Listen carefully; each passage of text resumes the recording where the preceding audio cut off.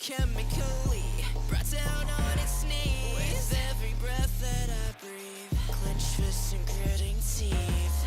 Tonight the energy flowing in me is waiting for release. Thunder beneath my feet, I sight you on my until the dawn, the darkness falls, and I lose control. I feel it in my bones, a spark to lead us through the shadows. Can I fight the way before me? It's coursing through my soul, a road to guide us through the sorrow. Can I calm this storm inside me? This electricity, a part of me that's under pressure. Charged up, my fuse igniting a sight you wanna see. I'm outside, pointing to the sky, gonna make the earth shake, 'cause you can't contain me. Voltage bursts through the black of my eyes, put my finger on the trigger and I'll shock you, baby. Against the odds, until the dawn, the darkness falls, and I lose control. I feel it in my bones, a spark to lead us through the shadows. Can I fight the way before me? It's coursing through my soul, a road to guide us through the sorrow. Can I calm this storm inside me?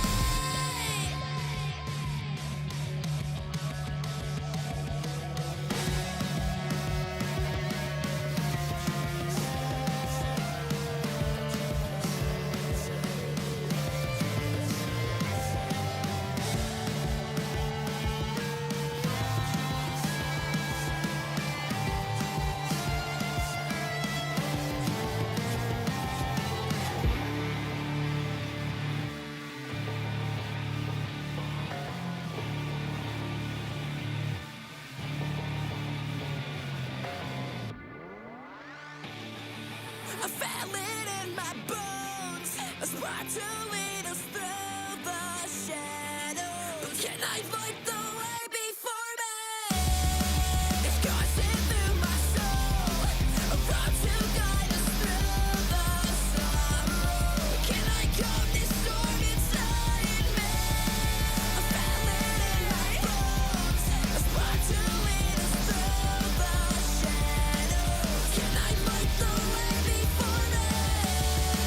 It's coursing through my soul, a road to guide us through the sorrow.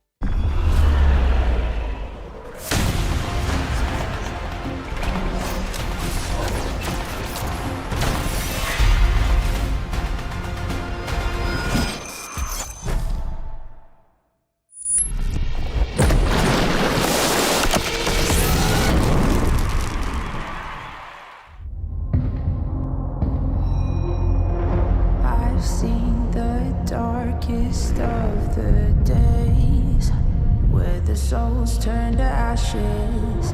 It made me who I am today.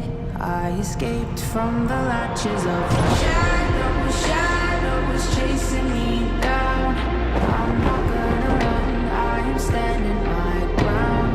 Wherever I go, fear does not follow, even when the storm hits and hell is abound.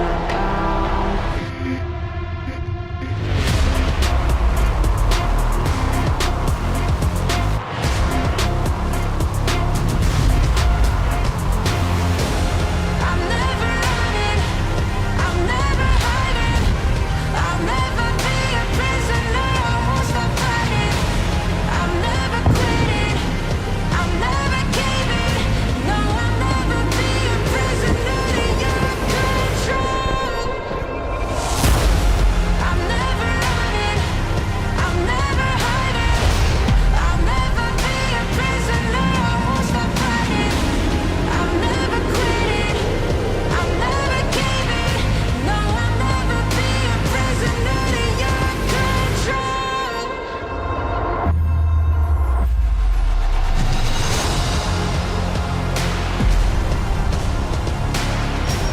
I'll never be a prisoner, I won't stop fighting. I'm never quitting, I'm never caving, no, I'll never be a prisoner to your control.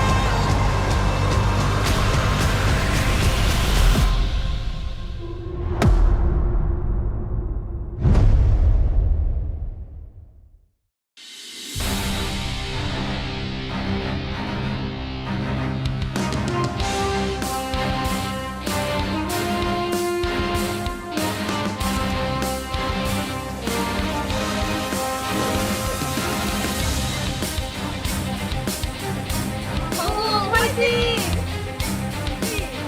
설마 제발! 방금 파이팅! 알고 선수 화이팅! 아세명 파이팅! Welcome, ladies and gentlemen, LCK Summer 2024. I am Atlas, I am joined by Orcs, and it has been requested that we go back to the Nautilus lore. We'll see whether we can bring that to you guys today. But firstly, we have some banger matches, Orcs. Yep, I feel like both of these gonna be a little bit tough for the less favored team, you know, in these matchups, but I am hoping, especially... Wait, did you say it's going to be harder for the team that isn't as good as the other team? Yeah. Do you That's think the analysis I'm is here there any series where that doesn't apply? I'll get back to you on that one. All right. But yeah, I think Quantum Freaks, you know, if we'd had this matchup early in the season, there was actually a point where I think people would have favored them. Not anymore. And the hope is just that they can bounce back in any way. Take a game, you know, show some form. That is what I'm praying for. Because Quantum Freaks, we've seen this time and time again, that tumble at the top. It's just, we have a thing, and it just happens every season. I don't know. Quantum Freaks, I mean, Bro also beating them seems to be a thing. Let's have a look at the standings here. Humble Life Esports sitting at 2nd place. Quantum Freaks at the moment are in 4th. They have some difficult matchups coming up this week, and we'll see whether they can hold on to their eastern positioning here in the standings, because it's looking a little bit dire for the squad right now, who are currently standing alongside T1 and KT. Yeah, and especially with BNK FairX on a 3-win streak at 5 and 6, there is no space really to navigate. If you start losing matches, very quick trajectory just to fall straight out of that top 6 and miss out on a playoff spot. Yeah, and this was the conversation last time around. They managed to sneak in there right at the very end. And two teams in opposite spirits at the start of round 2, exactly. And these two teams actually matched up only a couple of matches ago for the Quantum Freaks. Their last one was a loss against Bro, but before that, they got hammered by Humble Life Esports. I think there's no other way to say it, really. And we do have a little bit of an adjustment when it comes to the roster as well for the Quantum Freaks. We'll get to that coming up soon. Quantum, as you know, very soon, in fact. Quantum going to be starting here instead of Andal there on the bottom side of the map, and I don't see this as a positive, Orcs. Yeah. I feel like Andal has been so good this season in particular. Like, I would agree. When they've looked good, he has looked better, like in previous seasons. But I really feel like this was the one where he hit his stride. I think him and Lipa looked fantastic. The team was working, and then it wasn't. And it's clear this is their attempt, like, okay, something's not gelling. Let's change something, see if that fixes it. But I'm not sure that necessarily this is the answer. And I'm not sure it's going to necessarily be enough to match up into Viper and Delight, which, when you're facing Hololive Esports, bot lane is the main concern right now. Exactly. And some milestones being hit here. Doran reaching 500 kills, 500 games in game number 2. We will make it to game number 2. Game number 3 is a little bit of a question mark. Viper just 13 kills away from 1,500 as well, getting to be some pretty huge numbers. And thinking back, young Viper joining the LCK on Griffin, now 1,500 kills later and a trip to the LPL. It's kind of crazy. And honestly, 13 kills with his current form, he might even get that in one game. He might get that in one game. We'll see whether these guys can stop him, as welcoming Kwandong Freaks with Quantum there, looking pretty dope. I kind of like the haircut. Feeling like Quantum is getting ready. We now get to make jokes about Quantum Leap as well, which is kind of fun. Little bit of like, I'm a Paul Rudd fan, so, you know, I'm all about that, even though the movie was bad. In terms of name duos, they're up there. It's pretty good. I think, is Quantum and Lipa the strongest name bot lane duo in the LCK right now? I mean, physically, I would say that a Quantum Leap, it sounds impressive, doesn't it? It does sound pretty big. Yeah. Big deal. Well, actually, it's really small, isn't it? Because the Quantum Realm was the thing that was in Ant-Man, right? And that was about being really small. Yeah, but are we basing it on Ant-Man science or real science? It doesn't sound like something we should base things on at all. But that's where I saw it last, because my wife was watching all of the Marvel movies again. All right, let's welcome Hololive Esports in the Low Park here, as Doran, Peanut, Zeka, Viper, and Delight on an absolute tear at the moment, looking like the second place team here in the LCK. And that is a huge accolade, because Gen G are ridiculously good. And it's not likely that we're going to be taking them out of first place, so the fight for second is a big one. And let's have a look at this. Our key player matchup going to be towards the top side of the map, Dudu versus Doran. This has really gone a whole lot of different ways over the years, but right now Doran is looking pretty good. And as you can see here, some thirds and seconds, and LCK first on solo kills. Riddle me that. You know, Doran sometimes does have those moments where he gets solo killed himself, but I feel like, you know, part of getting a lot of solo kills is going for those angles, looking for the opportunity to try and get a 1v1. But I think Doran's been playing really well, and he's been landing more than he's been stumbling in this current season. I think I would agree. The whole team... Let's forget the Quinn game. That didn't happen. Okay, that doesn't exist. No, it didn't happen. I mean, he's always got to have some, right? That's the star in a nutshell. Yeah. But yeah, and I think, obviously they've been showing fantastic form, done a big win streak, but they have a matchup against D+ later this week as a second match. And that's a big one if they want to secure that second place spot. Obviously, winning it doesn't mean they're locked in a second place, but it drastically increases their odds of making it. I don't think anyone has that good of a chance of catching Gen G. Mathematically, it's possible, but in their current form, it seems almost impossible. So that second place spot is what is being fought over this week. And Hololive Esports, the ideal trajectory is they stomp Quantum Freaks today, and they come in the D+ full of confidence and take them out too. Absolutely. And that's our Saturday showdown, of course, coming up in a couple of days' time. This is kind of a precursor to that, to see what the form of Hololive Esports and D+ is going to be, because, of course, D+ is going to be taking on DRX in our match coming up after this one. It's actually a very fun day for trying to set up that Saturday showdown. Pretty psyched that the LCK scheduled things in exactly that way. Yeah, it's for us. From whoever. Or they scheduled it, didn't they? Because I'm sitting next to a person from the UK. I just say schedule. Do you really? Yeah. I thought people from the UK say schedule. I don't know. Oh my goodness, I've been completely bamboozled. You've been pranked by someone from the UK at some point in the past. No, but I had to change from saying scheduled to scheduled because I was around so many Americans here in Low Park. Right. Yeah, and so I had to completely readjust. And now I'm hearing that scheduled was just the right way anyway. That's the worst one. I can't handle this, right? And there's probably a lot of Americans watching, but who say niche. What? Yes, that's a thing instead of niche. They say niche. Oh, niche. Yeah, people say niche as well. Oh, it's so weird. Oh, it's not okay. Do you know what I found out? People don't say yum. People don't say yum. I learned that yum is just an Australian thing. What do you mean, like yummy, food's yummy. We just say say that in the UK? right? Okay, so maybe we're all right, and it's just... They don't say that in America? They don't say yum? That's what I heard. That's what I heard from People are my, going to be losing from my their mind. friends. There's so much disinformation. We should poll chat, actually. Like, Oh. is yum something that is universally used to describe delicious food? Also, do you say niche or is niche? No, that's not even up for debate. I mean, anyone That's who just says wrong. niche, I just can't handle it. We have a bunch of bans. The Nidalee banning and the the weird Ashe niche. and the Tristana have been taken away. The Maokai, the Yone, and the Ezreal have also been banned. Globally banned is Aurora. She's not going to be played, which I am glad about because, I mean, I struggled to keep up with Zoe. I struggled with Hui's massive amount of abilities. Aurora goes all over the place and does a whole lot of stupid stuff. And it's like, I feel like even when you're playing Aurora, you don't know what she's doing. That's my impression. Rumble's going to be the first pick, though. Even though it was nerfed a little bit here, Flame Spitter damage is down. Doran's still going to be bringing that one towards the top side. And this is a pick that was 100% ban rate on the previous patch, on the previous week. So it being nerfed obviously is a big hit to it, but you know, we've still seen it banned a decent amount in the recent days. We'll see what Doran can do.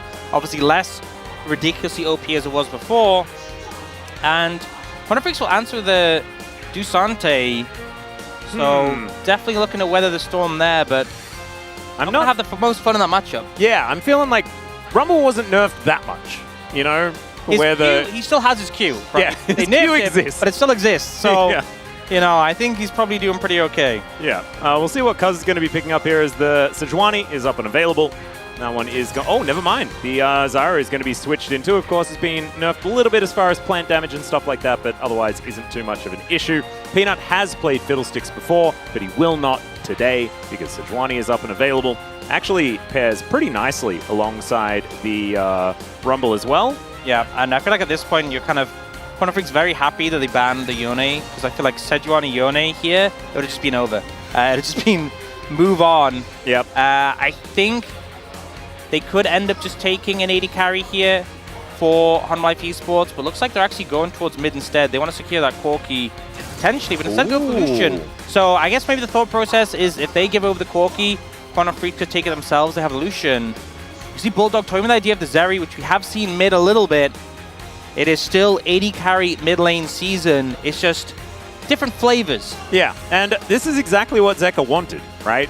Because he was like, if I pick Corki, then they can Lucian me, and then I'm going to be sad about that, and I like Lucian in the matchup, and so just kind of asking them what they're going to do, and it's going to be the Zeri locked in. Of course, still theoretically a flex, but like you say, could likely be that mid lane option. Too many 80 carries in our mid lanes, guys. It's just really a thing. Thankfully, not going to be a thing forever, but at least it's a thing now. Yeah, and it's important, obviously, for Quantum Freaks to get a source of AD in the mid lane in their composition. And Hanwha Esports also with having that Rumble top being AP, definitely one of the extra AD now. We see the Nami banned, so Quantum Freaks still conscious it could be a flex. If we end up just getting, well, obviously we can't now. Oh Nami's my god, banned, imagine it. But it was just Lucian, Nami, Zeri, Lulu. Yeah, the We're whole talking about time. big flexes. Oh, no. And so I'm glad that Nami ban comes through. Quantum Freaks not opting in to that trade. Leona ban comes through from Hanwha Esports. I wonder if they go for the Lulu ban after, if they're suspicious of the flex, or if they just aren't really concerned. You could also ban an 80 carry pick that you think Leaper will play, or you know, maybe ban the Corki if you think they might pull out Zeri, Corki, and flex as Zeri down towards the bot lane. Yeah, they could do something like that. I think the Lulu doesn't need to be banned, otherwise they'd just have no engage at all, and so probably would just lose anyway, so maybe not a necessary one. Just off the top of my head. Alistair going to be taken away from Quantum, and he had a decent game on that, I think, when he was back in. Of course, it hasn't been Quantum in Challenger playing, so he has sort of been behind the scenes here. Quantum Freaks, and haven't seen too much of him. Minas has been the one playing in Challenger. As there is that Corki that you were talking about. So just locking away the Zeri for Leaper, of course, has been a pretty good Zeri player so far.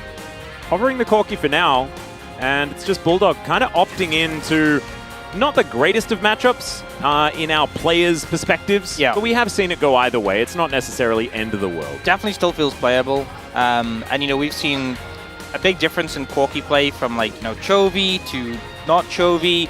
And obviously Bulldog hoping he falls on the Chovy side of that spectrum. Now, on Life Esports, looking at the Kai'Sa option. Oh no.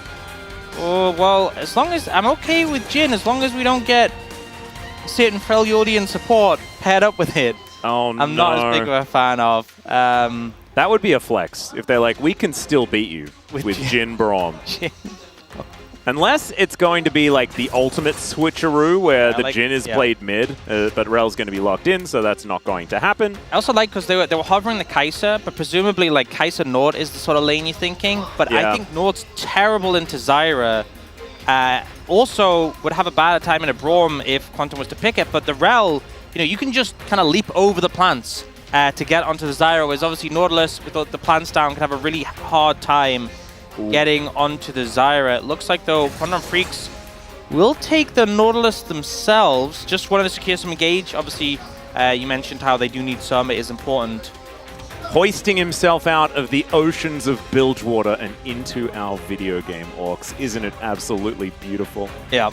It might give us an opportunity to perhaps delve into his backstory, but I'm not sure. This might be a high-octane game of League of Legends and may prevent us from being able to do such things, but I'm not entirely sure. Yeah, I mean, we'll have to see how it plays out. Quantum Freaks have come in with what feels like a mix of picks you just kind of expect to see in the current meta. From Life Esports shaking up a little bit more with the Jhin AD carry, but a lot of engage tools with their composition. And I think in terms of dive threat, I could see Quantum Freaks having a bit of a difficult time dealing with this. You know, they have the Rel engage, the Sejuani engage, the Jhin ult and the Equalizer throw on top of the culling. You can see how it all kind of comes together. And if any of the engage lands on either the Zyra, the Corki, or the Zeri, they're going to have a bad time. Yeah, there's so much long-range setup for everything, and then the follow-up is very, very comfortable, especially with, the Jhin. The Deadly Flourish is just going to be incredibly powerful in this composition. Layering that with the Equalizer, I think teamfights are going to be something that Quantum Freak's going to have to be very, very careful with. Thankfully, a lot of threats, Zyra, Corki, and the Zeri all doing massive amounts of damage as this game goes on. But the mid-game is going to be something difficult to navigate, I would say. Quantum Freaks, though, definitely a lot of power as we go further into the game. We'll see whether they can leverage that as we get ready to jump into the Rift for game number 1.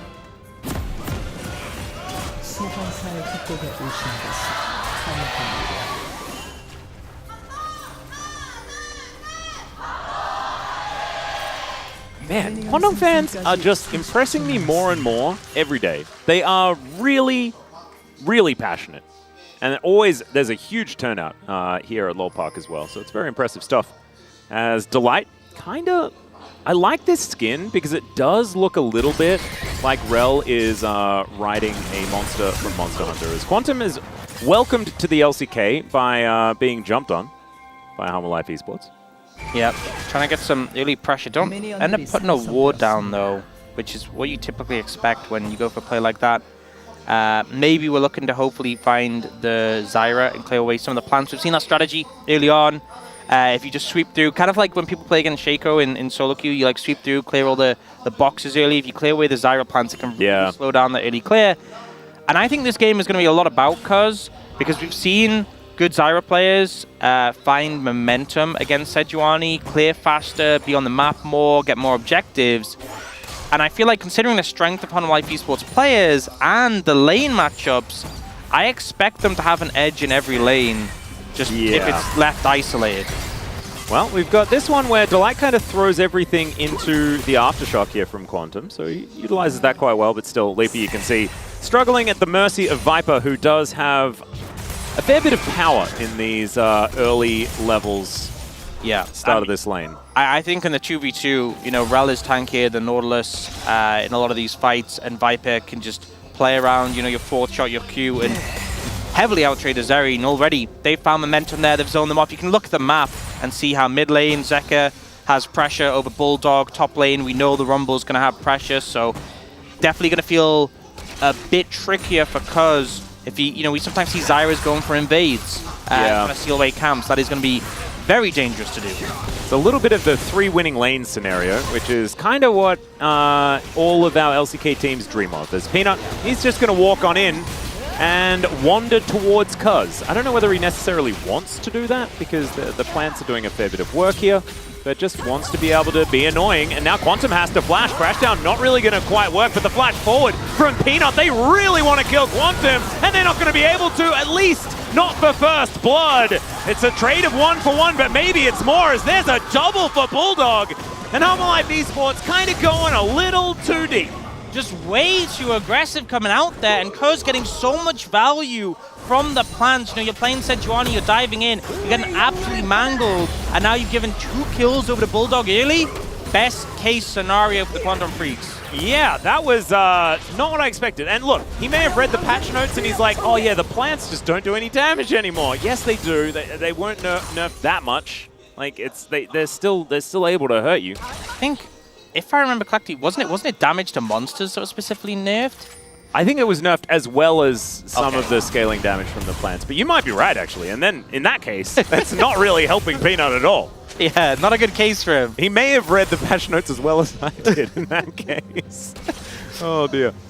Well, definitely a big helping hand to Quantum Freaks. And, you know, we talked a bit about this Corki-Lucian matchup, how a lot of players have favored the Lucian matchup. But, you know, depending on play, it can go either way. I think depending on getting 2 early kills, it can also definitely go in the other direction. I feel like the health nerf has been somewhat mitigated by 2 extra kills and a bunch of extra money that he has turned into some plated steel caps, which are going to feel absolutely fantastic. Boots rushes abound. I feel like it's as soon as something is about to get nerfed that players are like, we must build this at all times. It must be broken. As it kind of is. And that is the second kill coming on through here in the replay. Let's check it out from Quantum's perspective here. Yeah, so Quantum makes a quick move. The flash is good to avoid the root. But Peanut flashes in so low on HP. And the plants are just doing so much work. You know, Delight is only level 2, gets just mangled by them. Yeah, and now Bulldog has red buff. It has just dissipated. And Zeka going to be very happy about that.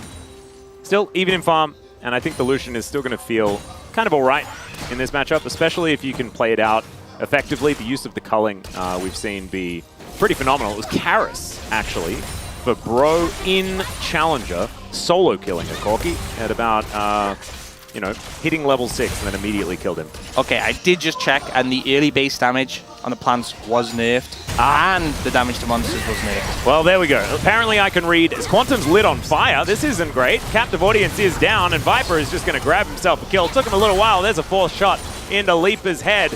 And Cuz looking to come on down. Is going to turn off that one as Delight getting taken down extremely low. There's a kill going over to Leaper. Deadly Flourish will connect here. Viper trying to get a little bit done, but the plants are going to come down. Offer a little bit of extra money, I guess, to Jin, but still a good trade for Quantum Freaks. They are continuing to play this one well. And, you know, it's early days. We have just started the series, but Quantum Freaks are looking so much better, you know?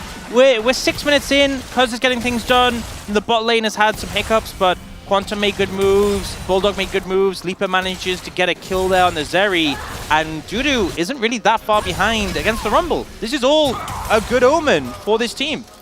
Definitely working better than expected, absolutely. Some grubs going to be going on over here, but they will be traded immediately for this dragon. X-Tech going to be picked up. Next one going to be an Ocean, and I have Orcs right with me. And so that is going to guarantee that it's a Cloud Soul. It's not going to be Chemtech. He's hoping. Yeah, that's fingers are crossed. I was on the desk with you, and you were paying attention, and then it was a Chemtech Soul. So I'm starting to think that perhaps you don't have the level of control of the dragons as we might have once thought. I'm going to check this out one more time. Good hook from Quantum to start it off. Yeah, and the thing is, the Rel, Delight playing it here, turning around, getting a shield from the dismount on the re-engage. The Rel can just really leverage that to be quite a bit tankier. But this angle from Cuz so good, and this double root. Oh yeah. You couldn't ask for it to be better. Absolutely brilliant. Having a look in live, Viper is in a little bit of trouble. Oh yeah, Leaper hit level 6 first, actually, I think as the outcome of that previous play. And I feel like that's the big spike for lane as Zeri. No, you don't want to do that again, Pina. You should have learned from the last time. He's nothing if not persistent. I like it, you know, if at first you don't succeed and all that sort of stuff. Yeah. Just because something gets difficult doesn't mean that you should stop trying. Is okay, Deadly Flourish going to force a cleanse out here from Leaper. As even the Krugs got interested in what was going on here. That was pretty cool. A lot of action going on. Leaper just trying to crash the wave in, but does lose the cleanse for it. Pretty high value summoner, especially as it means it won't quite be up as that dragon spawns, but will be a little bit after. Leaper just going to try and push this one in and get a reset.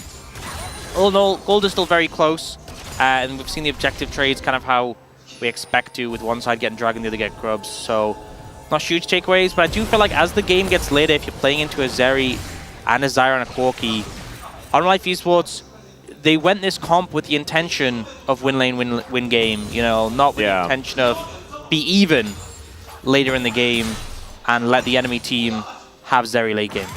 Yeah, and it's not even just Zeri, it's Zyra late game who is still going to be doing a whole lot of work. Cassante is going to be a lot more valuable. I think that there are a lot of things in this composition that just really do age well. And Viper just going to get hooked by Quantum here. And Cuz going to be joining him, and I feel like Viper only just got back, and he's already in a little bit of trouble. Curtain's going to be called, though, as now Quantum's going to get slowed down. Last bullet not going to connect. Hook is going to go wide there as well, as Peanut not actually able to get too much work done here, but it's Cuz that's going home. He's the one that took the damage, and that means that this lane is still in a horrible spot for Humble Life.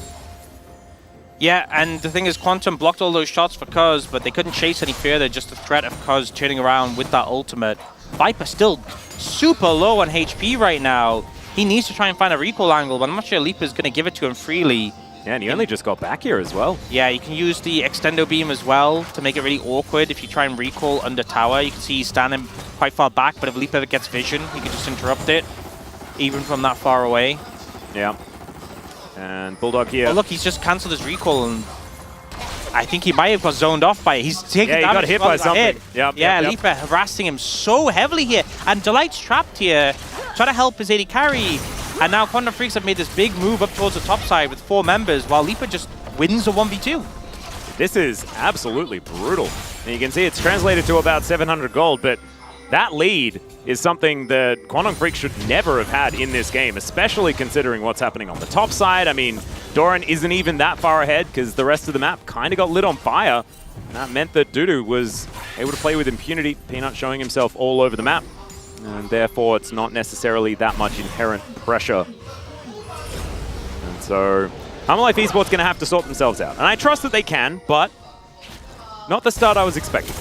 Yeah, you can see Cuz hanging around by the grubs, which are going to spawn soon, getting some plants set up. And this can be such a big factor with the Zyra. If you can get control of an area early and just spend time spawning those plants, it becomes so much more dangerous to push into. I don't think Humble Life Esports is going to contest them, but it looks like they might be moving over, so I guess maybe I'm wrong. You can see actually Viper moving up and has ult soon. Yeah, Glacial Prison going to fly out, gets the flash out from Cuz.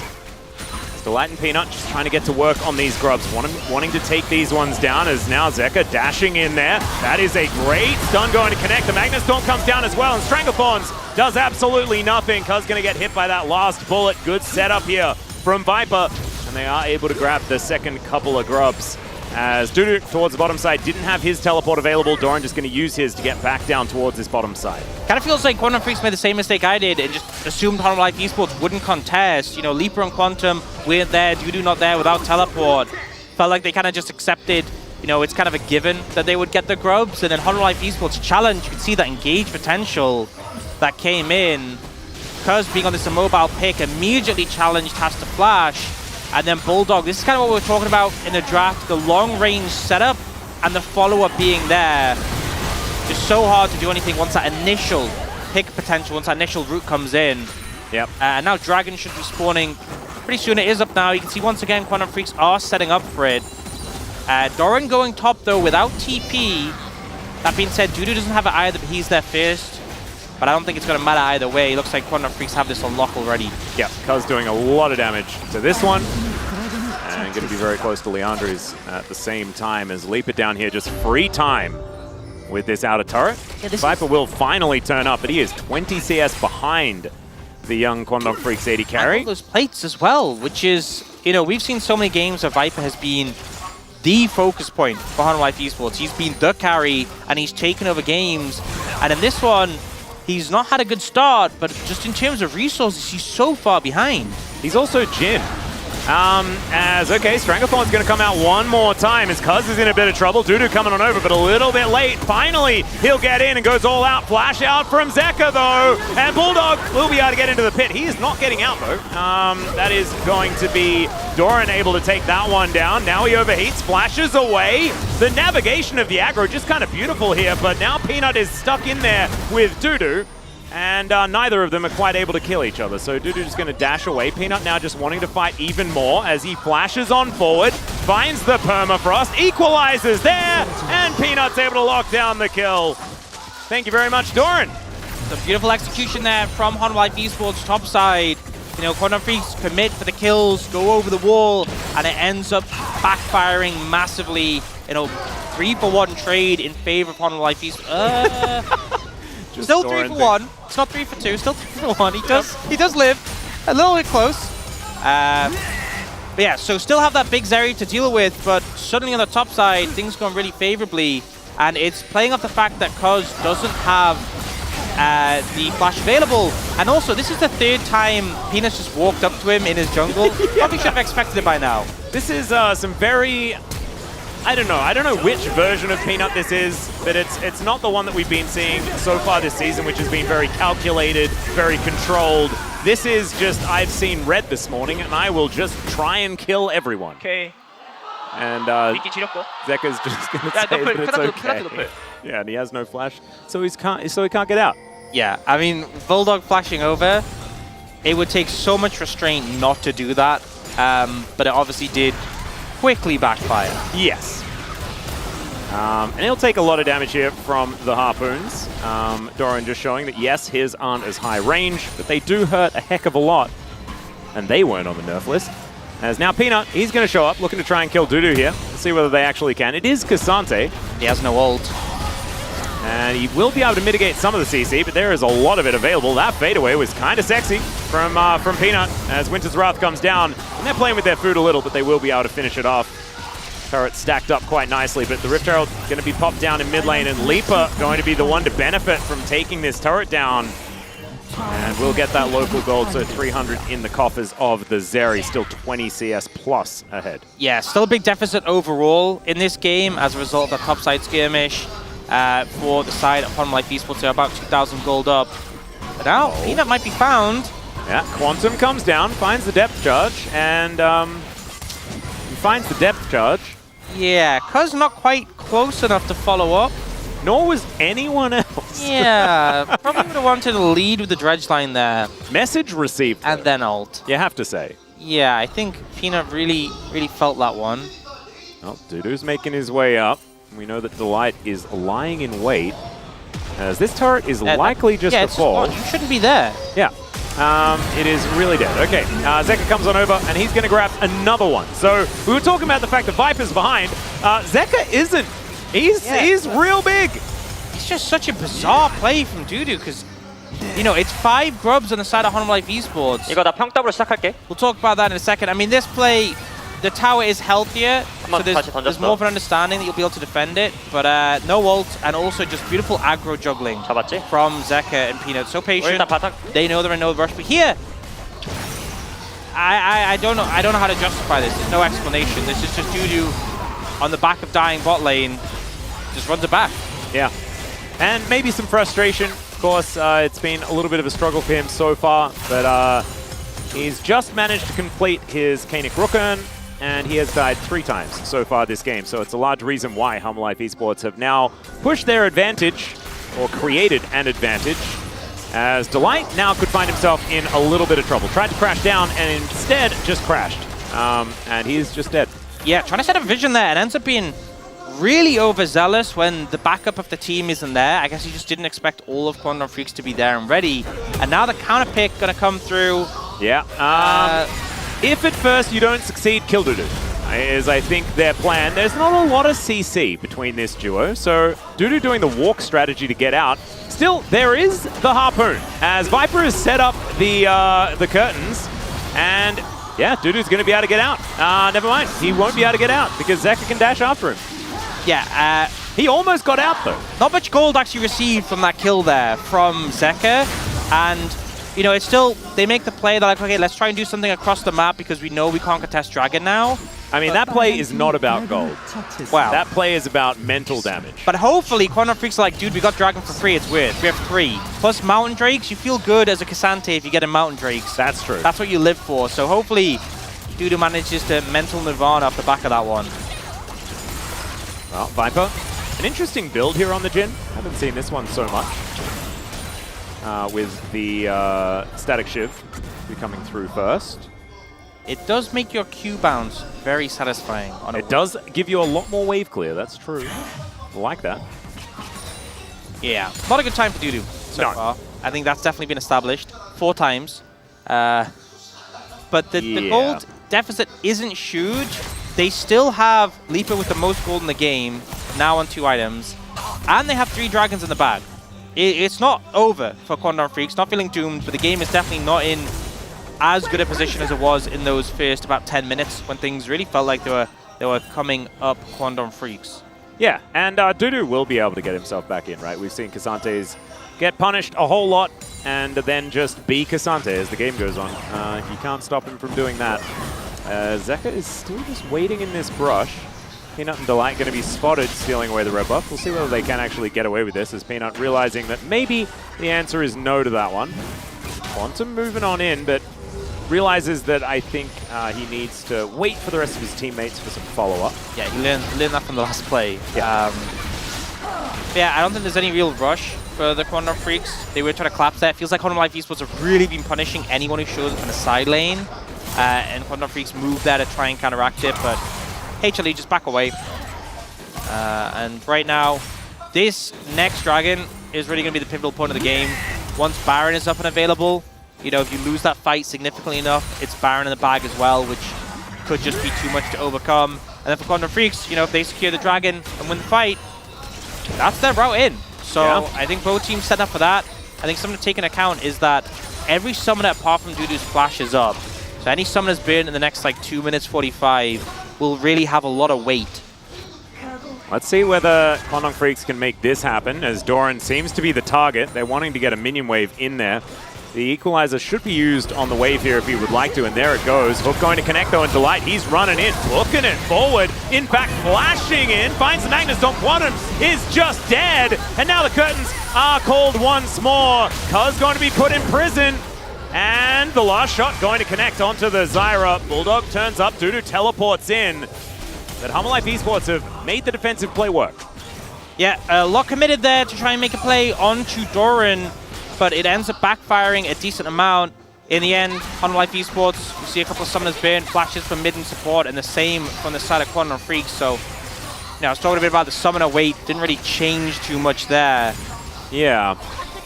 But I think Quantum Freaks just happy they didn't lose Baron off the back of that, because I saw the Jhin shots coming in on the Cuz. I was like, you know, this could really end up being bad if they lose another member or two. But yeah, mount to more. So, next Dragon going to be up in a minute and a half.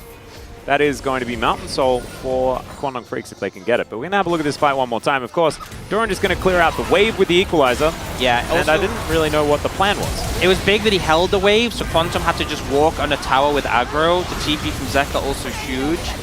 And then Zeka flashing on a Bulldog, forcing his flash as well. And the TP trade, I think it's big that Humble Life Esports got that TP from Dudu to even out the one they used. Yeah. Well, now Leaper and Quantum here in the mid lane, fighting up against Viper and Delight, who would really like to be able to take down this outer turret in mid that is still extraordinarily healthy. Does give Quantum Freaks quite a lot of map control. As, oh dear. Okay, we're going to miss that one. And Peanut not going to find the Arctic Assault either, and then is just going to try and flash away, but that's not really going to work. Still, fair bit of extra damage from Viper, but I'm not going to put that on Peanut's resume. And Quantum's ult, if you look, just coming up now. If that had been available a little bit sooner, Peanut was just dead, and that could have been super bad for the side of Humble Life Esports. A very ambitious play. You could see Bulldog kind of sensed it. Managed to dodge the ult, and then Peanut still committed, even though he didn't connect with the ultimate. And now Humble Life Esports go for the reset. giving Quantum Freaks control off this Dragon area. Going to make it a bit trickier to contest, given that it's up in 15 seconds and they're just getting back on the map. You can see Viper's having to deal with that mid wave. Well, Peanut is going to move on in. Delight needs to avoid a bunch of these rockets as he doesn't have his Warmogs completed just yet. Teleport to come in. They're not wasting any time. They know how important this one is. As there's the Hex Splash in from Delight. Cuz moving down, just trying to control the area with these plants. They've pulled out the Dragon. Life Esports, if they want to stop this, they're going to have to try and start something as soon as they can. Equalizer is ready. And that's what we need to pay attention to. There it is. Getting a fair bit of value on Delipa here as Zeka's dashing in the curtains. They've been called. Quantum trying to get himself out of there. This is going to be a 50-50 and it's secured by Quandong Freaks. And now the all-out does come on through. The hook is going to connect and they take down the Rumble. But now Life Esports, do they have them where they want them? The answer's no, the explosion. Zeka caught by the grasping roots. And Quandong Freaks will crush the fight as a result. That's another one. Cuz is an absolute monster, a madman. He's possessed on the Rift right now, but maybe that was a little bit of a step too far from Quantum. And Hanwha will be able to at least even out the kill trades, but that Drake, very important. Yeah, it's huge for them, getting that Dragon in the bag, especially when we talked about the engage potential of Life Esports. That shield's going to make it so much harder to pop these backliners. Cuz's value there on the Zyra, absolutely massive. The plant's doing so much.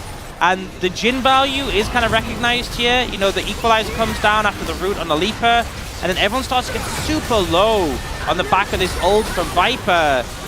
Gets super scary for Quandong Freaks, but Cuz drops the ult, secures the Dragon, and then due to, you know, the 0-4 Cassante gets so much value in this fight, and this root as well from Cuz. I feel like the Zyra root has had so much value just because it's so hard to see it coming. If there's champions in the way, so many people caught off guard for it. And now Baron's been started.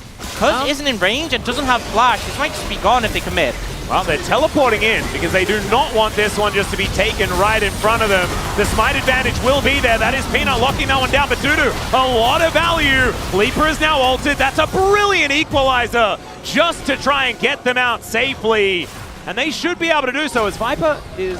Viper's running. He is running. He is indeed doing some running. The rest of the team is moving on in as well. They're trying to get him out. Oh, saving Private Viper.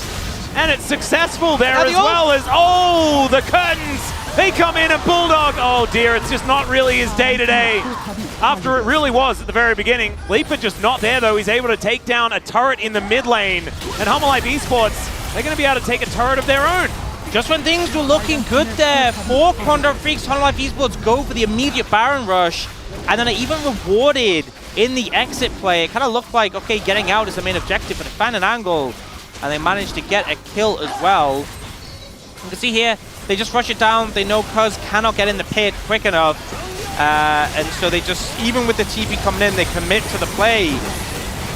And then the equalizer from Doran, the value on this, not only for the damage, but just the disengage with the slow. 4 members hit by it. Yeah, that was absolutely huge. And you're exactly right. It's not about doing the damage. You slow them down a little bit, it gets the Life Esports members out of there. And even Viper, who walked the wrong direction.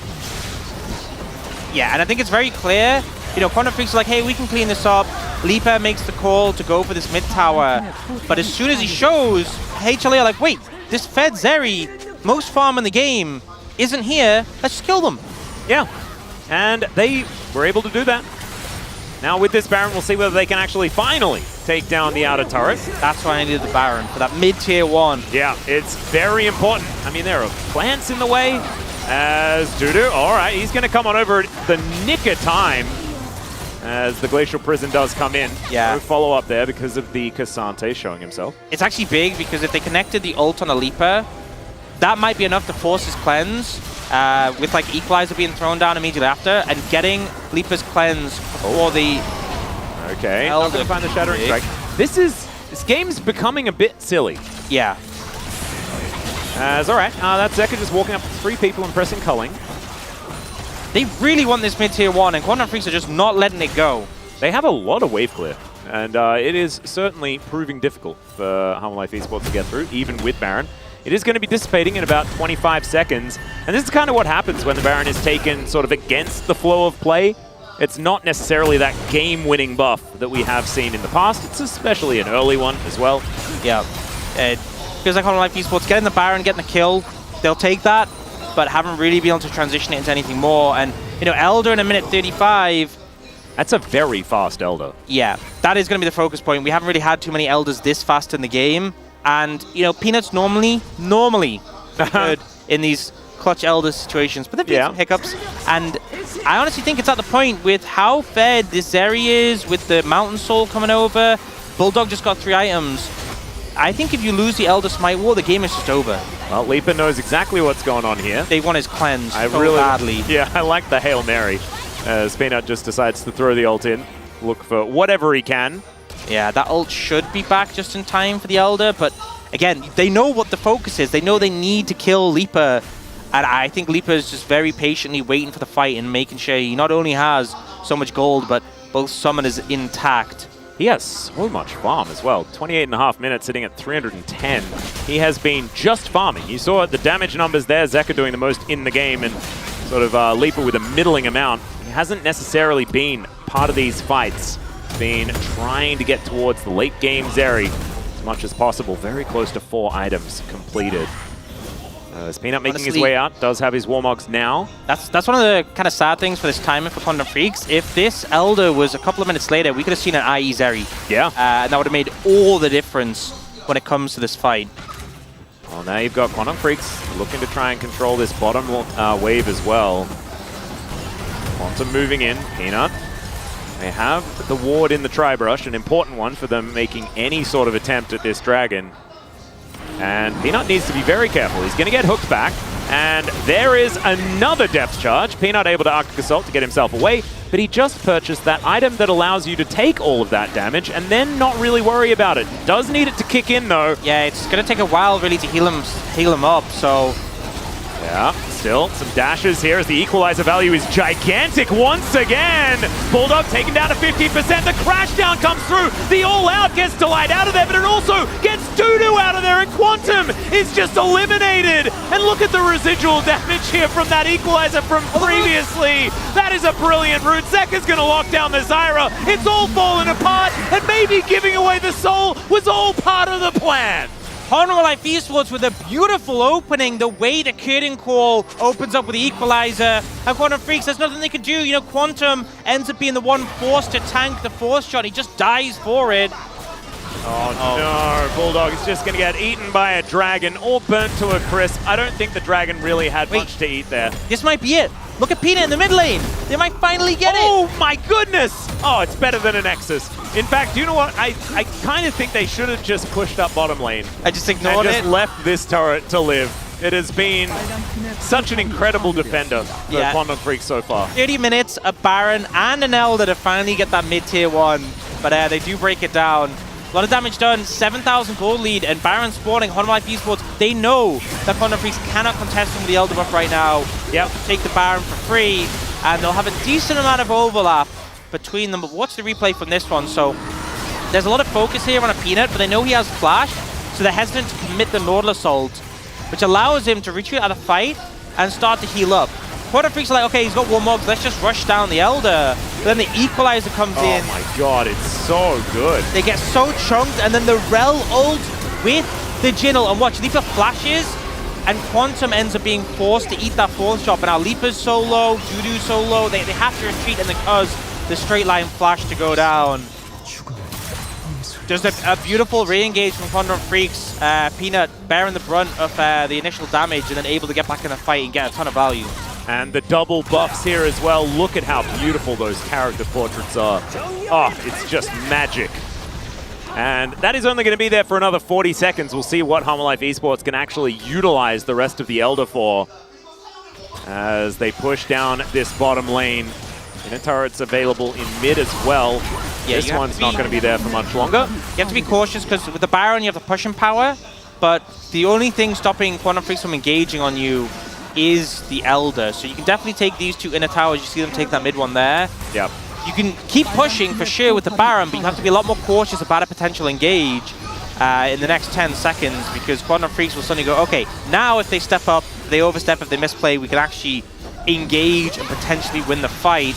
And the amount of punishment there is for an overstep as well is not to be understated, as Quantum probably didn't want to go into that wall as the culling is flying through. Oh dear, Viper going to be able to take down the new support here. Oh my god! Leaper just getting barbecued. The Glacial Prison goes wide, but it doesn't even matter. Peanut's able to help lock down the kill onto the Zeri. It's a bloodbath, and Life Esports are going to be able to take it. It was looking like Quantum Freaks found so many of these angles this game, but ultimately it's Life Esports that have the last laugh.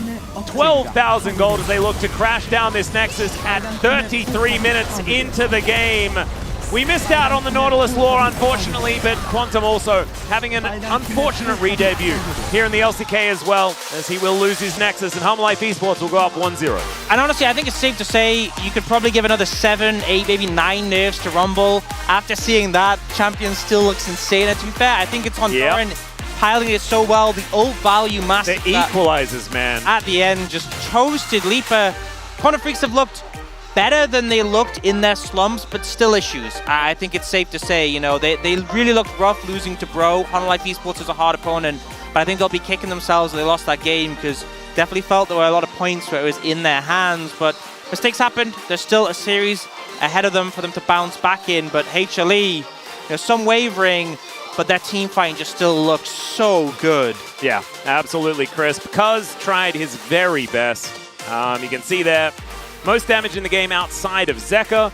I think Viper also kind of looked okay. I'm not a huge fan of Jhin just in general, but I think that he looked all right. Don't know about the build. I'll need to figure that one out from a Jhin expert. I think how the comp worked with like the Rel diving in and the equalizer curtain call, it was really cool to see it executed against Quantum Freaks.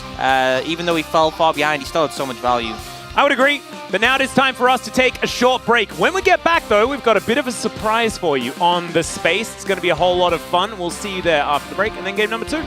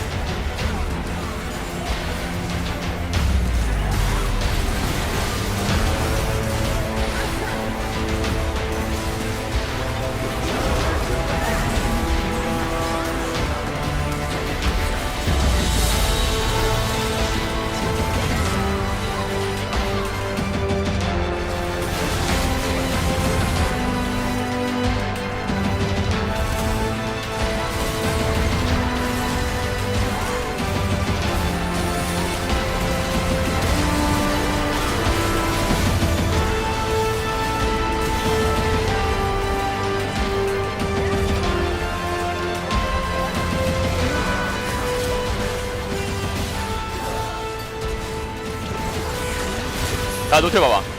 노틸 나이스 나이스. 다음 턴에 사올게. 오 소리 안 되나 이거?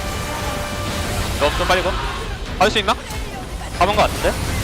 코르키 잡았어. 코르키 슬로우 스타트 해볼게. 나이스. 미드 라인 안 되냐? 되지. 나이스. 잘 싸웠다 그래도. 미드로 끝내자.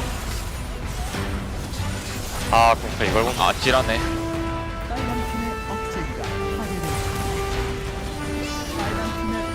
앞에 코르키가 2킬 봐. 초반에 적당히만 했으면 좋겠어. 좀 많이 나오고 있어. 3판 잘하자.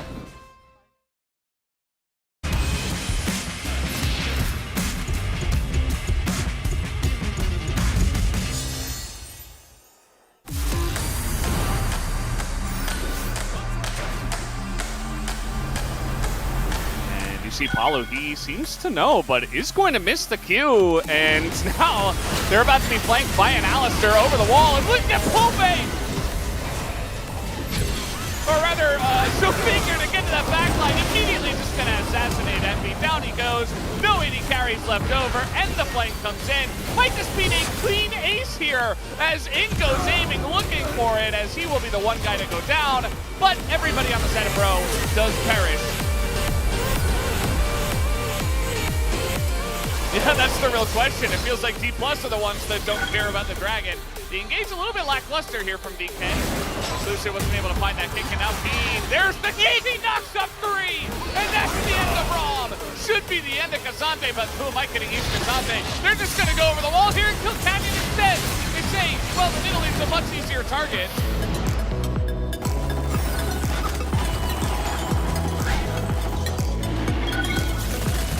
We're going to have to come back alive. We do have Rascal on the flank. It's a big flank angle. A lot of summoners down. Wait! What the hell was that? The hook into the wall, he sticks around, and now Sponge is dead.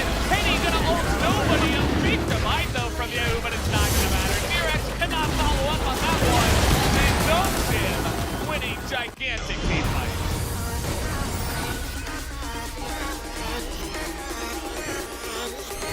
From the side of Jovi and Canyon seems to be even larger.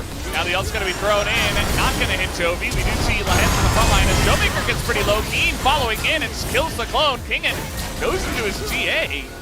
And now he's just got the entire team right on top of him. Down he will go, and Jovi's looking for the angle. The arrow comes in, hits the support. And Genji are looking to extend this to 3. We're going to take all the way. Showmaker comes in, but it's easily dissuaded. Lucid's just being burnt to his wrist. There's just nowhere for him to go. That's a lot of damage. Now Sylvie realizes there's no really other place. Wait! As he sidesteps into Philip. And now Jiwoo and Paige are fighting one another. It is both of them.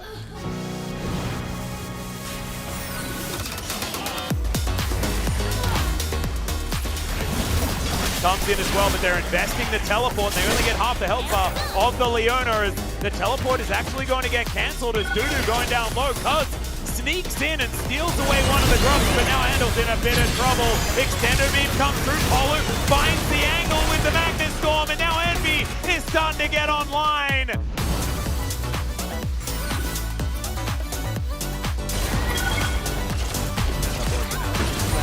Lost cone. Yeah, this one is a H cone, very rare. Dudu is going to take a ton of damage though as he tries to make it work, and he nearly dies from Drew's Operation Viper. He's not done! He's going to take him down at an insane angle, and Dudu, you can't get away from him. Down here.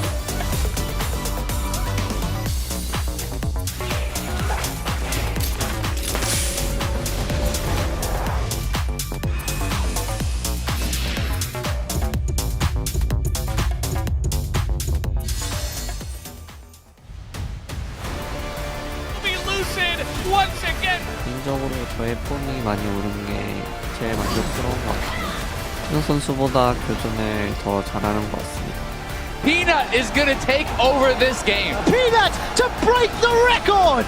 제 개인적으로는 요 3년간 플러스 기아전을 거진 다 이겼던 걸로 기억하고 있어서 아직도 계속 이기는 모습 이어나갈 수 있도록 잘 준비해 보겠습니다.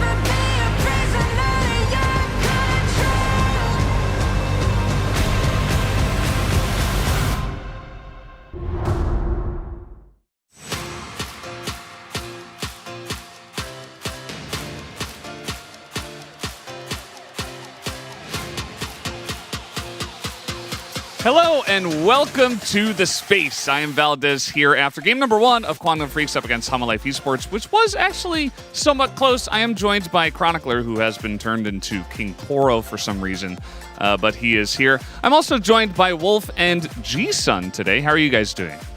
Thank you for inviting me. I heard you guys needed me so bad, so I had to step in for Chronicler, who turned into a Poro for speaking so badly of Lucid, his old boy. So I'm so happy to part of the space finally. It's really kind of you to come and fill in after Chronicler got turned into a Poro, but I'm pretty sure I specifically requested Kisun, not G-Sun, actually. So I'm going to have to actually ask you to leave because I need to Who's bring... Kisun? Kisun. Everybody knows Kisun from the Pog Lab? Yeah, the Pog Lab. He's very famous. And, you know, he did this a while back. If you guys are true fans, look at that cute smile. He's just really happy to be involved. He's got the cool goggles as well, a true scientist. And they did multiple episodes with G-Sun and Atlas there on the Pog Lab. Look at the 1v2 outplay on the Heimerdinger as well. This guy's got sick mechanics. He peaked challengers on the Korean server. He plays AD carry. He's an observer here as well at the LCK. And he's one of our good friends and colleagues. And we love that smile. And he's going to be joining us today as a first-time analyst. Look at the Heimer dance. He's lining it up. Yeah, the Heimer dancer, in fact. There he is again. Not a big smile that time, but still happy to be here. So welcome, Kisun. We've thrown G-Sun out, and we have replaced her with Kisun. How are you doing today? Hello, I'm glad to be here. I'm usually observer for LCK, and today I'm here as an analyst, and glad to be here. Yeah, Dr. Kisun from the Pog Lab, our observer. Let's talk about this draft a little bit, shouldn't we? Because the Rumble made it through, okay? And you know, if we bring the draft up, we talk about that because this was a big issue, and it did really create a lot of problems for Kwangdong Freaks because of the itemization that we had to see from Dudu. MR meant that he was very easily diveable later on. He died 4 times, and Hanwha Life were able to get back into the game because of it. Right, and they also went for Zyra as a counter pick with Cassante, and that led to giving Sejuani as well, which is considered like the second top tier pick after Rumble.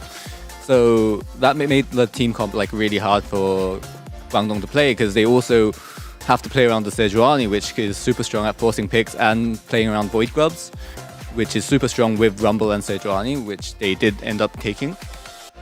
And yeah. Yeah, they tried to utilize that duo to try to get a lot of gold on the map, you were saying, and then Zyra did take a lot of the dragons. We don't have too much time on the space as we did have to intro Kisun, but we do have the one highlight here, which was the Elder fight, guys. So this was looking a little bit rough at the start of things for Hanwha Life until we had a massive equalizer come through from Doran, who had a fantastic game of Rumble. Peanut has Warmogs, was able to buy it right before this fight so he can regen up. His Delight's also looking for a deep flank here. There's a lot going on in this fight, but I think without Doran's equalizer placement here, the rest of the fight just isn't possible. Right, and you can see here where both teams have got like what they wanted to prepare for this fight, like this last big team fight, where on blue team side, they have the gold from all the picks and towers they got, and on Kwangdong, they took all the dragons and they have the Mountain Soul, and it just wasn't enough for this fight. Yeah, it felt like the Mountain Soul fight, there's a lot of clips we wanted to get. Obviously, we don't have that much time on this first desk today, but the Mountain Soul fight did give you hope that maybe Kwangdong could claw their way back in, especially with the prio setup they had there on the Elder, with Peanut going solo before the fight. But Doran was huge, and his equalizer there was massive, and it allowed that fight to play out the way that they're looking for, especially with Delight's flank also kind of failing there. Yeah, absolutely. So that was really a big team fight. It was a bit rough. It was a bit back and forth this game. I feel like we all came into this one kind of expecting Hanwha Life Esports to really do a big number to Quantum Freaks, especially Quantum coming back for the first time in a while. But Quantum Freaks actually looked pretty good in this game. What do you guys think about, you know, is Quantum Freaks looking strong, or did Hanwha Life Esports kind of had a weak game? So I think like overall, like it's just team comp being very, very pick heavy on Hanwha Life side, and they found a lot of picks and they were getting gold, but they were giving up Drakes, and the early blue fight was a bit rough. But overall, Hanwha Life did play to the team comp and managed to get their win. Yeah, it was a little rocky from Hanwha. I think that flippy fight around blue was one of the big concerns I had to start things off. Zeri's getting online, 2 kills to the Corki. I felt like a lot of better teams than Kwangdong in current form might actually be able to just run away with that lead, but as you say, some good proactive picks brought them back in. Yeah, well, guys, we do have the POG ready to go. Let's see who does get it here for game number 1 on the side of Hamalife Esports. It will, in fact, be the guy that got the Rumble and did quite a lot with it.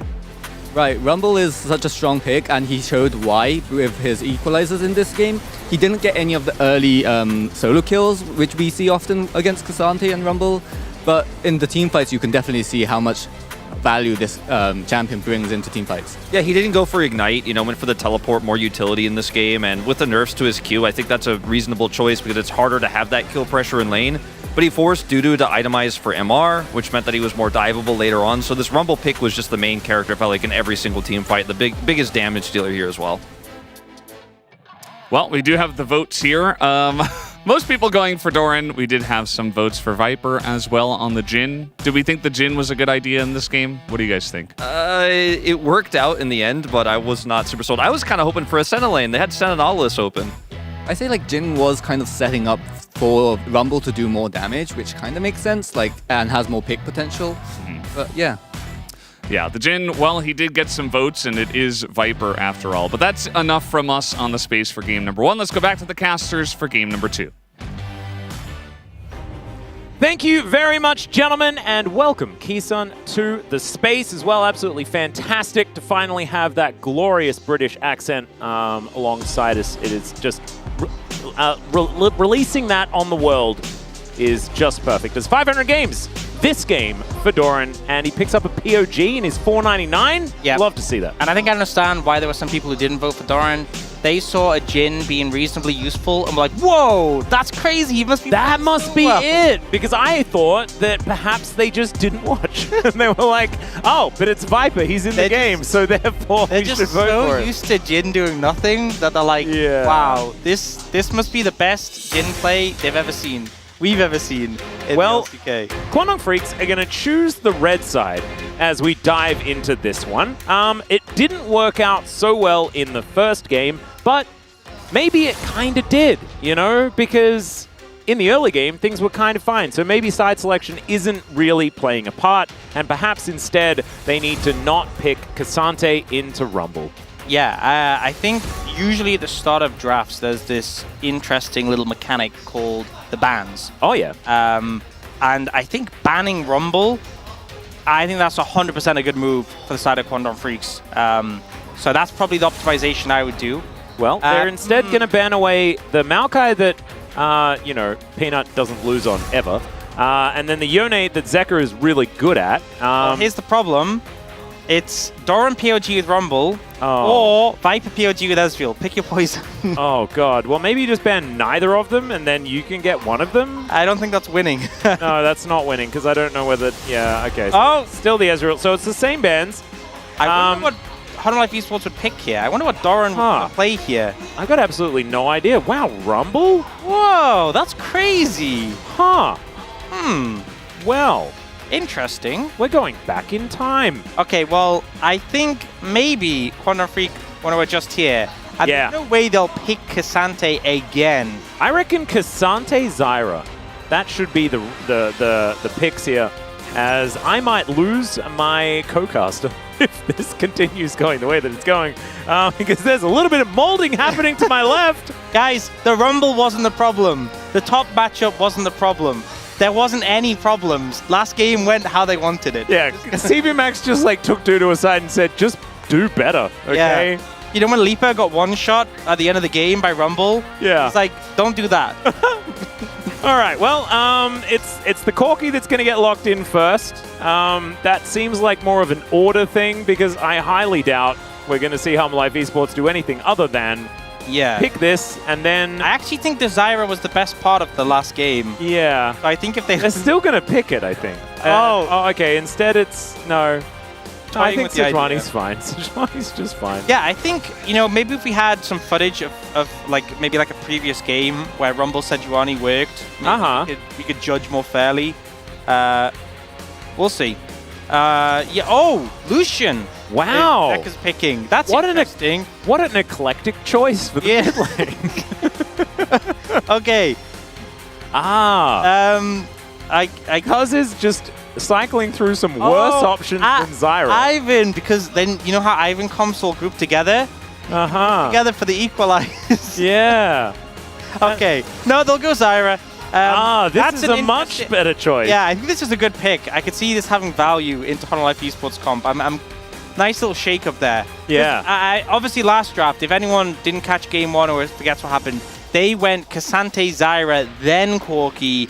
This time it's Cassante, Corki, then Zyra. Yeah, very true. different, very different. And this one actually makes Zeka look smarter because Zeka picked the Lucian as the counter pick into the Corki this time. But last time he just picked Lucian. Well, last time he predicted the Corki. True. This time he reacted to it. Yeah, one of those. As we are going to see the Kalista banned first this time. Last time Nami was banned, so it's a bit of a change up. Yeah. We could also still just ban Nami if we wanted to. Do they ban Rel? Do they ban Jin at this point? Oh god, yeah, ban Jin. Ban Jin, that would be great. I would be very keen on that. That would mean that Viper plays an 80 carry, which would be very fun. Or Ziggs. That might be even more fun. They are very heavily yes. Helios. Another pick that just isn't going to be played. Like the Nami, so it's basically the same. It's the same, right? I don't know.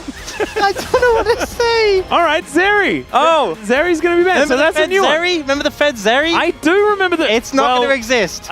Well, it sort of didn't exist at the end of the last game either. Well, but at least there was some threat that it could do things. Now, it's not even that. Now, Quantum Freaks, you've lost the Zeri. Everything's the same, exactly the same.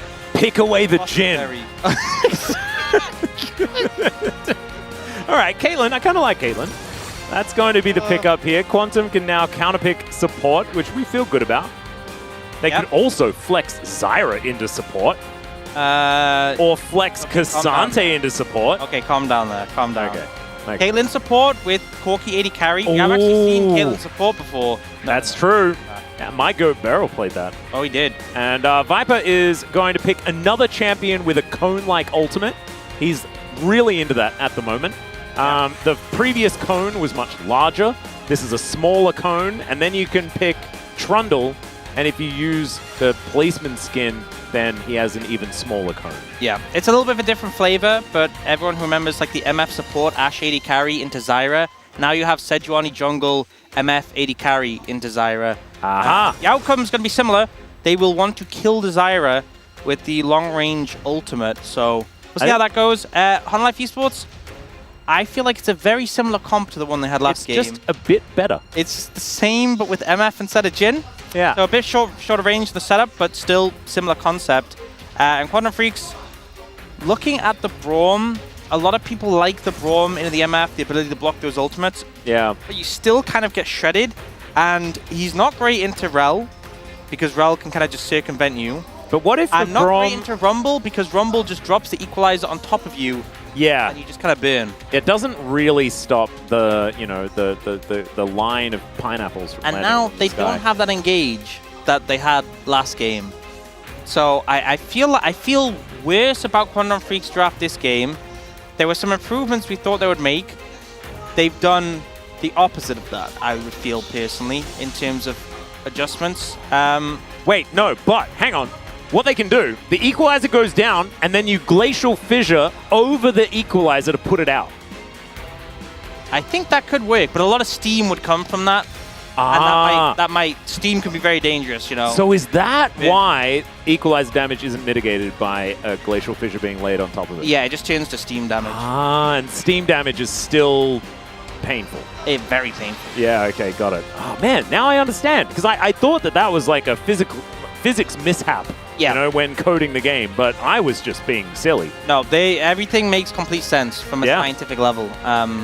That's fantastic. That's why you've got to fact-check your science before you make blatant claims on the internet about it. Yeah, but your science you learn from Ant-Man.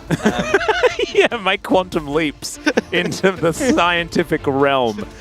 Precisely. These are going to be the drafts. They are very similar to the ones that we saw in game number 1, but it's looking like maybe the outcome is going to be even more the same as game number 1 if we were to base it on the drafts. But maybe, just maybe, drafts don't have anything to do with it. Let's jump onto the rift for game 2.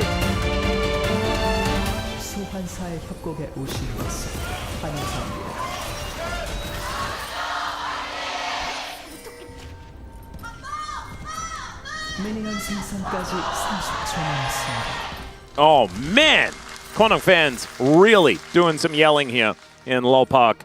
And they're going to need to yell as loud as possible because things are not necessarily looking fantastic as far as winning the game is concerned from what we saw. However, you never know. And Peanut has definitely been doing some face checking. Like this, not really going to get punished as he's just going to walk in and then continue telling, you know, Poro Bristle to do whatever they want. Yeah, you see last game Cuz started red side, and so this time they're like, let's go to the red side and clean up his plants, and they did that, and it's worked pretty well. So looks like Honor Life Esports learning from last game, which you'd hope the team who lost last game would do. So I want to see what Quantum Freak's going to do differently, because again, you know, we've talked about the draft, how we went. I definitely wasn't satisfied with the adjustments that were made for Quantum Freaks, but it's not all about draft when you look at how the game plays out and what Quantum Freak's going to do to manage things differently. Well, the thing that was different here is Zeka once again pulled one minion so that the lineup of damage is not as comfortable for the Phosphorus Bomb, but then he actually landed the Piercing Light this time. So the mid lane is actually going better for Humble Life Esports than it was previously. This is looking a little bit dangerous. Good crash down there from Delight just to stop Viper from taking too much damage. He's able to spread out those love tabs quite nicely, and the double up onto Leaper there. Really nicely done here from Viper. And I feel like it's still the same vibe, right? I know that it's Caitlyn instead of Zeri, and it's MF instead of Jin, but MF in the early game does a lot of damage. Yeah, I feel like it's more competitive. You can see Leaper and Quantum have control the lane, but you don't have the same, we have a Zeri threat in the late game. So Quantum Freaks have a bit more pressure bot. That's the only lane where things have changed since game one in terms of pressure. You can see mid and top both shoved in, but that does mean Peanut has someone to gank. Instead of invading, he can just kill Quantum Freak's bot lane. Well, there's the flash forward. Delight lining up that stun really beautifully. Leaper is extraordinarily dead. He is going to do some alcove gaming for a few moments, and Peanut even gives First Blood over to Viper. And last time, First Blood happened in Quantum Freak's jungle, and they got it as they traded 1-for-1. This time around, it's not great. Honestly, Delight just does everything perfect in this passage of play, even blocking the Winter's Bite at the end so Peanut can get the recall off. But the reason that play worked so well is Leaper's cleanse was burnt earlier. He cleansed the Ignite from Delight in that earlier trade, because obviously you don't want to set a full Ignite and just end up on 10 HP. So Delight forces the cleanse early, which allows that play to go off without a hitch. So just beautiful play from Home Life Esports, and yeah, rewarded the fact that Quantum Freaks have a pushing lane and Peanut doesn't have to charge into a bunch of plants in the enemy jungle. Who would have known that they could have a pushing lane? I guess the bottom lane is completely different. We're watching this top lane though, and this is Doran. And after 500 games, I think Doran has figured it out now. He's fully downloaded, sorted it, and you can see 100% winning. He was doing that in game number one, and it is a great matchup, to be perfectly honest, for the Rumble. And so once again, winning lane top, winning lane mid, and after that gank especially, a winning lane in the bot lane as well. Let's check it out one more time. Yeah, the Q flash, and because you can't cleanse flash away, you're going to get hit by the knockup. And Leaper's just dead. Honestly, possibly just dead if it was just the two of them, but the fact that Peanut turns up, it means that Quantum knows he has to just run. There's no chance, no way of redeeming it. Did we go back in time? Because I'm pretty sure Bulldog was on like 10 health last time, as Peanut is challenging Cuz. I know a lot about quantum mechanics, and time is cyclical, so I think we're just we're repeating things, you know? I didn't know that was part of quantum mechanics. Yeah, I need to do some learning. I need to talk to Quantum and Leaper about science from Ant-Man. I learned mine from Interstellar, so I think I'm a little bit level higher, you know? So science is all about bookshelves. Yes. Got it. and time dilations. Yeah, and cool black hole animation. Yeah. And then and Matt Damon turning up. And being evil. Yeah. Oh, that's a spoiler. As flash forward from Doran, he's going to overheat. Cuz going to flash away as well as Dudu looking to try and catch up. And Doran might just be dead here. Peanut wanting to get on over, does have flash, but also realizes that Doran is really dead. That was a weird maneuver to make. Someone has to die on an invade. Yeah. On Live Esports, and this time it's going to be Doran. You know, it just feels like a sacrifice they have to make. But a good response from Quantum Freaks. Got to be really careful invading. Cassante Zyra, when there's so many plants doing the damage and the Cassante can just flip you about and keep you there. Yeah, wasn't... Okay, let's see how it all started. So it's Pina's fault for being there, and then Doran is like, I'm going to flash in, and Koz is going to flash away, and then he's like, oh, I didn't plan for this. Yeah, and then Doran was there, and then Peanut really wasn't quite there. Yeah. You know, that's fine. 500 games in, Doran, he's still got it. Yeah, very true. Still Doran. Just needed to remind us that even after 500 games, he is still the Doran we know and love. Absolutely. As Zeka and Bulldog are fighting, and Zeka is kind of winning. There's the flash. This is going way better now that Bulldog doesn't start off the lane with 2 kills. Yep. Some tweaks, some adjustments in the timeline, and Zeka definitely benefiting from Yeah. So Dudu having a much better time, Bulldog having a much worse time is how it's all kind of shaken out. And by much better time, we mean like down 10 CS instead of 20.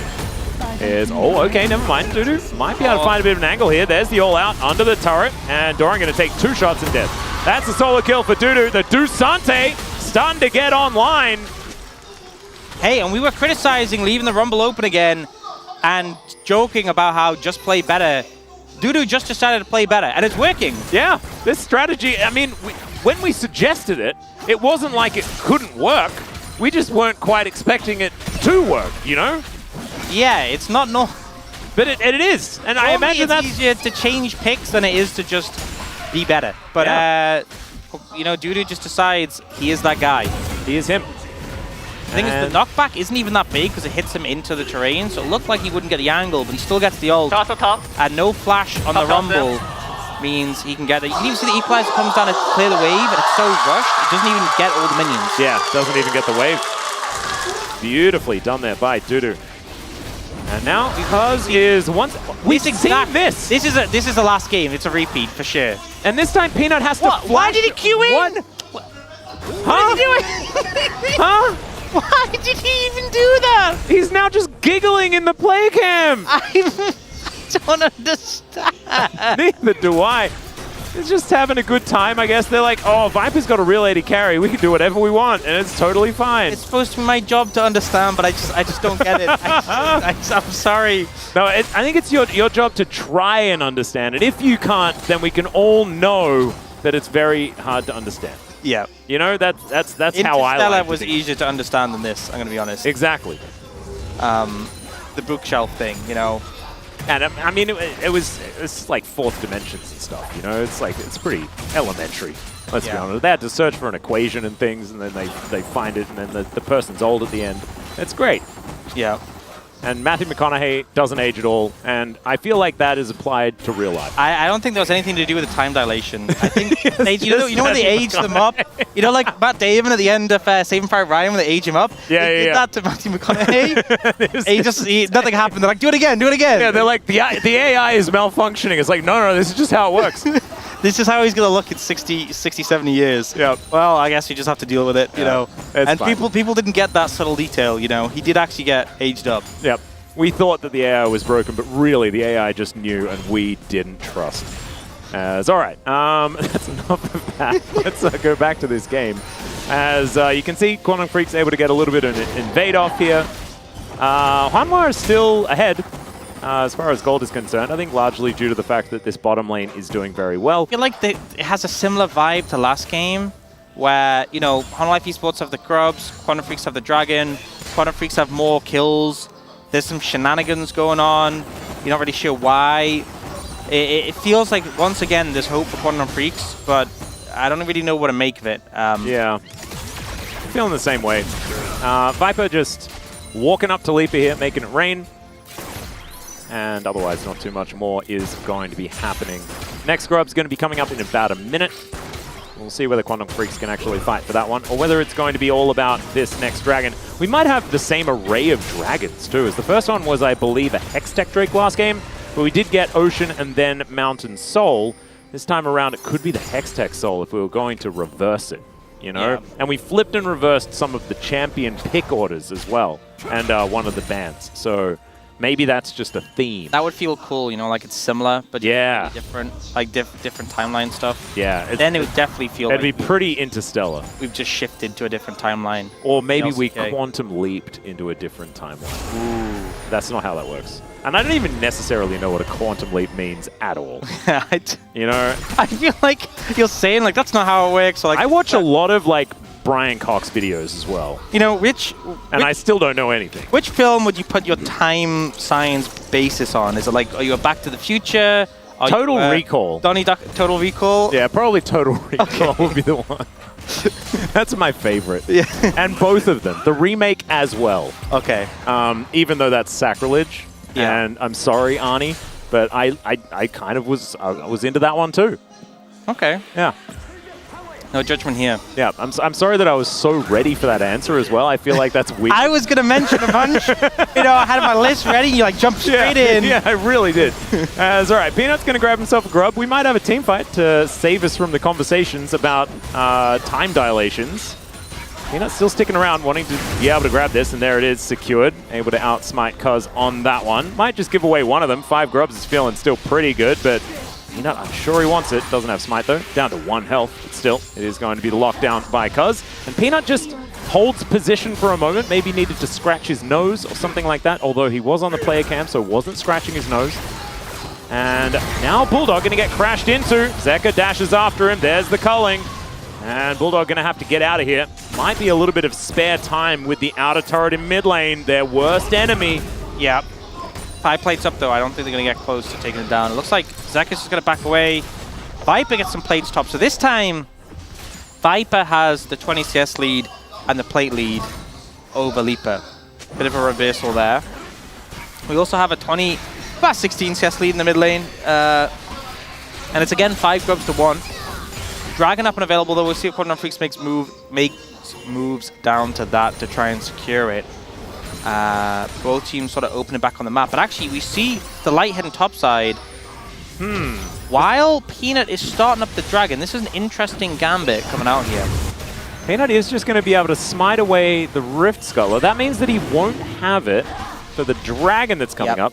Maybe convincing Cuz to take the Dragon so that Humble Life Esports can follow the same timeline as game number 1 so that they can collect themselves a Baron into Elder and then win the game via that, which worked out quite well. It all makes sense. They don't want to, you know, trigger the butterfly effect, so they're like, we have to keep things as similar as possible. But, you know, with the light going top, I think it was clear HLE wanted to make plays towards that. Target very low. Well, we have some bullet time here towards the top side, and it's not exactly a good time for Humble Life Esports. It's a Cloud Soul in amongst it. You love to see that. Dudu is still going to go down, but I'd say that he's typing Worth in that all chat like you wouldn't believe. Yeah, manages to find a great play on a Delight. You know, the Rel gun in the melee range of the Xante backfires quickly. And they will be able to take this tower top, but the 1-for-1 trade comes through. Leaper gets some plates in the mid lane, and the Dragon secured. Quantum? Okay, never mind. They are just going to back away. Cuz was moving on up. Leaper just chilling here in the mid lane. Headshot minions. And even though he's not playing Zeri, he's still playing exactly the same way as in the previous game. Killing as many minions as he possibly can. It's not quite as many as Viper this time around, who now does have BF Sword and his Bloodthirster completed.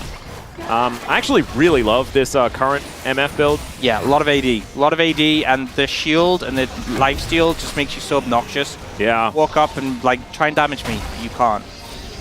And Peanut is still doing that thing where he's just hanging out. It's like a human ward or a Sejuani ward. Keeping his eye on Quantum Freaks. They're not looking to engage on him. Engaging into a Sejuani feels pretty bad, especially when that Aftershock can come through so comfortably. And Peanut's just going to wait for Shelly to make her way back and look to start that one up. Having a look at the gold, it is only Cuz with a slight advantage, largely due to the fact that he farms still very, very quickly. And he's ahead by about 20. But other than that, it is a win for Humble Life Esports across the board. And I would say that as far as the, you know, the run back is concerned, Humble Life Esports seem to have learnt the track a bit better than Quandong Freaks. Yeah, and if we're being honest, if Doran and Peanut were in a time travel movie, it'd be Hot Tub Time Machine. Oh, that's a banger. I haven't heard Hot Tub Time Machine for a very long time. But that was a great film. It was a great film. I feel like they have that vibe. I feel like I need to watch that again. Yeah. For some reason, like those style of movies that are set in the snow are just great. Like Out Cold, the snowboard movie. Oh, absolute banger. I don't know whether that stood the test of time, but that was my favorite when I was a teenager. Oh, the flip back at the end. You can see, you know, Delight's thinking, like, should I just flash out here? And opts not to, and immediately regrets it. Would have activated Hex Flash as well. Would have unlocked it if he'd made Flash there. So, a bit unfortunate. Now to see the team scrapping down towards the bot side over a control ward. Yeah. Which is, you know, is there a better reason to scrap? I don't think so. I don't think so either.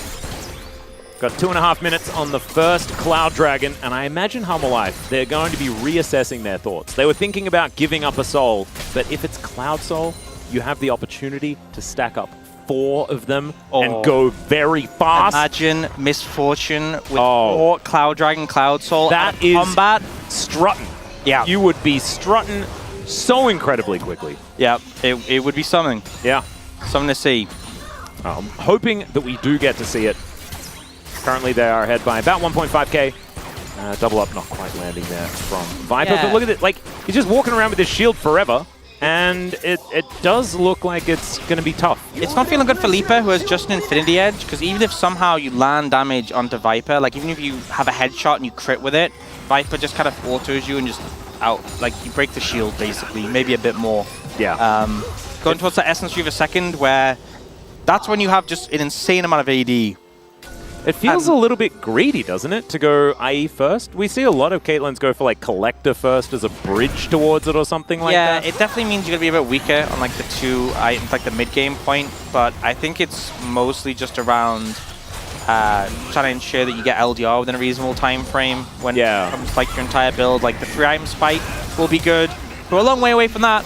And with Quantum Freaks, what is the Herald doing? The Herald just got a little bit distracted by some plants. A bit of a horticulturalist, the Rift Herald. This really does like to observe the natural beauty of the world around it. And Cuz's plants are a new thing that Shelly hasn't seen. Yeah, haven't seen it, you know, maybe like last game. Yeah, or just like this game when she was hanging out. So maybe that, just wanted a closer look. You know, while there weren't a whole lot of people around, didn't like the judgments. I think maybe Shelly has short-term memory loss, kind of like Memento. You know. Another banger film. Yeah. Getting them all in today. Yeah, is that like one of the best films? A lot of people rate it pretty highly. I certainly do too. Including me. Very, very good. All right. Humble Life now looking to try and make their way in. This Drake up in 7 seconds time. A recall coming in from Dora, and he is getting ready to rumble. Oh, I get it. Because he's rumbled. Yes. Yeah. And he was also good in team fights, so it makes sense that he'd want to rumble. Wait, they're in the banana brush. He can just ult it. Oh, God. And look at the light. Look at the light. They are kind of lined up. If Delight finds an angle, though, that's where things are going to get dangerous. Somehow that connected. What? Okay, Cuz is just burning down the culling. Lay it as well. He does survive, and that is the main thing, but that Drake is going to be secured. Oh! Storm onto for the bullet time in as well. And the all-out is mainly just so that Dudu can get out. 2 of them already dead, lying on the floor. Zeka going to walk towards the traps and almost die, but he is going to survive in the end. Oh, the Wombo combo. This comp's so much cooler than the last one. It's so much. You remove Jin and you put in anyone else and it's so much cooler. Oh my God, Delight with an absolute monster engage. It doesn't go nearly as well as maybe it looked like it was going to initially. I thought that was just going to be 4 kills off the bat, but Quantum Freaks managed to get away licking their wounds, but man. You want to put in the Delight vote now, or yeah, I can write it down already. Oh, just like this is like actually optimal. Yeah, like he backed off from the flank angle, waits for them to step up after the equalizer's gone, and then just Q flash. It's him and Viper as well with their mind meld, because Viper was starting that channel as the flash was coming in. That's synergy. That was gorgeous. There you go. That's how you do it. No, I think we need to see it again from Viper's point of view. Just keep playing it back. Yeah, playing it back. Actually, enough. I don't want the rest of the game. I just want that over and over again in varying levels from of everyone's slow motion. I want to see it from Reaper's point of view when he got caught by the Relald, you know? Yeah. I'm going to need all of it. As right, Ace in the Hole going to connect. Oh no, onto Viper's low HP. Whatever will he do? He might auto attack things. I think that could be his plan. I think that might be what he does. I'm learning. Oh look, that's that was 248 health. He got. What? That was 290. He got. I mean, I knew it was going to be absurd, but that's like more absurd than it had any right to be, really. They're reading a lot of essence today.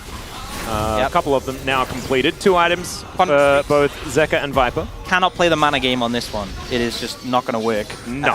Especially as Rumble doesn't have any mana to burn. Yeah. Basically turning themselves into Garen. Which is, I imagine, what everyone wants to do. As okay, Quantum Freaks now just parking themselves around the Baron, wanting to get a bit of control of this area. Right now standing on top of a ward though. Oh, Delight. Oh, Delight. And there they go. They look for Bulldog and they'll find him. This guy can do no wrong. He is the perfect player. He's the ultimate support. The bullet time comes in from Viper and doesn't do a whole lot. But it doesn't matter because the show has been stolen. It is now in the hands of Delight and we must talk to him if we ever want to know anything about the show from now on. And the thing is, they got Cuz's Splash. There's no Blast Cone. Cuz is going to have to walk around, but how are you supposed to get close when he's waiting? This man is here! He's crashing down. He might have gone a little bit too far. The door is going to soak a lot. And look, even the best can fall. But he is also just buying time for the Baron, and they also trade 1 for 1, so you take it. Exactly. You stop Cuz from getting in. Your sacrifice is a worthy one. And now with the Baron in hand, HLE Esports set their sights on the prime objective they want in this game, which is that mid-tier one. We'll see the replay. Just a beautiful angle. Set up this one, found a pocket of vision. The equalizer on top to kill Bulldog. And then here, you know, Delight doesn't quite find the engage on a Cuz, but it just stops him from getting in. Oh, the flash out from Leaper is the main reason why that worked well for Quantum Freaks in the end. Well, sort of. And even then, like, now you've got Leaper's flash. Next fight, Cuz's flash is down. You know, a lot of summoners unavailable, which is going to make Delight's job easier, because we know his flash is coming up with that next dragon. And that will be a very scary time. It will. And Leaper now, he does have 2 items, so the rapid fire cannon has been completed, but really wants Lord Doms before he's really doing anything. And even then, like, it's 4 items that feels really good on the Caitlyn. And so just not quite there just yet. And may not really be given a chance. There is a 6,000 gold gap now. The Baron is still encircling HLE Esports for the next 1 minute and 40 seconds. They're going to extend this gold lead even further by taking down this inner turret in the bottom lane. Peanut is doing the same thing. He's just watching. He's just standing in front of Quantum Freak saying, what are you going to do? And their answer is, well, not a whole lot. We'll just watch while our inhibitor turrets go down. Yeah, not a great trade. They got to watch Peanut. Yeah, they did. Got to take He is very majestic. They're still watching and they're still taking more. Okay, and Nexus turret. The Nexus turret will go down as well. There is only 1 more Nexus turret to go. Dudu going to get knocked up. And he's not going to be able to find the Q there. HLE Esports not actually fully committing to any teamfights just yet. And now Quantum Freaks, is this going to be the angle? Is this the time for them to make something happen?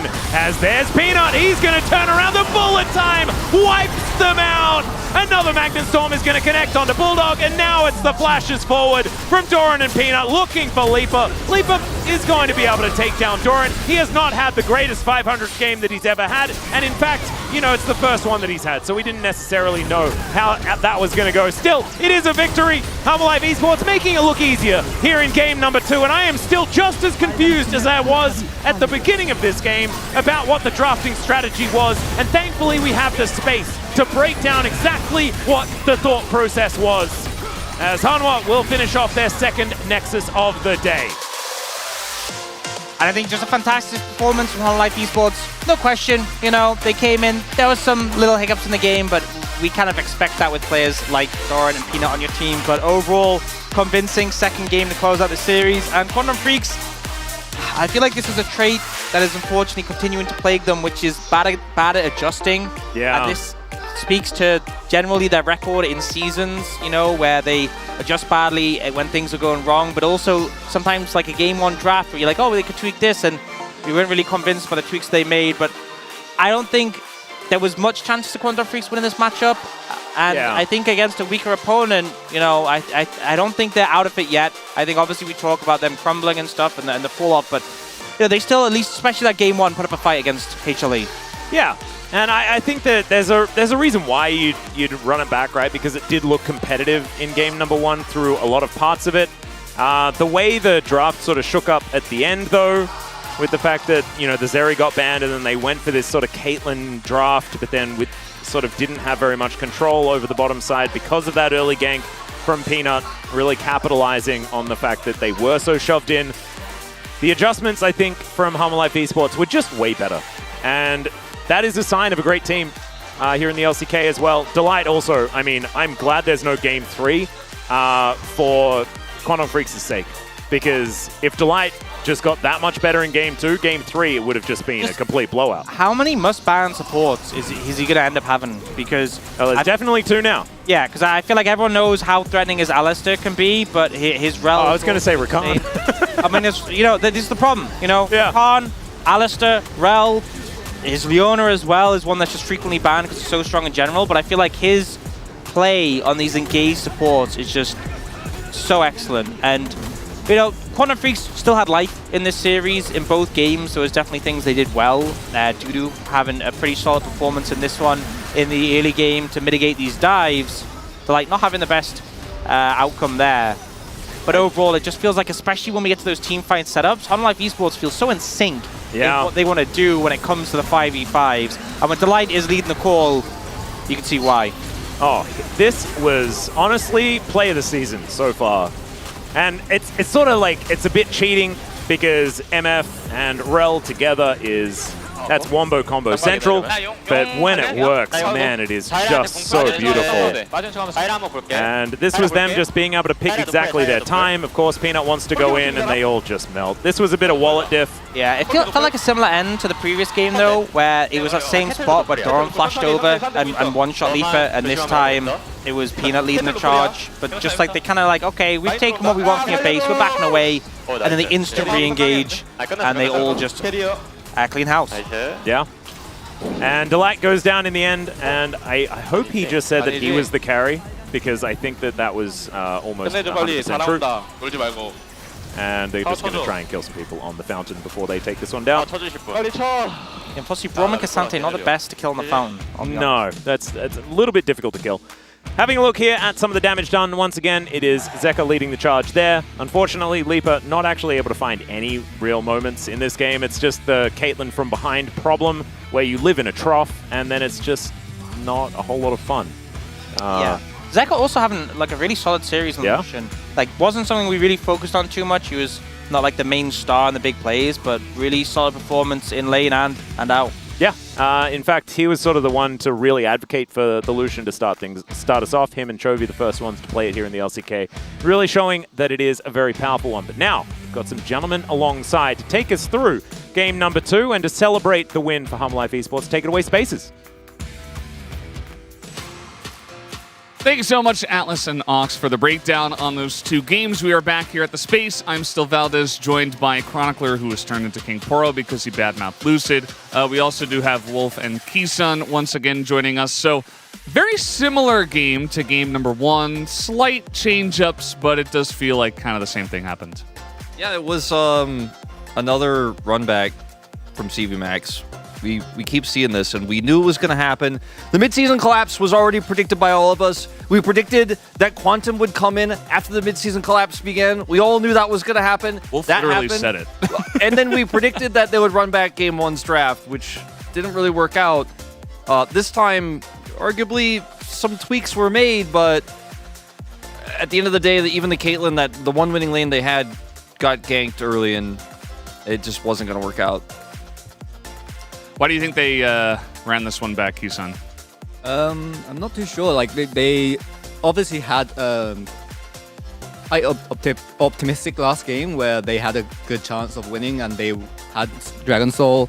They could have won the Elder Drake fight and took over the game from that. So I guess they wanted to try out the similar strategy with a stronger bot lane.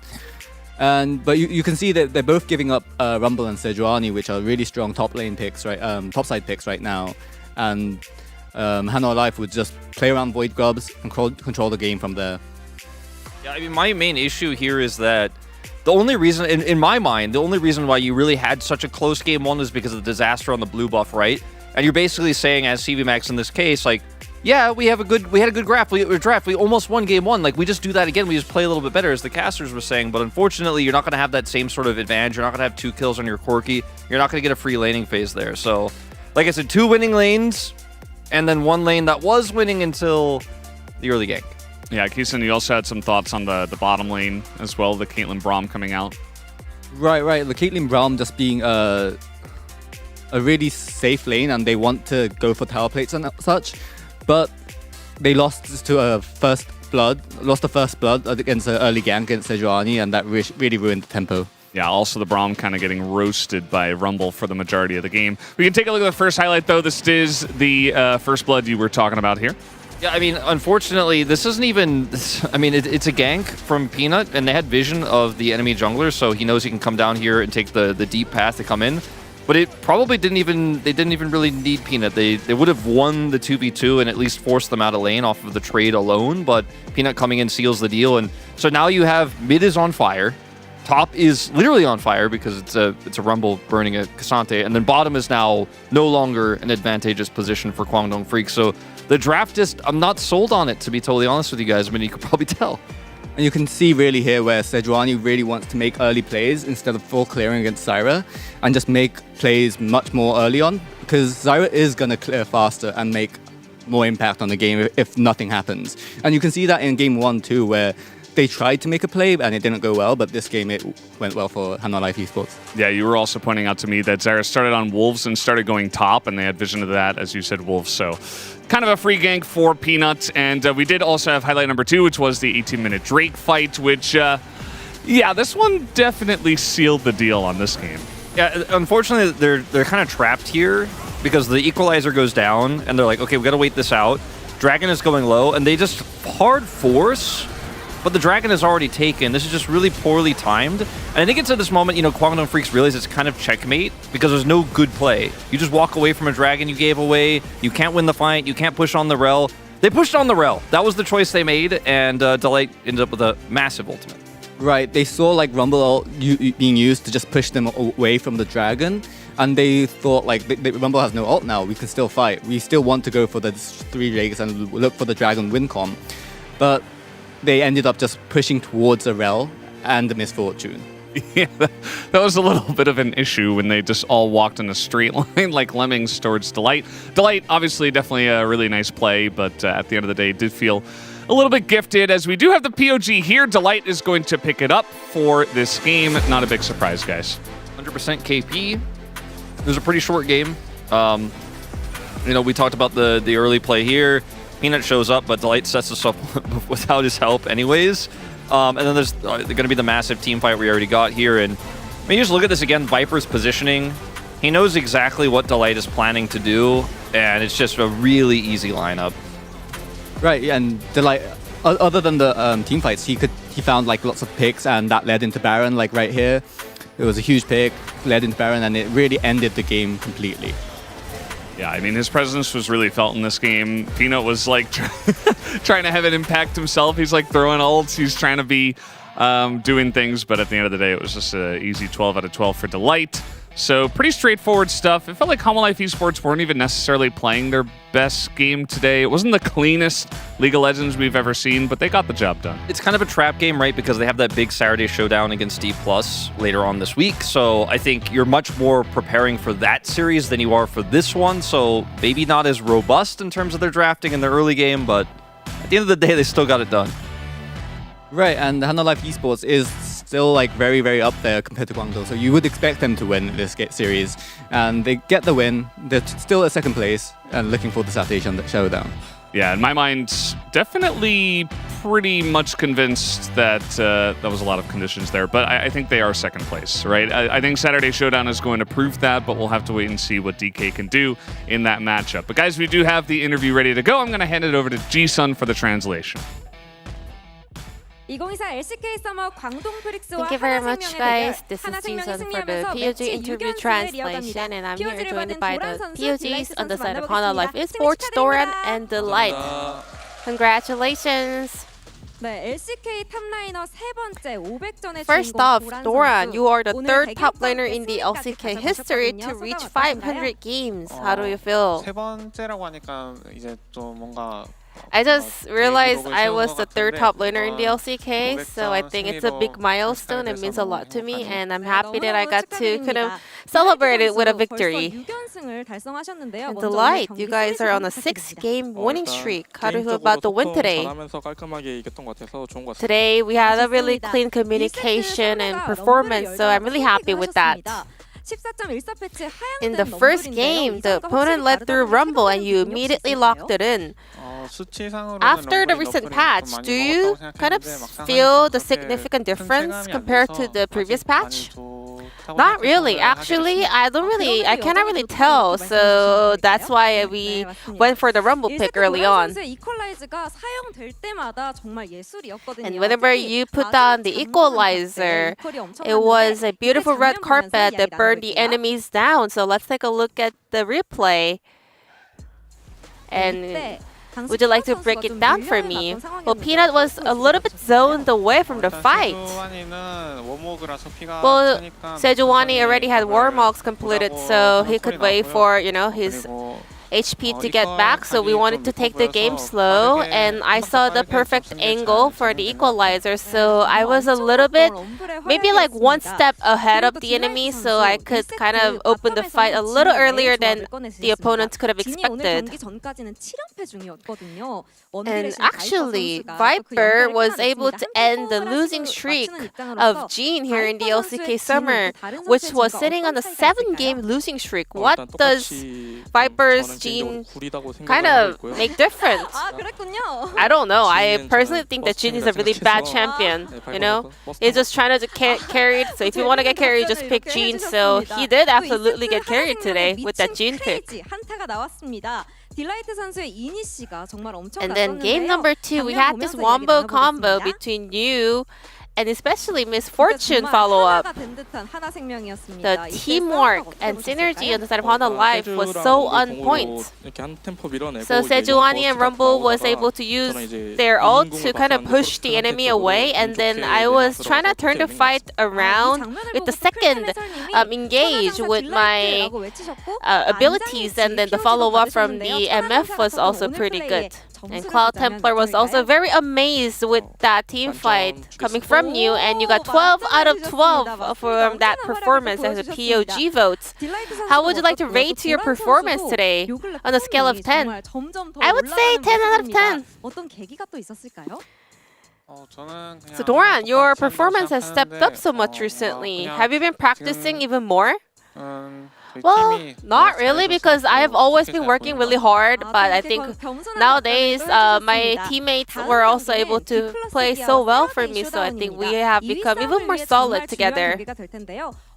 Your next match is up against Diplos Kia in the Saturday Showdown. It will be a crucial match for the battle for the second place. What do you think will be the key points of the matchup? Back in, first round robin, we lost to them, so I think as long as we can prepare as much as we can, it would be a win for us this time around. Well, it was the opening match for us, so I think we were not able to put up a good fight, but this time around, we will make sure to get a revenge. And this will be the end of the interview from Delight Doran, and back to the space. Thank you. Thank you so much, Ji-sun, for that awesome translation. As not too much to say from Doran and Delight. I loved the part where he was like, yeah, you could just play Jhin and get carried. That's why you play Jhin. Delight really not pulling any punches there. We do have the standings that we can take a look at in just a little bit to see where these teams do line up. Two places here dropped for Kwangdong from 4th to 6th. Another loss puts them in 7th, right? So this is where the mid-season tick of the second round robin collapse we've seen in the past does start to come through. We've seen Kwangdong go on extreme loss streaks. This is their 3rd in a row. They really need to bring something back. They need to, get it together. This is just, it can't keep happening, Valdez.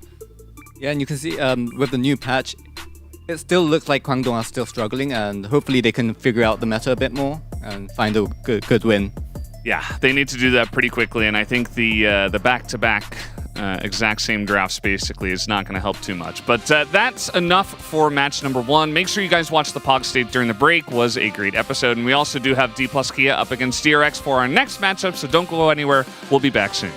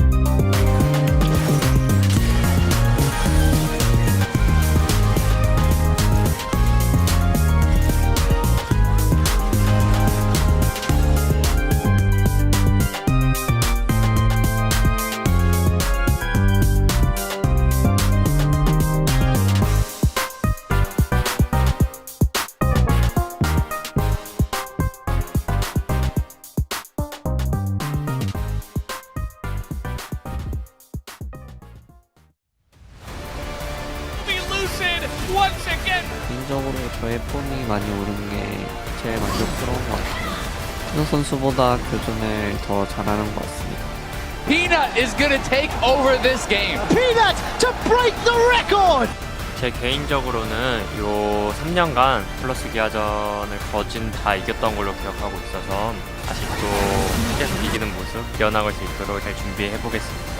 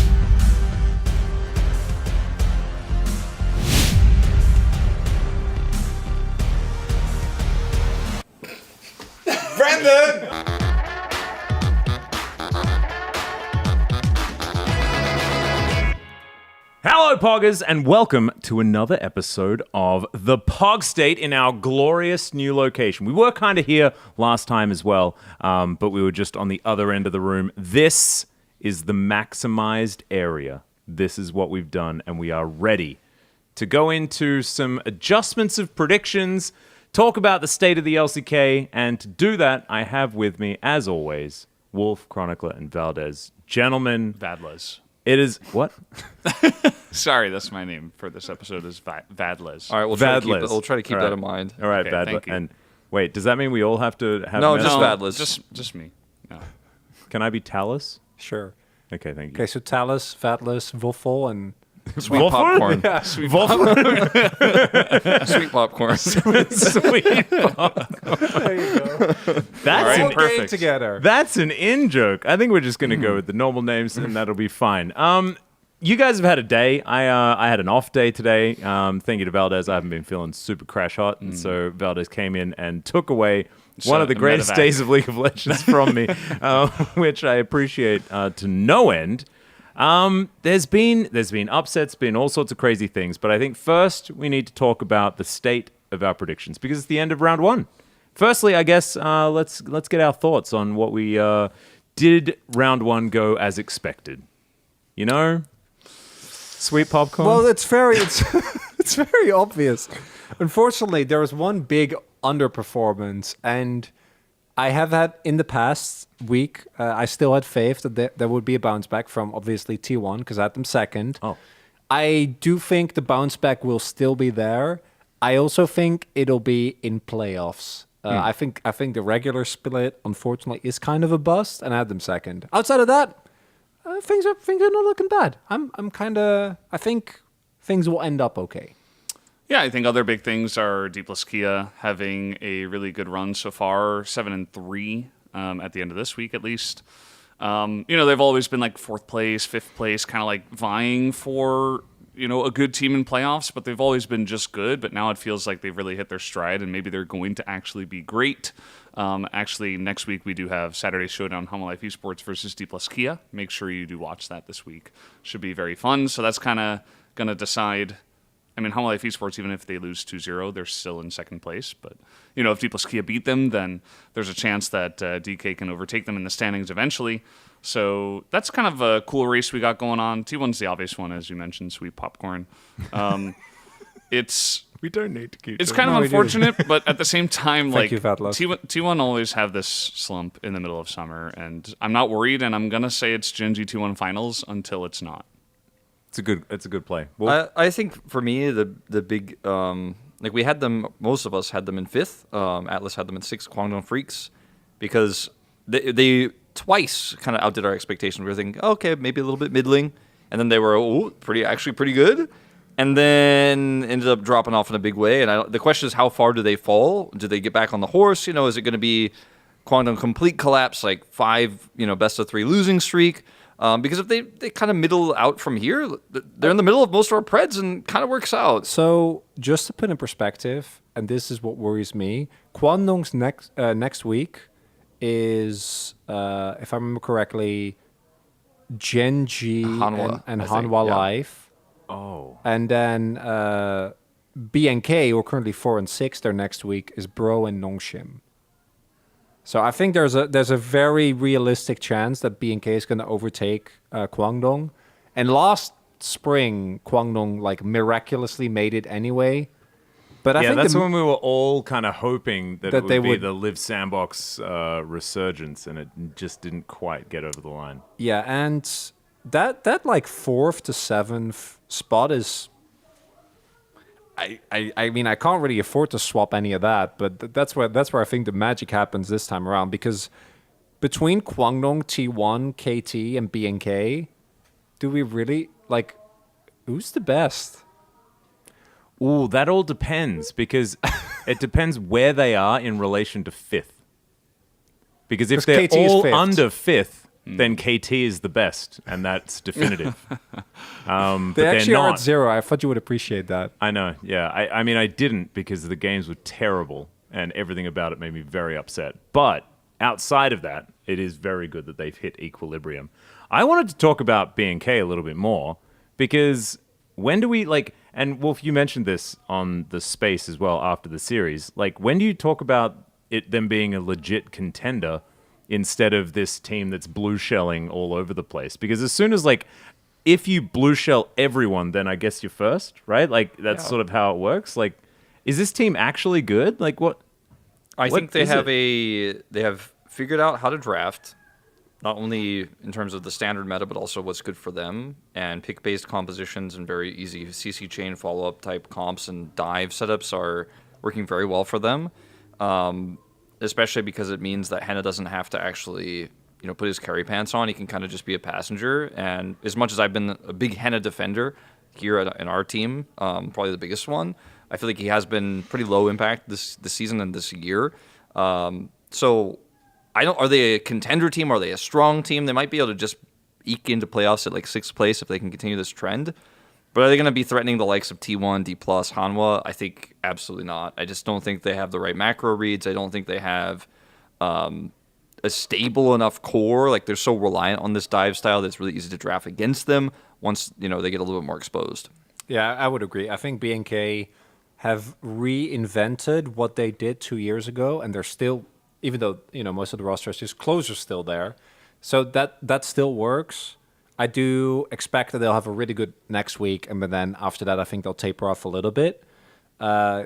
Really, for me, the main question is going to be two things, because I think Hanwha is actually pretty set for second. I think that right now they look super solid. There's still the normal Hanwha moments. So you say that. There is the fact that D+ have already faced Gen G and Hanwha haven't. So sure. I think that actually, like, the D+ Hanwha is all about which one of these teams will get upset at some point throughout the season. And, I think DK and if more no likely. one does, then Hanwha wins, right? Because they've got a better game score than DK at the moment. Yeah. Like, that's what it's sort of looking like at this point. But it's still, I think it's a lot. It's closer than even the standings would indicate right now. Yeah, I think that's fair. And I think DK, obviously, I'm very happy that they're performing, because when they perform, it's Lucid Showmaker, which is kind of the best case scenario. But I think Hanwha right now do still feel like they are a little bit more versatile in what works for them. Yeah.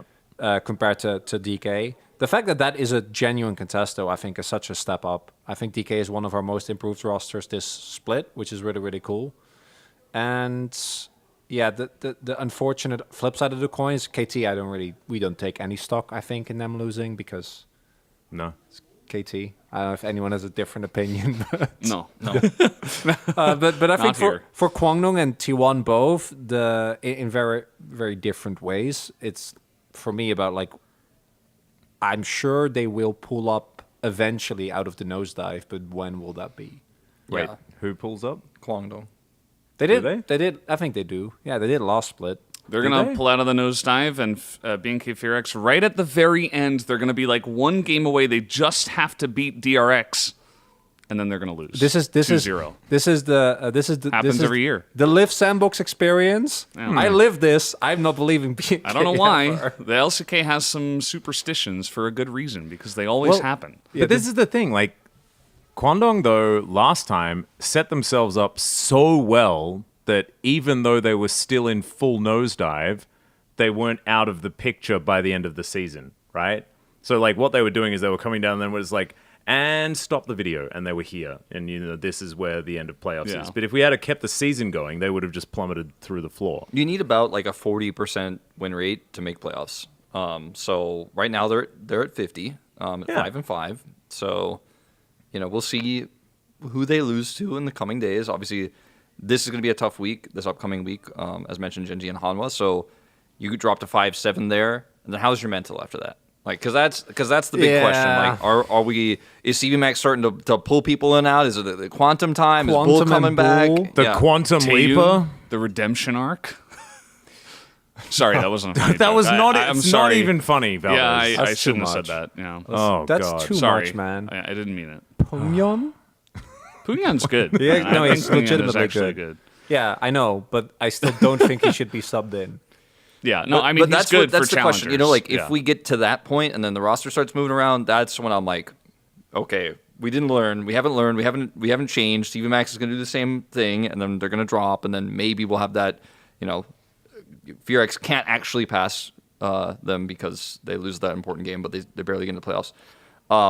But that's really what we don't know yet, is like what happens in 2 weeks' time. Not even what happens next week, because I think we all confidently know that Gen G and Hanwha should trounce them at this point. Yeah. If anything different than that happens, then we know nothing. Yeah. But I don't think that's something we can expect. Are we slowly getting because I think this season has actually been pretty wacky, especially after this week in terms of tier listing. But so we have Gen G.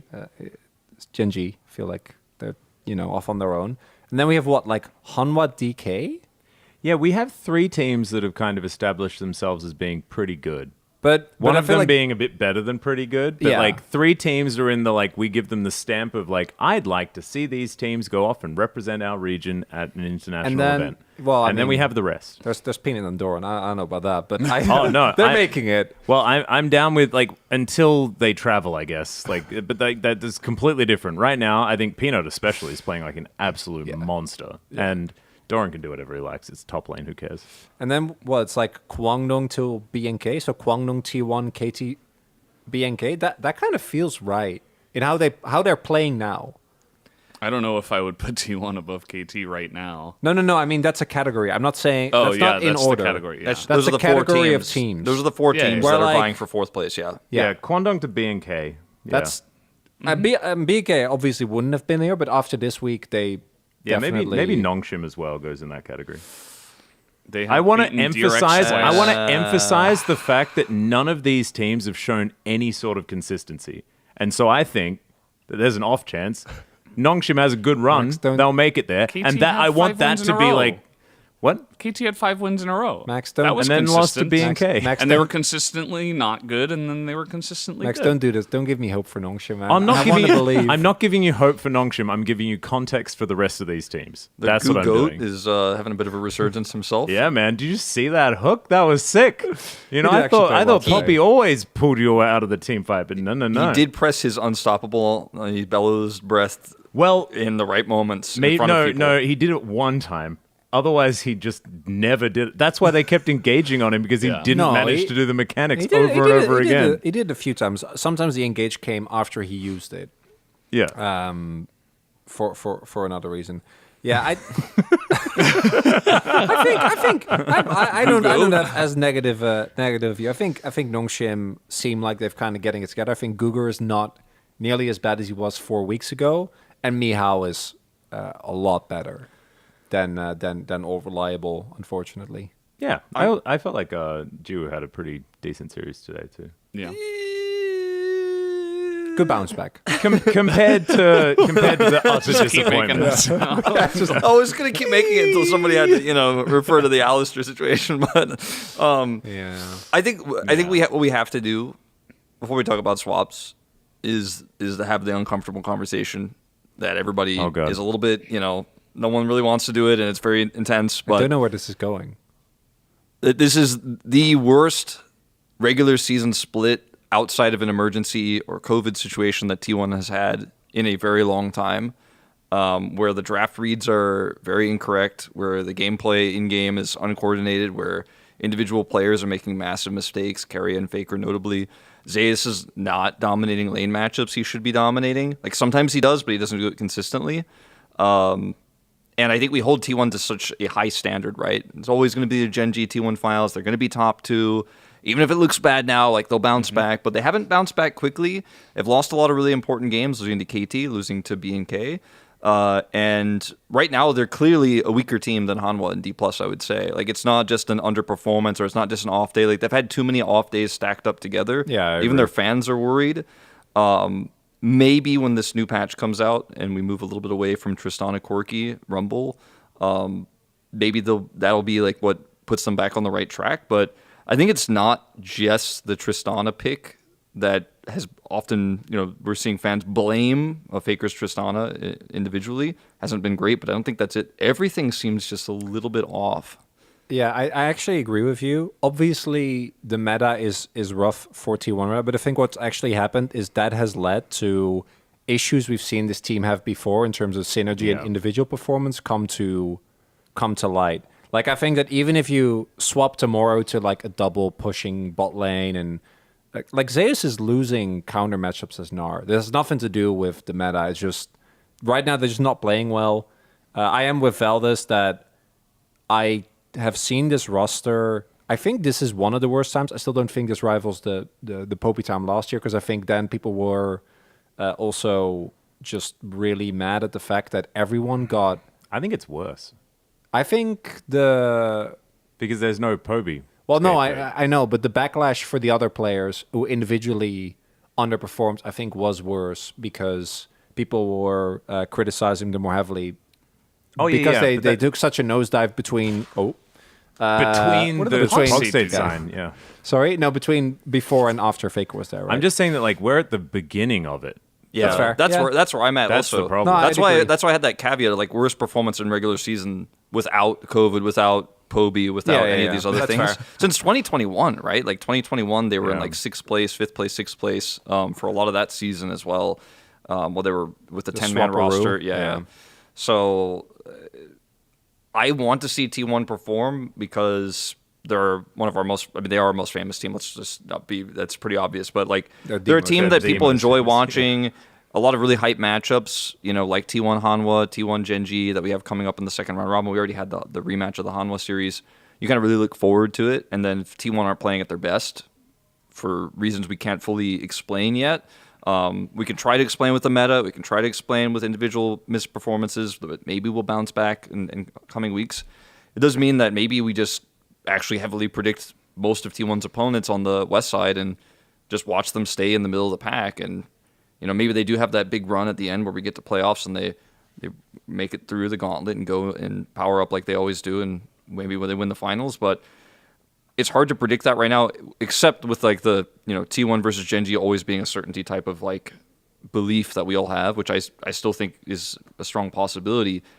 But something has to change, and I don't know what that is going to be, because these players obviously won EWC, right? They traveled to Saudi Arabia, came back, underperformed against Bro, and we're like jet lag. But then rough performance against Hanwha, the second time, completely outclassed. And it's really concerning that like this is not a one-off, but actually becoming a trend. For me, I think that you know, oftentimes I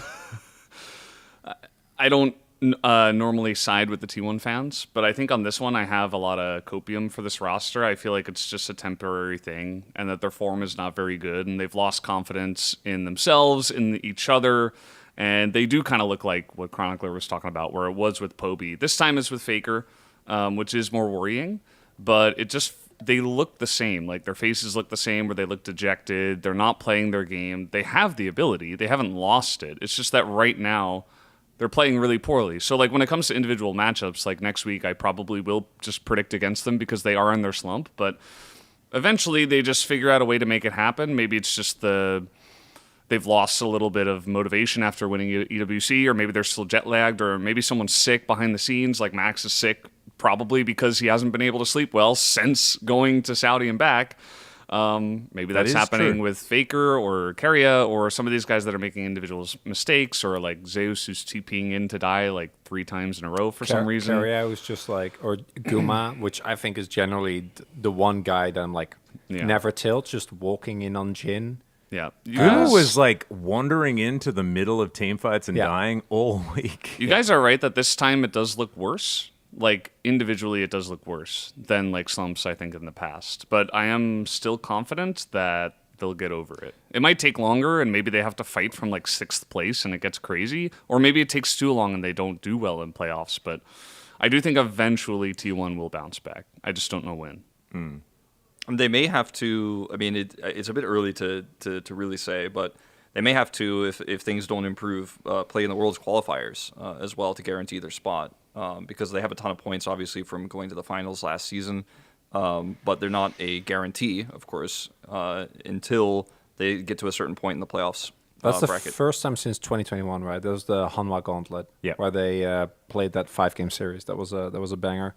Yeah, I'm with Valdez. I think that this team is clearly going through a lot of stuff right now, and the only thing that can fix a slump like this is just time. So I think they're just going to keep on being pretty bad. I do think it was the BNK series, right, where it looked like, because I think the Hanwha series is a bit more understandable given how good Hanwha are. But the BNK series to me was just like Keria playing Brom and just walking in, missing everything. Yeah. And then, as you're saying, people TPing into die. I think that I the think dives that were just atrocious. Like, it's almost like they were just giving up on it before it even began. There is so much tape of this team kind of KTing it, where they go through these extreme, and I think this is the most extreme period. I would agree. It's the telecom arc. Yeah, it actually is for the because again, I feel like we've seen this even at EWC. They, based on what I looked quite bad in the early matches, pulled it together. Yeah. Coming into Worlds, they weren't the favorite. Were able to, even after a relatively rough Swiss stage, pull it together. So I'm sure that's going to happen.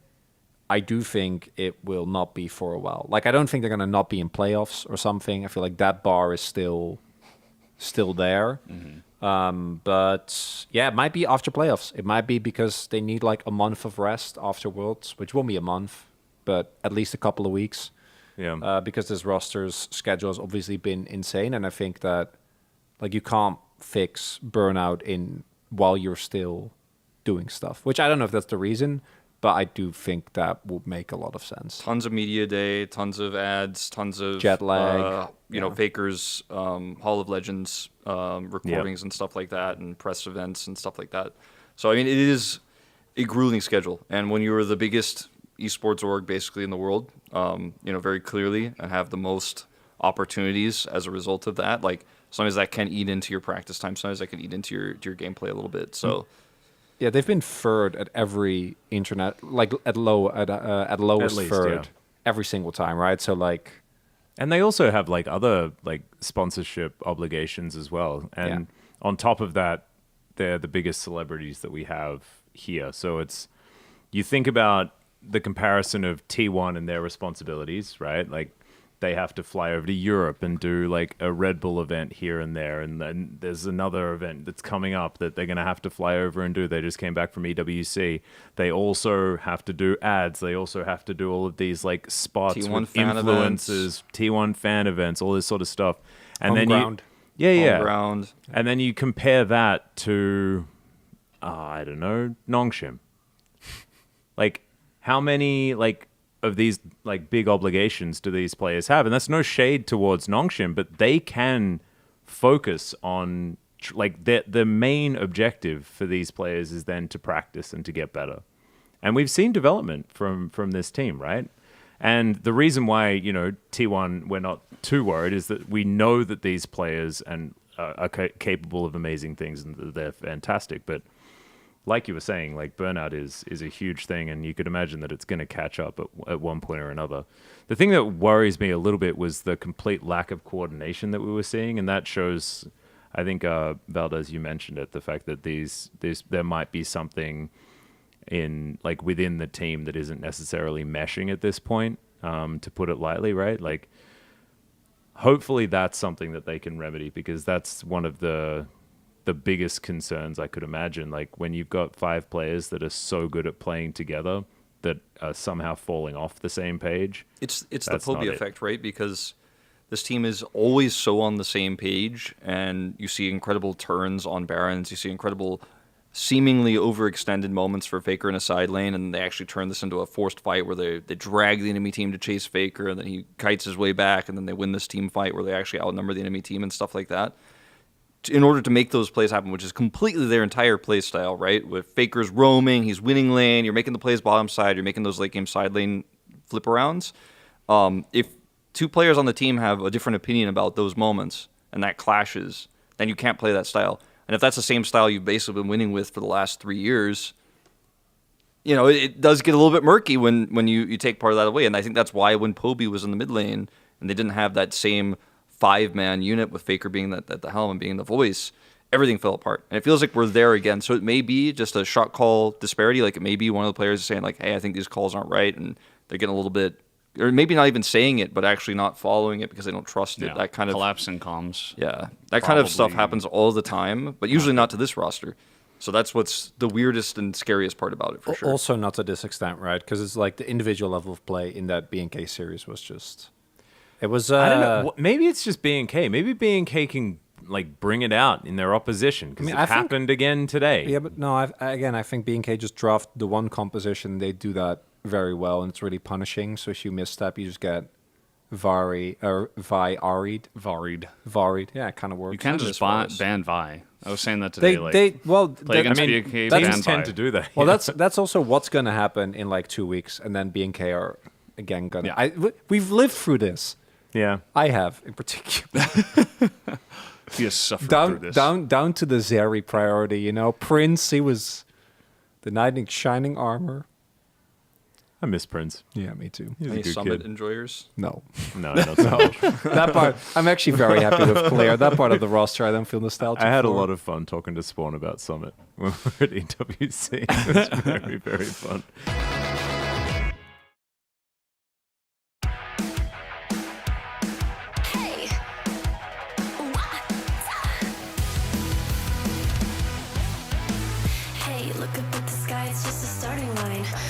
Through the storm, feel the vibe align.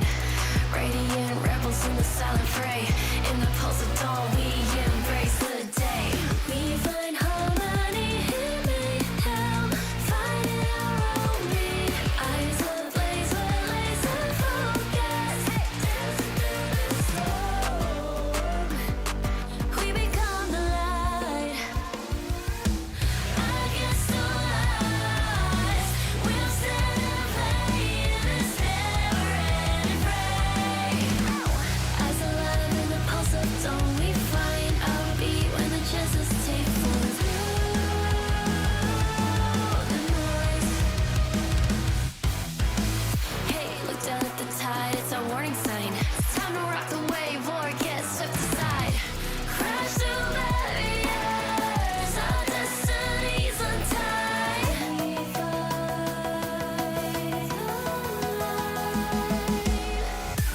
We find harmony in mayhem, finding our own beat. Eyes ablaze, we're laser focused. We become the light. We become the light. Against the lies, we'll stand and play in this never-ending fray. Eyes alive in the pulse of dawn, we find our beat when the chances take form through the noise. Hey, look up at the sky, it's just a starting line. Hey, look up at the sky, it's just a starting line. Radiant rebels in the silent fray. In the pulse of dawn, we embrace the day.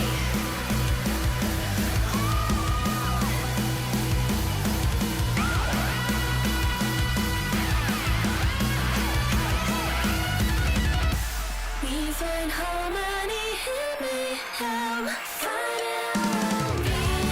Eyes ablaze, we're laser focused.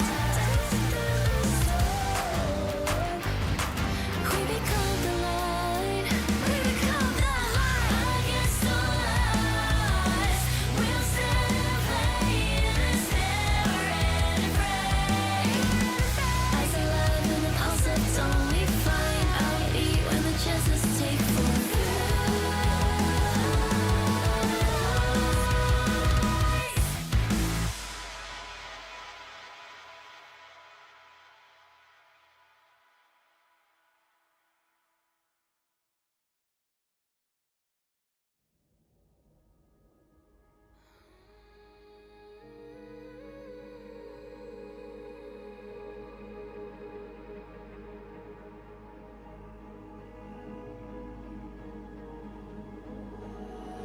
Gripping with my cold hands, the shapes I used to take, hollow like a strong man, but it's easier to push away.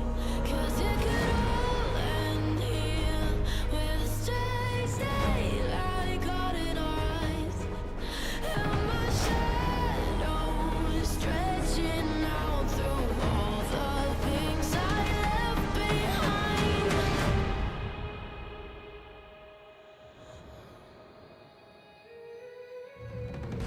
It's in my blood, it's in my veins. Oh, it's in my blood, it's in my veins. Got my heel crushing the snake. There is nothing you can take. In my blood, it's in my veins. I'm still here. Maybe it's a far stretch that I won't come undone, but I will brave the cold edge to finish up what I've begun. 'Cause it could all end here with the strange daylight caught in our eyes, and my shadow stretching out. Is it all enough this time?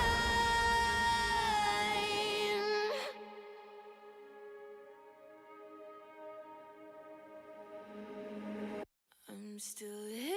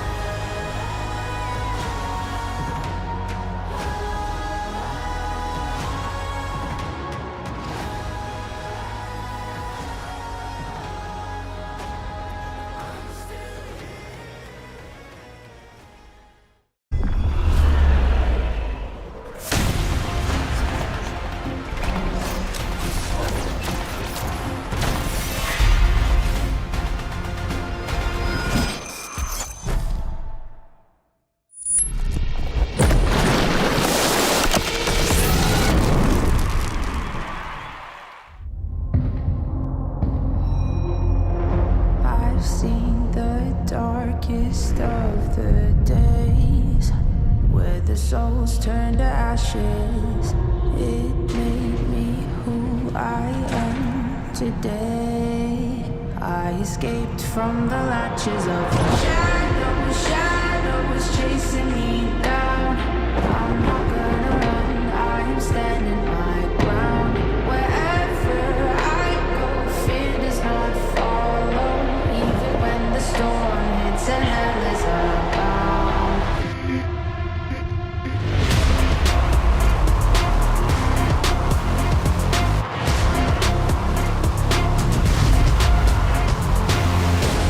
I'm never running, I'm never hiding, I'll never be a prisoner, I won't stop fighting. I'm never quitting, I'm never giving, no, I'll never be a prisoner to your control. I'm never running, I'm never hiding, I'll never be a prisoner, I won't stop fighting. I'm never quitting, I'm never giving, no, I'll never be a prisoner to your control.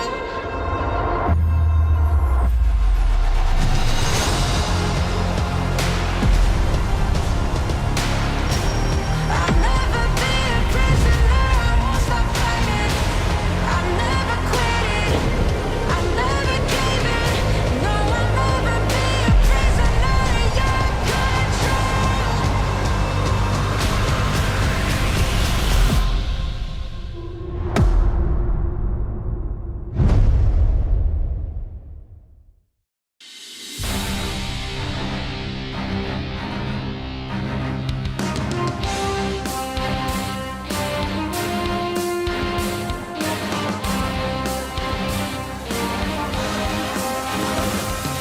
화이팅!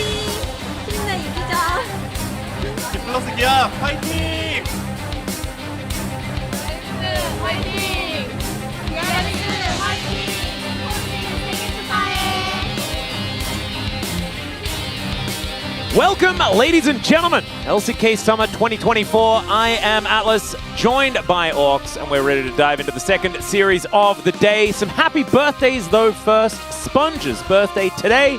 Happy birthday to Sponge. We'll see whether he's going to be able to pick up a victory. That could be a tall order, but at least he's here at Lord Park for his birthday. It's cool. Here's a little tidbit. It's What's that? also my little brother Tom's birthday, but my little brother isn't Sponge. Oh. I'm pretty sure. No, it's definitely not. They're You different sure? people, but the same birthday. Crazy. That's impossible, though. I think if you have the same birthday, then you're the same person. Oh, Isn't that how it works? Preserve them? Yeah. Oh, well, I'll have to check into this. It's very confusing. Because there are only 365 people on the planet, right? Everyone has their own individual birthday. That's how it's always stood out in my brain. And what's also stood out in my brain is the standings. Because we look at them all the time, and we're going to look at them again here. D+, third place, looking to try and challenge for second. They're going to need a victory here, and then they're going to need to beat Harma Life Esports on Saturday. That's our Saturday showdown. That is what we're looking forward to with today. Already, Harma Life Esports have passed the test. We'll see whether D+ here can do so as well against DRX, a team that they've managed to beat consistently since the end of 2022. Yeah, especially with the game difference. We need D+ if they want to get that second place spot, not only to beat Harma Life Esports, but get as many 2-0s as possible to close that gap. DRX, unfortunately, have started off with some good early momentum at the start of the season and kind of fallen off after the second loss in the second round robin to Nongshim. Really struggling, so any win would be huge for them. It would. Also, why do both Yehu and Showmaker have their mouths open in the same way in these photos? Was that intentionally chosen? It's a mid laner thing. You wouldn't get it. I definitely. I mean, I used to play. I play a lot of top these days, so I guess I'm just not. I just haven't figured it out. As I have figured out that Frog is coming back, and it does make a bit of sense. He has the better win rate. In fact, he has the only wins that DRX have picked up. Yeah, 0 and 12 for Rascal, unfortunately. They were looking pretty good at the start of the season. Now, I'm not going to say categorically it's because they had Frog, but they were looking good at the start of the season. A lot of things obviously have changed since then, but clearly they're trying to reignite that success by bringing Frog back in. And obviously Frog, quite a bit of a younger player compared to Rascal. I think it goes without saying. So, maybe seeing the opportunity that even if this split might be hard to fully redeem to make playoffs, maybe he can get some extra experience from it. Well, Aiming is looking for his 500th game. Not sure whether he's going to hit it today. If it's a 2-0, we will not get there. We'll only get to 499. But still, he is going to be joining some pretty big names here in Deft, Teddy, Ruler, and Ghost. Aiming in 5th place. I think he'd recently overtaken Prey. And prior to that, I believe it would have been Bang who would have played the most after that. So really getting through some big names, making his way up those standings. Yeah, I think it's especially crazy when you see players with so many games who've also had stints in the LPL. Yeah, right. Aiming and Deft, both of them. Yeah, Deft still the most. Still 800 plus and having that time over there. Yeah, just kind of insane. And the fact he's still playing. Yeah. You know, yeah, huge milestone for any player to hit. Aiming. Not sure if he'll make it a day. You know, we'll see. We'll see how things go. Could just end up being a 2-0, but D+ in good form right now. Obviously suffering a recent hiccup, but I think ultimately the only team who've really, I mean, not even really, the only team who've taken the game of Gen G is a pretty big achievement. Yeah, the only one this season. Prior to that, the only best-of series here in Korea has been, that's KT. So a really weird situation here. Of course, KT and Top Esports, the only teams to have beaten Gen G so far. And we'll see whether DRX can challenge D+, the team that has been able to at least make them bleed. You know, at least stop the game win streak. The series win streak continues, though, for Gen G. We'll see whether that is going to further continue. But that is neither here nor there for this series. This is all about D+, trying to challenge for second place, seeing whether they can set themselves in good standing for that matchup against Harmolife Esports. That is the big one. I believe it was like week number 1 that we saw the Saturday Showdown match come up between D+ and Harmolife Esports earlier on in the season. It's very, very early. D+, I believe, being able to take it in impressive fashion made all of us predict them to be ridiculously high in our predictions, and that didn't quite work out. We'll see whether they can prove to us today via this guy in the mid lane, Mr. Showmaker. He's going to be up against Yehu this time around. The stats for Showmaker looking a little bit better, but I've actually just mainly liked the drafting around Showmaker in their wins. That has been the most impressive to me. Pulling out the Twisted Fate, playing a lot of different things in mid. I think him and Lucid have been such a strong duo. You know, Lucid towards the top of the puck standards. In fact, last time I saw when I had all the players lined up, they were next to each other, you know, both of them having a happy helping of POG points. And I feel like Lucid obviously was a bit of a slow start in spring, especially due to the meta where it was just anemic tanks who didn't get any resources. Yeah. Now it's the carries in the jungle. Now mid jungle is so important. And I feel like we're really seeing this duo flourish. And especially when people are concerned, okay, what is Showmaker going to look at like without Canyon? The answer is, as long as he's with Lucid, pretty good. Yeah, absolutely. We'll see whether it's going to be Kingen picking up something impressive towards the top side as well. I imagine things like Renekton are going to be banned away. Frog, I believe, was undying on Renekton for like 4 games in a row or something like that. Was kind of absurd. It was before Renekton really had his renaissance, which is making people make YouTube videos about it all over the place with the amount of Renekton priority here in the LCK. It is absurd. Maybe it should stop, maybe it shouldn't, because it has been finding a fair bit of success here as well, most often on the ban list. Yeah, I mean, I think Clay is a great example of someone who's bringing in the Renekton and just dominating games.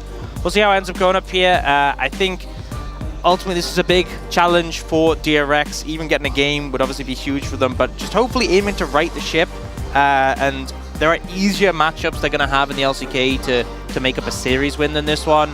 But I think especially with Frog coming in, you just want to see them play well. Yeah, I think we just need to see some vibe change here for DRX. And if they can challenge D+, then that is going to be absolutely fantastic. You'd imagine Harmolife Esports are also going to be pretty psyched about that. And honestly, as a team, the early game has been pretty fine in a lot of matchups, but usually sometimes it's the mid-game decision-making that I feel like bogs them down, and also the team fight setups. I felt like the coordination was lacking a bit there. They clearly have the potential power in team fights. You know, Teddy last in spring was obviously a big driving force in their success in team fights, so they have a player they can play around. It just feels like all the cogs aren't turning correctly. And D+ aren't messing around. No crocodiles allowed. Neither are DRX, a Lee Sin ban. Yeah, you love that. See one of those. And this is like, we're aiming at Frog and we're aiming at Lucid, and that makes a fair bit of sense here. You can see Lucid is like, dang, I can't play Lee Sin. Corki, a weird ban, personally. I don't necessarily feel like it is all that mandatory, but this one is. The Vi needs to be taken away. Kind of ridiculous that Lucid is this good. And banning the Lee Sin sort of does double duty, as does the Vi as well, because it means that Showmaker, it's less likely for him to go towards the Twisted Fate or the Talia, 2 picks that he has been extraordinarily good at. Of course, he's got other things, so we'll see exactly what that is going to be. Is it going to be Corki Tristana or Corki Sejuani? Will be the Sejuani taken away here. And I really like the banning of the Sejuani because I think Lucid looks so much better on these more aggressive picks. And when they have first picked Sejuani, it's just felt like the early game has been so sluggish for D+. Yeah, I also feel like the pool we see Showmaker bring out doesn't necessarily match as well to Sejuani as some of the other picks Lucid has. Rumble going to be banned. Obviously, caught the last series and so it can be done. But Ezreal left open. That will be picked up by aiming. Definitely an aiming pick. Oh, yeah. The self-proclaimed best Ezreal in the LCK. I'll have you know. Self-proclaimed. Self-proclaimed. Yes. That sort of... those 2 words doing a lot of... I guess it's one word with a hyphen in the middle, but that's doing a lot of work there. It's a fair bit of a caveat. Yeah, a big one, a solid one. Ash going to come through from DRX and then Nidalee, a bold one. That's a happy birthday sponge. Like, you can play something a bit more fun. It's your birthday. Yeah. I don't know whether he's going to be allowed to do that in Game 2, depending on how this one is going to go. But already, Teddy is a great Ashe player, and having the veteran of the team, the one with control of when to start off these fights, I think is a big boon. Although Pleta has been pretty reliable at that as well. But Ezreal versus Ashe.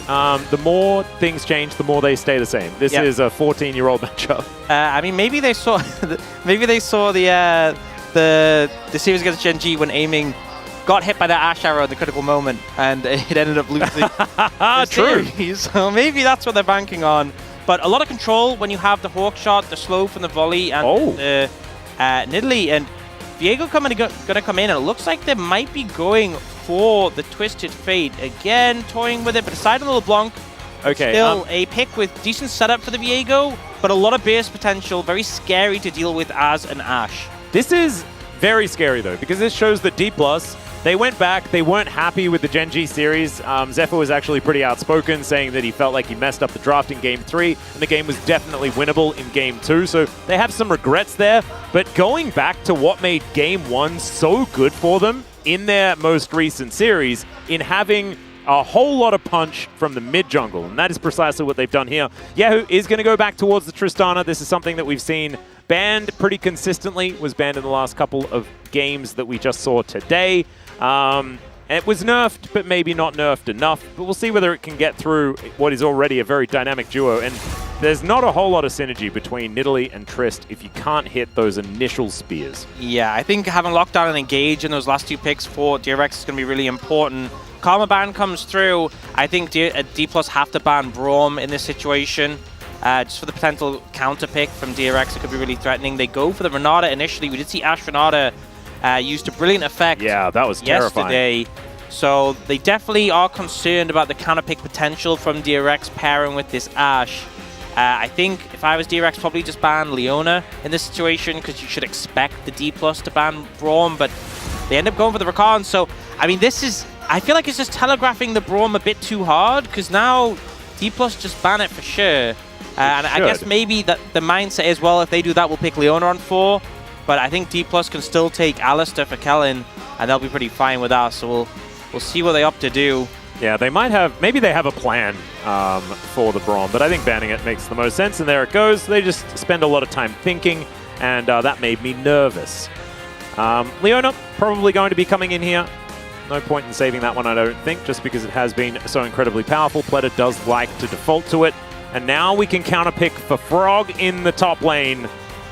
Is it just like, is it Aatrox time for Kingen? Or is he going to go towards the Gnar instead? I imagine like Gnar feels like it's a little bit more consistent for Kingen. He has been very, very good on the champion as well. Yeah, it's probably just Gnar Alistair, honestly. I'm not sure. You know, we saw Keen play the Kalista into it. I'm not sure if Frog is going to whip out the Kalista into the Gnar. But if he does, I'll be very shocked. That'd be fun. Maybe he's just been, that's what he's been doing. He's just been practicing playing all the AD carries in the top lane. Yeah. And then it's just going to be Lucian locked in. Comes in as a super sub. Yeah, I mean, we'll see what Kellen picks. I feel like Alistair's been very good on and works well as a matchup in Leona, but maybe he wants to go in a little bit of a different direction. And the answer is no. Yeah, so it is just exactly what we said. And then Cassante picked Internar, the good old Frog self-counter pick action. We've seen this every game so far today on red side. It is just pick Cassante into stuff you don't win against. Yep, and I'm not particularly surprised. I feel like Cassante Leona, when you look at the composition with the double AD carries and then the land spears, not surprised that they have this combo, but the problem is you've given over D+ a matchup they're fine with the Alistair into Leona. Alistair done extremely well when it's been played in the LCK, and also Kellen has been really glowing up on this pick, and then the Gnar into Cassante. I think, honestly, D+ really happy with the draft. You know, they have the Ezreal for the mid-game spike. They have fine matchup in the top lane. I think Showmaker's going to be happy with his matchup, confident with the LeBlanc pick into the nerf Tristana, who can't push as easily with the mana cost and Q.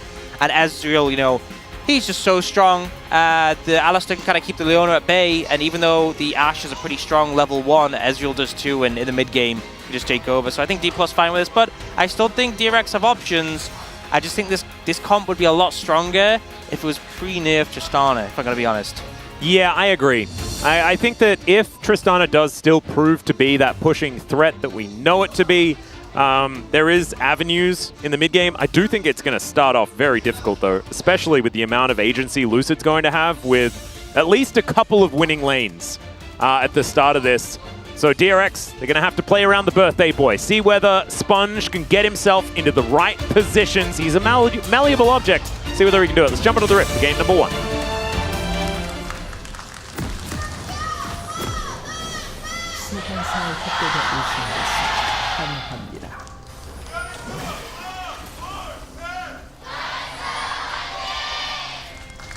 That D+ fan chant was kind of like a jump scare. I don't know whether they've like upped the volume of the fan chants in my ears today, but it's been pretty impressive. The representation, it is an absolute full house here as well. Showmaker's got Ignite, and Electrocute was changed not too long ago to have a lot more early upfront damage, so he wants that pressure in the early game. Ignite teleport is some Akali shenanigans. It is. And I feel like as well, you know, the point about the Tristana pushing power, LeBlanc suffers the most into matchups that can just shove her in. That's why I think this is like really pertinent in this one, because if you're just, you know, relying on Absorb Life, which was also nerfed, and Fleet Footwork, and you're just out-sustaining her harass, and then just pushing, I think that's how a Tristana would win out in this lane matchup, but Showmaker wants kill potential, that is... he'll get it. Of course, Flash can be used as an aggressive tool as well, but I like this idea,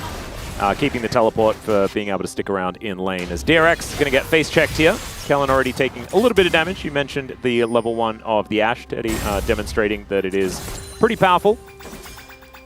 And having a little look here, you can see Showmaker dealing with a pesky minion. And aiming, taking the cleanse this time, which he didn't have in that last matchup, which he definitely paid for. So, little lesson for that one. He's pretty new, you know, only 497 games. After 500, so far. you really should know that. But, But before that, we can be lenient. You know? In fairness, he is also into Ashe Leona in this game. There wasn't a Leona in the last one, but definitely doesn't want to sit in CC for an extended period of time. And it is pretty crazy to think that we basically established that you take cleanse into Ashe, and aiming hadn't quite figured it out yet. I'm just imagining him just being, I'll dodge it, you know? Yeah. He didn't. He's taking it this time around though, so not going to be in too much trouble. I like this. I think it was. Planet. Yeah, wasn't it also a Mikhail's buy in that one? Yes, but the karma wasn't close enough. Yeah. Unfortunately. I think that's what he's relying on. So I'd say that's on Kellen. You know, I think if the Arcane shifts in, Kellen can't Arcane shift after him. But it is what it is. I was just saying, I like what Teddy and Pleta are doing. Pleta keeps going for like Qs on a Kellen, and then they get the volley immediately to proc the passive damage. So getting some decent harass down onto Kellen early on. Not really going to be that significant, but they are just trying to look and fish to see if they can find an angle. They do have pressure in this lane, but you can see mid and top, it is definitely D+ favored. Frog is experiencing this matchup. I think Yeah. that's the only way you can spin it. It's a little bit of a Cassante situation, as I don't think Lucid was necessarily spotted, but they spotted the fact that the camp was gone, and that is going to give things away. Sponge also here mirroring on the bottom side. We'll see whether Aiming and Kellen are going to be in any trouble. It looks like with the wave in the position that it is, they should be absolutely fine. Some bone plating going to be taken down here, as Aiming just going to stand behind his cow and allow Kellen to soak up the harassment. Looking like things are all just kind of fine and dandy at the minute. With a big CS lead for Showmaker in the mid lane after going through both of his potions. This is the thing with playing Leona into Alistar is your AD carry isn't typically going to have enough harass to outdo his sustain and his passive. And you can never really engage on the Alistar when he's remotely close to his turret because he can just knock you under it. And engage on Alistar in general, not a great time. Ezreal obviously... Oh, the cannon was denied. Really good body block there from Aiming. And yeah, so Ashe really can't have enough pressure here. You can't engage well onto Ezreal. Oh, they... Okay, trying to bait him in. Yeah, he was down in farm, and you can see he had to TP back in. Big pull. Heal up. Oh. Kellen just kind of regretting it, though, because Teddy just stands back. The flash comes out in response. And these minions not doing enough damage, DRX, to really even that one out in any way, shape, or form. Feels like a mistake. Like, I'm just talking about how, you know, it's very hard for the Leona to do anything. None of the Alistar goes into you. They kind of just stun him, and Ashe can just auto him. And it's the Aftershock Alistar, not the Phase Rush Alistar, so you can't just, you know, combo, then run away really fast. You're kind of locked in. Yeah, it wasn't great. Although what he does do is unlock Hex Splash. Oh, so that is definitely fantastic. Aiming going to take a bunch of damage before Arcane shifting away, and this wave is in a very dire position.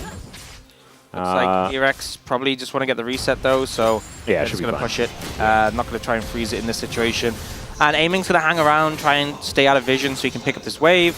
Does mean he'll be a little bit behind on the reset timing, but that's not really a concern as an AD carry. If he stops Pletter's recall, that's big though, because you can see Kellen has already made his way towards mid and the grubs are spawning. So D+ have the advantage on this, and I think ideally Sponge makes a move towards the bot side of the map. Yeah. Dragon, or maybe just tries to steal one away and dip. Well, this is the thing. We were focusing on the bottom side of the map so much. I feel like D+ look the best when they don't care about what happens bot lane almost at all. Yep. It's about the Lucid Showmaker show. It's about Kingen finding the flank angles and getting into these team fights effectively, and then Aiming being able to do some damage in the fight but isn't really the main character. I think that they've looked the best when they've been able to make those sort of team fights work, and D+ will be able to take all three of the first grubs. DRX not going to lose anyone for it, I guess, just going for a bit of a flip and losing out on the 50-50 there. It just feels so rough because you've committed all your members up to the top side, you've committed your jungler to come over, and then you don't even get one. D+ starting it early, getting the good reset from Kellen, and able to get exactly what they wanted out of it. And now you can see DRX are moving down towards the Dragon, but D+, you know, they could contest this if they want to. Yeah, you can see Lucid is down there on his Krug camp now. I think DRX aren't even confident enough to start it. They might just take the scuttle and back away, which gives even more ample time for D+ to ready up before this Dragon. Ping's actually coming out. Yeah, Sponge moves on over. He's going to start this one up. There's decent vision. Traps down as well, as you can see. That control ward is going to see exactly what's going on. Sponge taking a fair bit of damage from the Dragon in the meantime, but this wave is going to get shoved in. So DRX with the control that they're looking for here in the bottom lane. And it looks like with Tristana being able to get a bit of a shove, they are just going to give up the first Dragon on the side of D+. Frog versus Kingen is still looking pretty king. Up here. Both solo lane matchups, pretty sizable CS advantages for D+, which isn't too big of a surprise in top lane. But yeah, who having a bit of a tough time. Has already gone no Magic Mantle Cole refillable is just, let me farm please. Leave me alone. Yeah. Stop bully. Well, I don't think they're going to do that. It's Showmaker, of course. Hasn't used his Ignite yet. Looking forward to seeing when he's actually going to use that to play aggressively. That's sort of the fun part of supposed to just his walk adaptation. in lane and immediately ignite them. Right? You got to get that 5 AD and AP, man. Do you miss Masteries? A bit. I do sometimes. I also miss runes because you can make really goofy rune pages. Like, I remember I saved up so I could buy Magic Pen in every slot, and I'd run that on Tom Kench, and you walk up in lane and just tongue lash them for like 100 damage level. Well, Arrow is going to come down, but Kellen is going to tank it up. I think he's still just really dead. He's just sort of stunned forever, as Pleta actually using that Shield of Daybreak exactly when he needed to. And that is just a free stake in the bottom lane. Yep, well, we do see D+ trying to make a cross-map play on the top lane. Frog a bit low, the Sponge is there to cover. DRX, though, you know, the bot lane, we always talk about being the shining light, and they make a positive play, punishing Kellen there. Well, Yahoo now just going to take a bit of damage from the distortion, and then trains back very nicely with the explosive charge. Sponge coming on over is going to get stabbed by Lucid. Happy birthday. And then will just back off. So Teddy sticks around for quite some time. Kellen back in the lane now. And aiming at least staying within touching distance of the CS. But it's still definitely a big positive play for DRX, just showing that this bottom lane is still absolutely deserving of respect. Yeah, and I love the layering of CC. Kellen basically just doesn't get to play the game. Yep, not a lot of moving. Sponge is down here once again. Ulti now in hand from Kellen, but has to immediately be used. As Sponge just slinks back off into the fog of war. You've got a rotation down from Yahoo as well. He's like, oh, I heard that cowbell.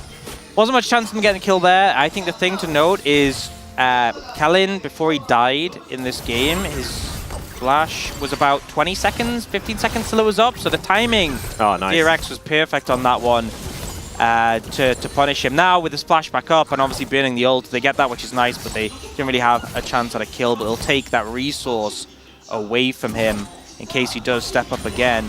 And you can see bot side of the map doing pretty good. Yahoo will be a little bit behind after this wave is picked up by Showmaker. But overall, game pretty even, and that first split has given the edge over to DRX. Yeah, really nicely done. I think mid-game skirmishes are where DRX needs to be the most careful, but that hasn't happened yet. So we're gonna give them some gold stars. That's future DRX's problem. Exactly. Present DRX looking fantastic. As Sponge hanging around, looking to try and see whether DK wanna try for more of these. Could damage towers. That would be in a play. Well, there's going to be some grubs taken. That's going to help with damaging towers as well. Yeah, hopefully should be able to get these. Remember, if D+ get one more grub, they get the one mini grub spawning. So them stealing one would be a pretty big deal, but looks like they're not going to be allowed to get close. DRX move their strong bot lane up to mid just to make sure they have as much power possible. And when D+ try and continue pressure bot, Yahoo will TP in. This is a good move, honestly, from DRX to secure the grubs and not give any chance for recourse from D+. Not a lot of options. So D+ still on the back foot. DRX 300 gold in the lead. But it's more about sort of the control that they've picked up and the fact that these lanes are looking like they are starting to stabilize outside of, I guess, Frog versus Kingen, which is seemingly getting worse and worse. It's not a fun time. Yeah, and I think Zanar, when he hits Trinity Force, is going to be even more scary. A lot of matchups with Cassante are like, man, this is rough, but I'm Cassante. Eventually, I'll just do Cassante things, and it doesn't feel great being on the receiving end, but Frog is just thinking about that moment when he gets into team fights, and he can do the thing where he like drags someone through a wall and one-shots them. Yep. Just balanced champion things. Absolutely fantastic. Right now, taking a beating. And we can feel the catharsis, and especially, I mean, we have the man himself, you know, the guy that came up with the entire copy pasta. So thankfully, you know, Showmaker hasn't needed to be too worried about it for now, but it might be the case later on. He's got himself his cool green gun, though, the Hextech Luden's gun.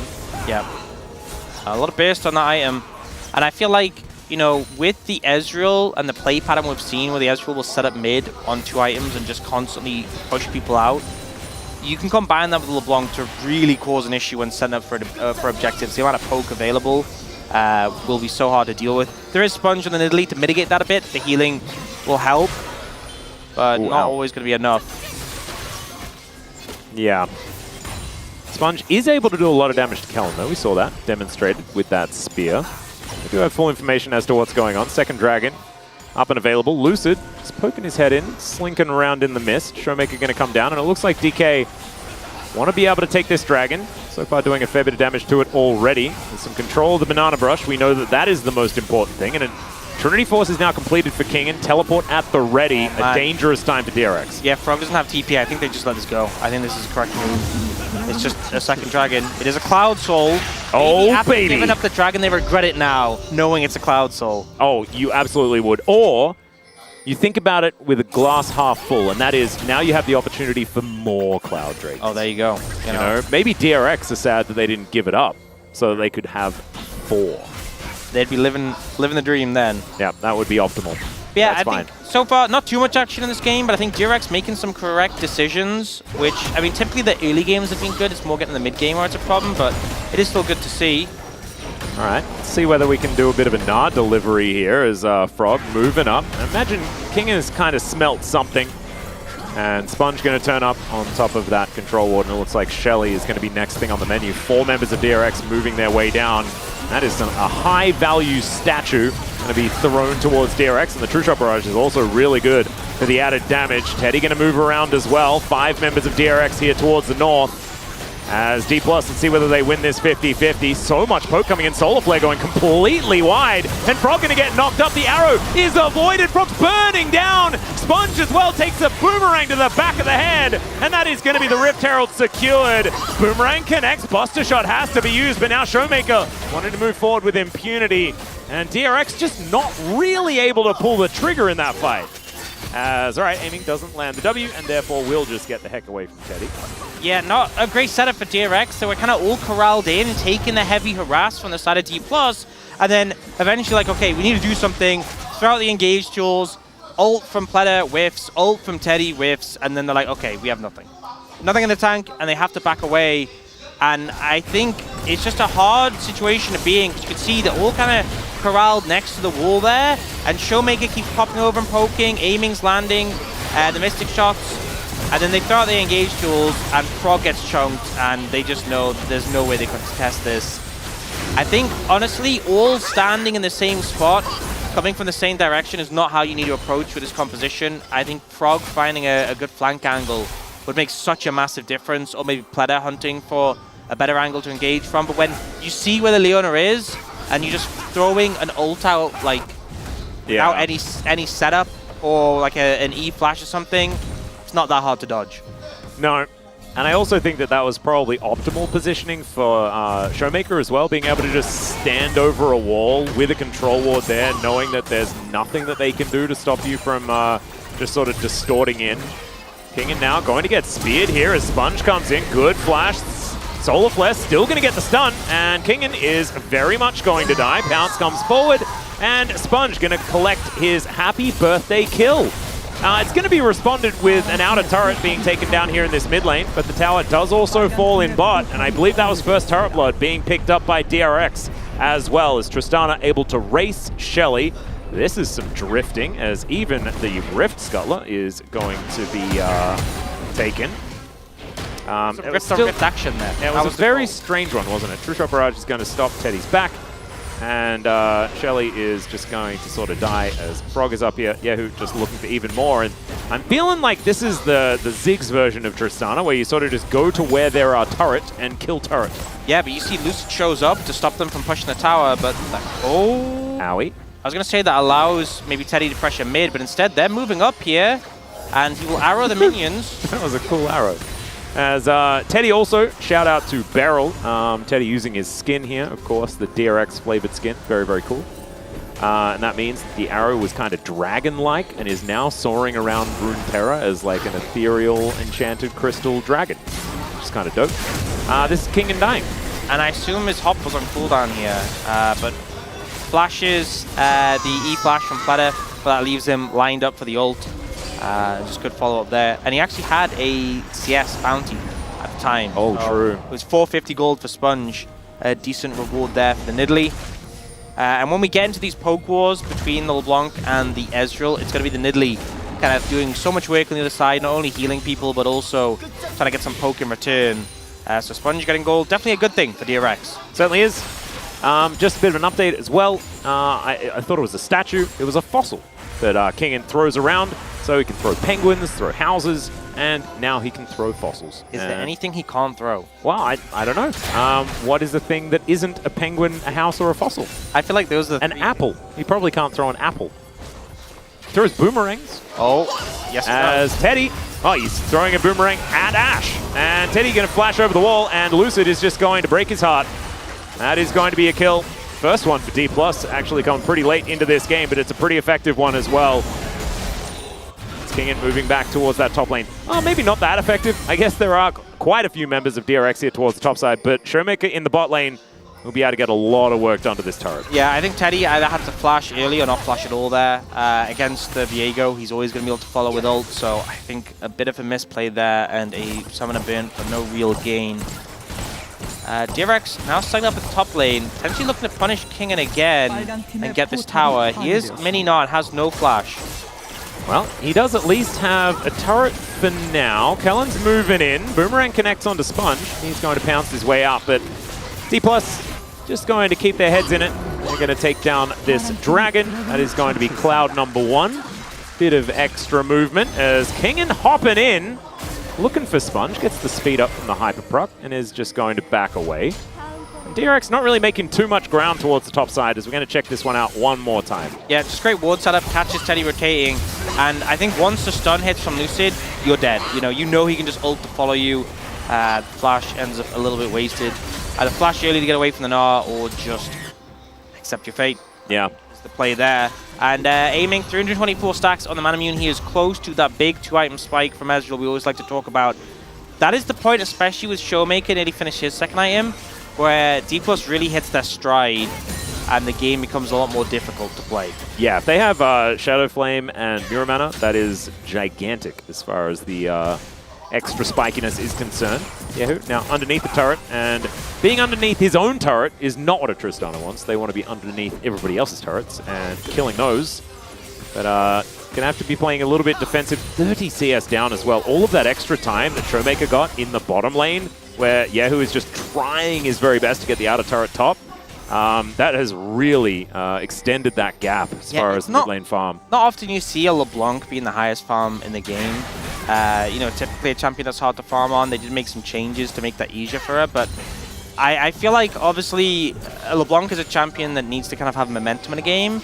But even in the late game, if LeBlanc is fed his farm, it's so scary, Oh, yeah. A champion who has that many items, that much mobility, is so hard to deal with, and it's going to be the Horizon focus. Yeah, so, and I was a bit, like, it wasn't the right build path, so I was about to, correct myself and be like, Atlas, you're an idiot, but I didn't have to, because Showmaker is going to show us here by purchasing the Horizon focus.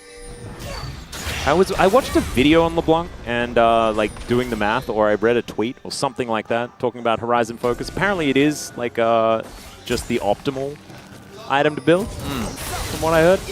But I'm not entirely sure. Fair enough. It's also kind of easy to proc, even if you're close up. You can kind of distortion and snap back while the Q's firing to get it above that range, to proc the passive effect. Yeah.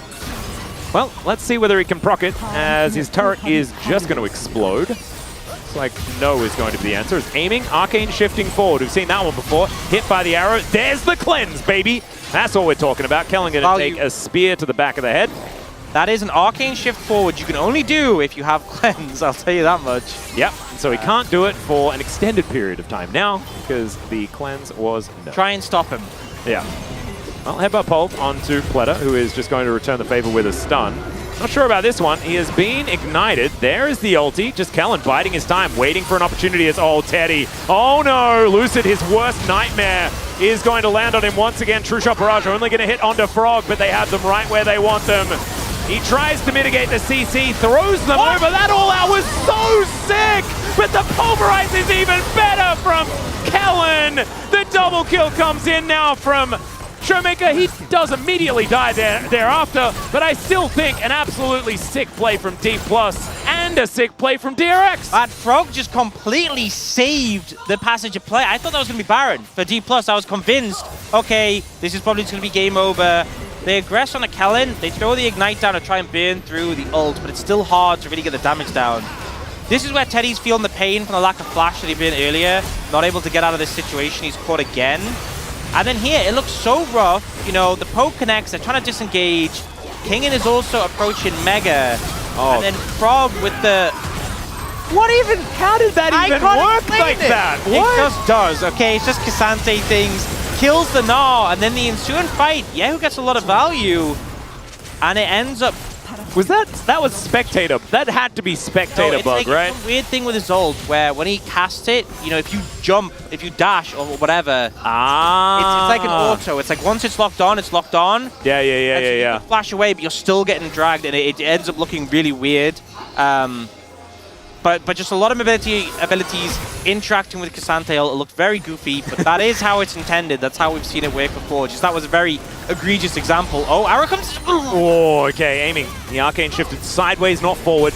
As Kellen not going to be so lucky. There's a headbutt back. Kellen's still down to 50%. Pleta is just eradicated though, and Kingen is right in there. He is just going to get taken down. Kind of a freebie. Yeah, still 1 for 1, I guess. Teddy, oh my goodness. Okay, that was almost just a one-shot. Need the healing from Sponge to come in and the Honey Fruit. It's still a good trade for DRX overall because Kellen is so low and Kingen is dead. But Kellen is looking for a flank angle. Yeah, and Yehu actually just standing his ground. The Buster Shot does come in. He's almost just dead, but he is going to survive, at least for now. Still, DRX cannot fight, and that is going to be Soul Point going over to D+. Showmaker really taking matters into his own hands. True Shot Barrage is going to hit Teddy. Not Yehu, who backed at the right spot. And I feel like Showmaker is so hard to deal with right now. They don't have an easy answer. You can see Yehu try to pump autos into him in the fight, but not enough. So we see in this situation, the first initial trade actually ends up pretty favorable for DRX because they essentially burn a lot of Kellen's health and his ultimate, and also get this free kill onto Kingen, who TP'd to the not best spot. So yeah, that was right not here, an optimal TP. This is good for DRX, but we don't get time to ruminate on when it turned bad, because it looks like we're setting up for the Baron. Yeah, we've got Showmaker in a side lane with Teleport. Yehu is down there as well. Neither of them have Flash, and I know that Showmaker doesn't have Flash because he didn't take it at all from the beginning. But Yehu's is down for the moment. He's actually been able to catch back up pretty well. Honestly, he's now ahead in farm by about 10, spending a little bit of extra time in the side lane. Yeah, very close to a death cap though for Showmaker, and that is going to be a big spike. Talking about spikes, of course, Aiming does have his now secured, as well as a cheeky brutalizer on top as Kingen. All right, he's just gonna find Sponge and destroy him. That's his birthday present right there. Beautiful flank angle comes in. The hidden Gnaw ends up catching out the Nidalee, and now no jungler. DRX have to try and approach this and find a good fight. Kingen just jumped over a wall and won the game, basically. Yep. That was pretty impressive. Okay. Let's see whether DRX can do anything about this. They don't really want to give it away for free. Zenithblade going to go wide. The arrow is going to be absorbed by the cow, who just presses the I don't care button. They take themselves a Baron. Kellen goes down relatively low. Kingen does have that Mega now relatively available. Another great all-out here from Frog, and that is a very dead Lucid. But that is the only thing that they get. The Baron's still going over to D+. I think they're still pretty happy. Got a lot of K'Sante interactions this game. Lucid not learning from the last one and tries to flash when he's already been ulted and ends up getting caught anyway.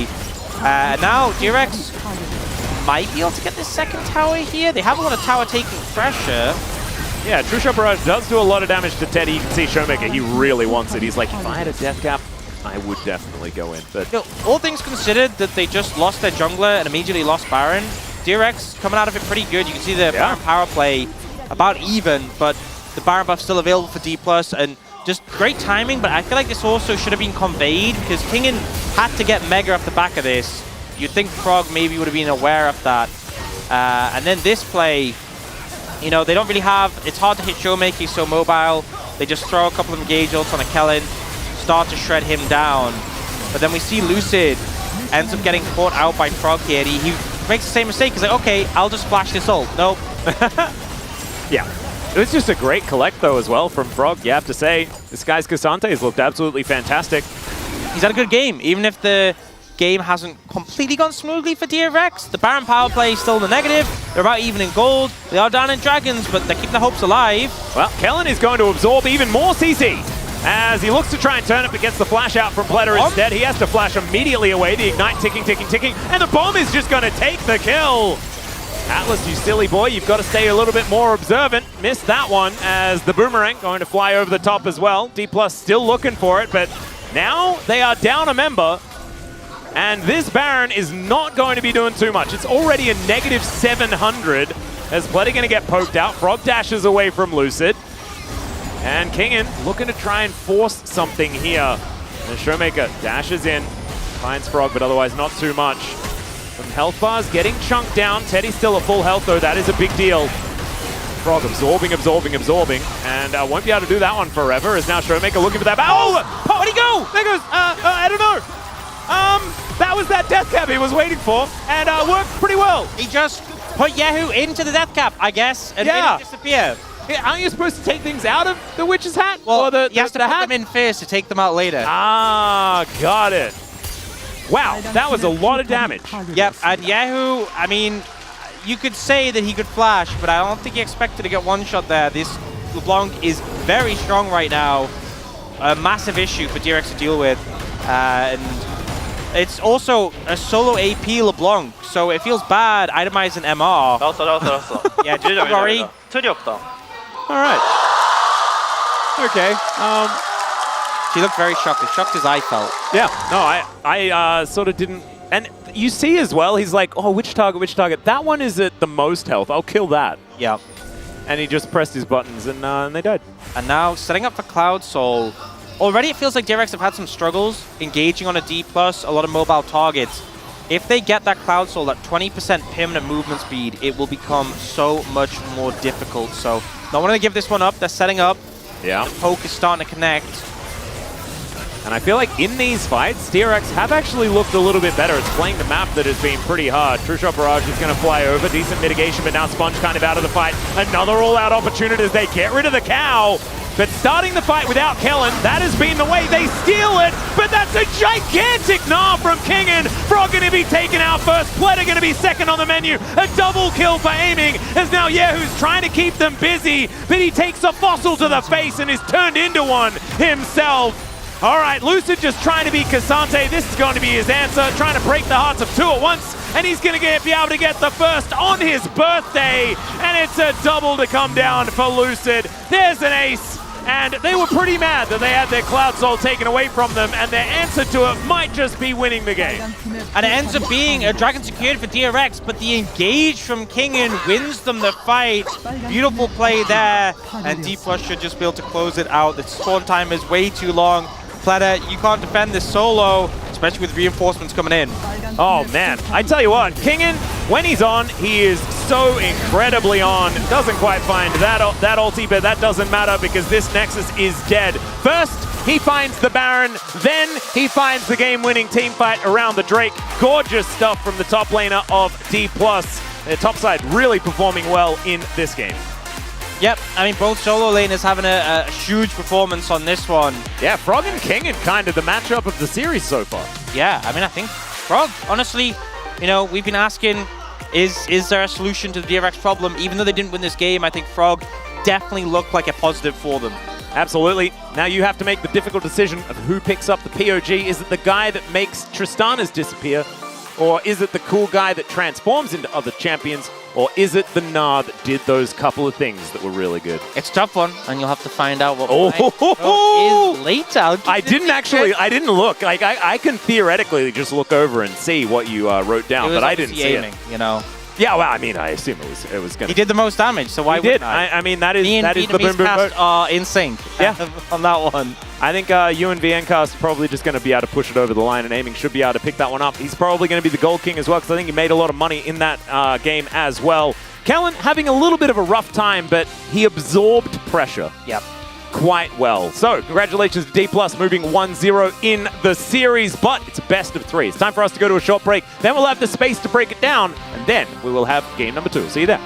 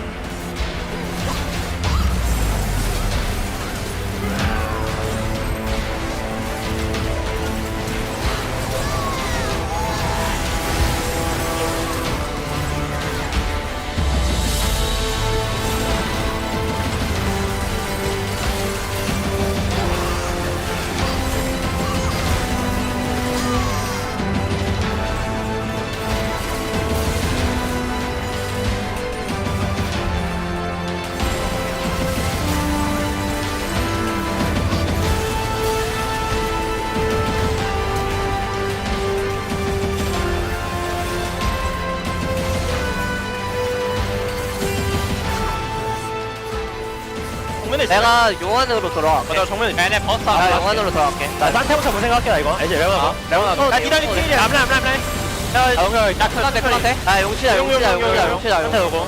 야 나 이거 각 좋고. 들어오면. 야 니달리. 야 보자. 야 큰한테. 야 레오나. 야 펜타. 애쉬. 야 트리 봐줘. 트리 높을. 야 트리 봐줘. 점프 없다. 야 나 미드 텔 탈게. 애쉬 높을. 미드라인. 나 응원을 잡으러 가. 설마 루시드 설마. 한입. No. 펜타강이요.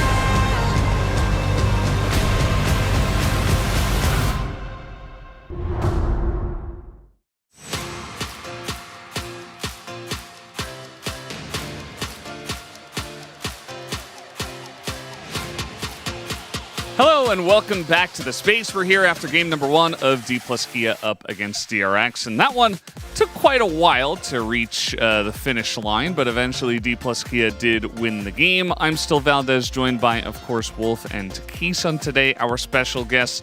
Thoughts on that game and potentially on that draft? A little bit of a shaky one, I would say, for D+, given expectations and their matchup against Hanwha Life Esports on Saturday, but they get it done in the end. Through some pretty clutch engages. There were a lot of mistakes, however, I think this is fair to say, in terms of how the bottom lane played out, and also a little bit of the Alistar play just in general, setting up on objectives. Right, Alistar definitely got like picked up a lot and, you know, just got killed by a CC chain. But overall, the game was very much in DK's favor for the entire game. Yeah, it definitely was. We can take a look at the draft just to kind of get through it. Honestly, this was a very straightforward draft outside of the LeBlanc Viego, which we don't see all the time, but at the same time, it was kind of just DK doing DK things. Right. With the main comps being recently with Sejuani Maokai being the tank junglers, or Nidalee Zyra with the AP jungles, this time like DK was playing Viego with LeBlanc. And you can really see that DRX are also very, very conscious about DK playing those bruiser jungles with a mid-mage, banning out Lee Sin and Vi. So it's probably something that DK really enjoy right now and are really comfortable with. Yeah, it just seemed, you know, to us pretty obvious Showmaker was going to play the LeBlanc with the bans we saw on the jungle, as well as the Corki ban coming through. Felt like that was going to be the game plan. My biggest talking point really for this draft is the Cassante into the Gnar, which was very face-up. We knew that was coming. Doesn't feel great. You drafted a losing lane after picking the Nidalee, which is the other part of this to talk about. You've got to be winning your lanes. It's not impossible to win mid lane into the LeBlanc as the Tristana, but Showmaker absolutely destroyed there. You have a losing top lane. And yes, you had pressure bottom, but it's just really tough for the Nidalee to get value here. And in the early game, we watched Sponge just kind of clear the jungle and chill while he was being tracked by wards. Meanwhile, Viego's top side making plays, taking jungle camps away.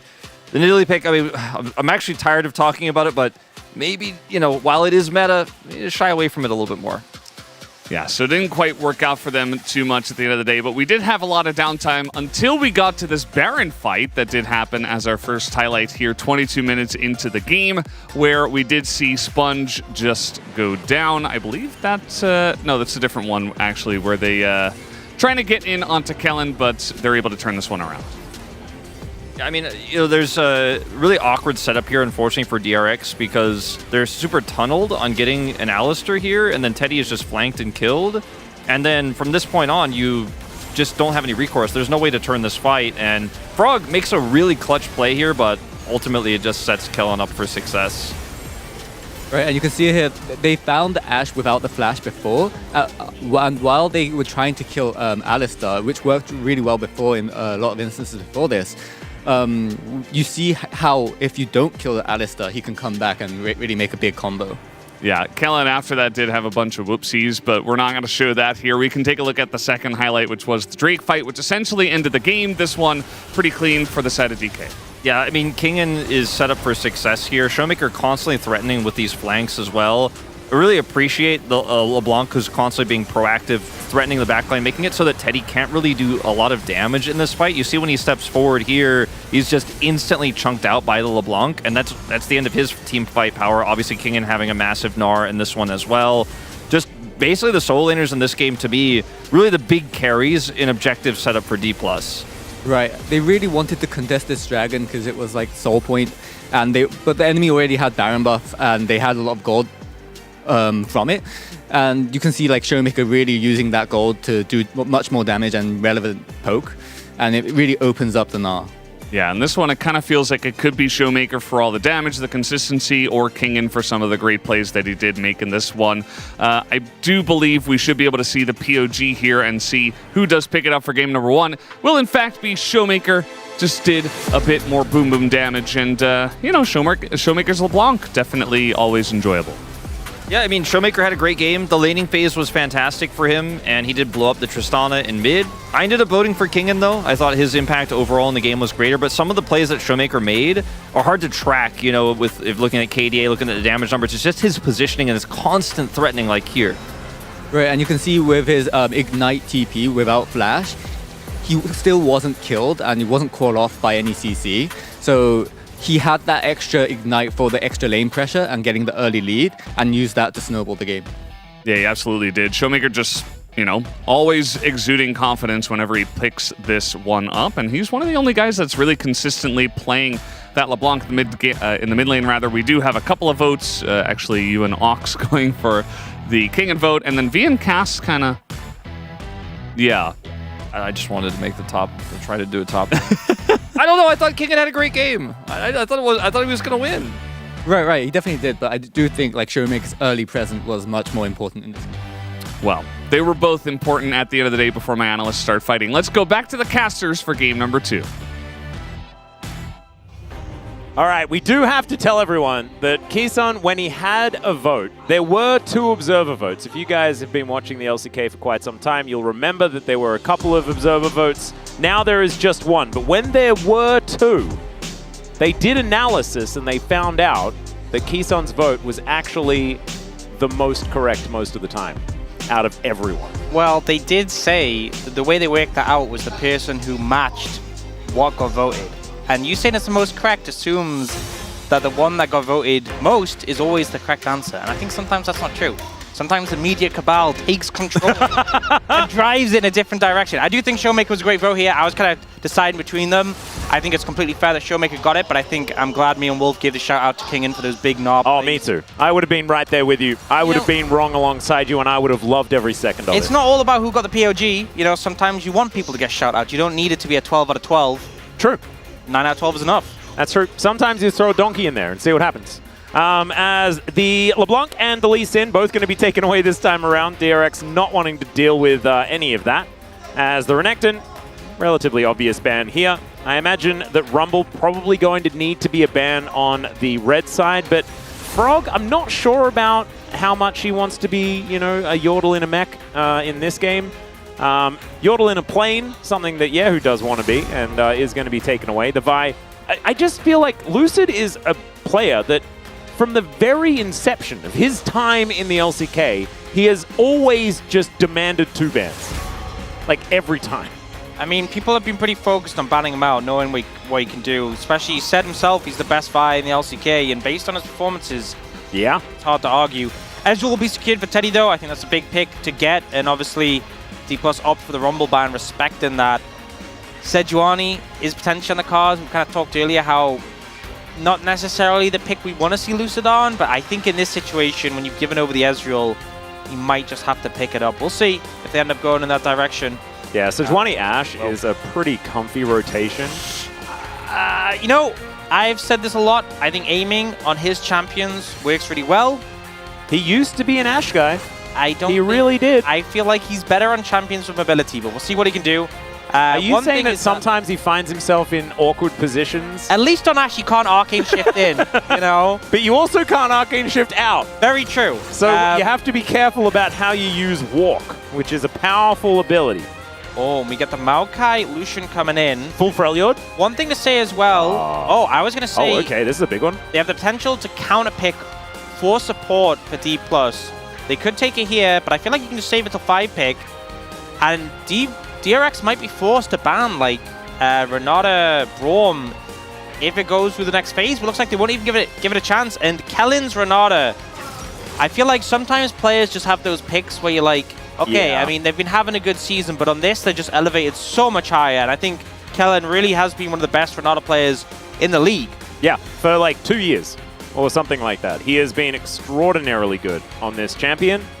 I think, you know, Carrier has had some pop-off games on it as well, but I just do think that I associate Renata with Kellen and how well he plays. And I think the bans get a bit different here because you ban the Karma, which can offer a lot of harass, but you might also opt to ban like the Blitzcrank, which is what we've typically seen work into Renata, and especially Ashe Renata. I think a Blitzcrank specifically would be very good into that. And if DRX go towards Leona, you're going to have a terrible time in lane. I'd like to see it. We'll see whether the Crank does get a little bit of a look in here. I'd like to see it picked, personally, because I think it's just fun. As Talia going to be taken away from Showmaker, a little bit more flexibility on the DRX side as far as taking away some of the favorites for D+ here. It might even just be a Narban to come through as well. We'll see who gets counterpick. I kind of want it to be Showmaker because when he gets counterpick, he picks weird stuff. Yeah. And I like that. Maybe we'll get a Yasuo. I feel like he probably just slammed Gnar for Kingen, and he did pretty good. Slam last game. No. Slam Cannon, so that then we can get Yasuo. Okay, you know, you're cooking. Am I getting a little bit too excited about the Yasuo pick? Perhaps. TF can get banned out. I think they're predicting, well, not only are they trying to make sure that Yahoo has a good matchup, but also predicting that it's going to be AP mid laner for D+. I think most teams would take mid here and top counter pick, but as you said, I could see the argument for taking the Gnar here. But it looks like they will just go for something pretty standard potentially in the Azir. Remember, Showmaker, one of the first players to really dive into the tank Azir last split, which has been gaining popularity again. So the potential to do it here, and I think especially into a Lucian matchup, you want to feel tanky against him. Yeah, and I think he's going to comfortably do it. I'm a bit sad. I wanted the Yasuo, but it's not going to happen. Unless a Gnar is picked, because guess what the character Gnar is? Or one of them. It could theoretically be a Yasuo, but I don't know about it. I don't know why I'm obsessed with Yasuo today. It's okay. That's going to be locked in. No, the two picks I actually think that would be good here is either Blitzcrank or Bard. Bard really good into a mobile picks. Oh, that's a fun one with Ezreal too, yeah. Yeah, also just Blitzcrank for the grabbing. I do not like the Braum here. I think you're going to have a really rough time in lane if you go for this. That's Alistar could be the other better option. Yeah, I don't know. He hasn't found the crank. Where to crank? Oh, Pleto. This is such a losing level 1. I just don't see how you're really going to overcome that. This has to be a lane swap. I'm just going to flat out say it. DRX need to swap lanes. If you walk in a lane with an Alistar against Renata Ashe, the game is over before you even touch a minion. So I hope they have that in their wheelhouse and ready to bring it out. Oh. And the buffed Jace, it got 5 extra base damage and 5% AD on the Q, which doesn't sound like much, but when you amp that with the gate and the fact it already does crazy damage, Jace buff feeling significant. Yeah. And when you already have a composition with a lot of counter engage in the Renata, in the Azir, this Jace poke might be very hard to deal with for DRX. So I actually love adding a bunch of extra range as well to a draft like this, because they're relying purely on arrows and prisons as their engage, and they would love it if DRX were forced to engage into them. And so you add that extra threat of the poke, and that is really going to help them out when they're setting up for objectives. I love the Jace pickup here, as we are going to have coaches shake hands or at least bow to one another. We don't do the shake hands thing anymore. I kind of miss it personally, but that's okay. you can shake hands if you want. The D+. I love how you just ignored that completely. Yeah, no, I'm just not even interested. I really like the Jace sort of like ace in the hole that they had towards the end there. I actually really like it. It's actually Caitlyn who has the ace in the hole. Oh, I'm really messing up today. They are both from Arcane, so I can excuse it. Did you see the little teaser with Heimerdinger being extremely nimble? Yes, this is. That is so much. Is that long? This is the. That's his manifesto. Those are the terms and conditions that you don't read. Ah, the Cassante terms and conditions. That's a Felios passive. Ah, okay. That's a small part of his kit. Yeah. Yeah, got it. All right, Showmaker back on the Azir once again. We'll see whether it is going to be the full tank variety. Some Freljordian support here as well. Kellen's Renata, a lot of power here for D+. We'll see whether DRX can get through it as we jump into the rift for game number 2.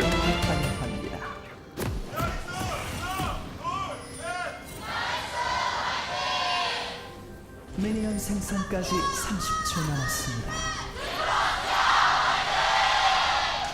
All right, D+ fans still in full voice here today. We'll see whether DRX can silence them for the first time in 2 years.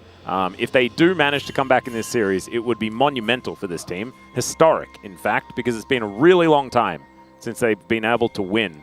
Yep, they saw aiming and Kellen bot lane. Recall has come through. DRX are going for the lane swap.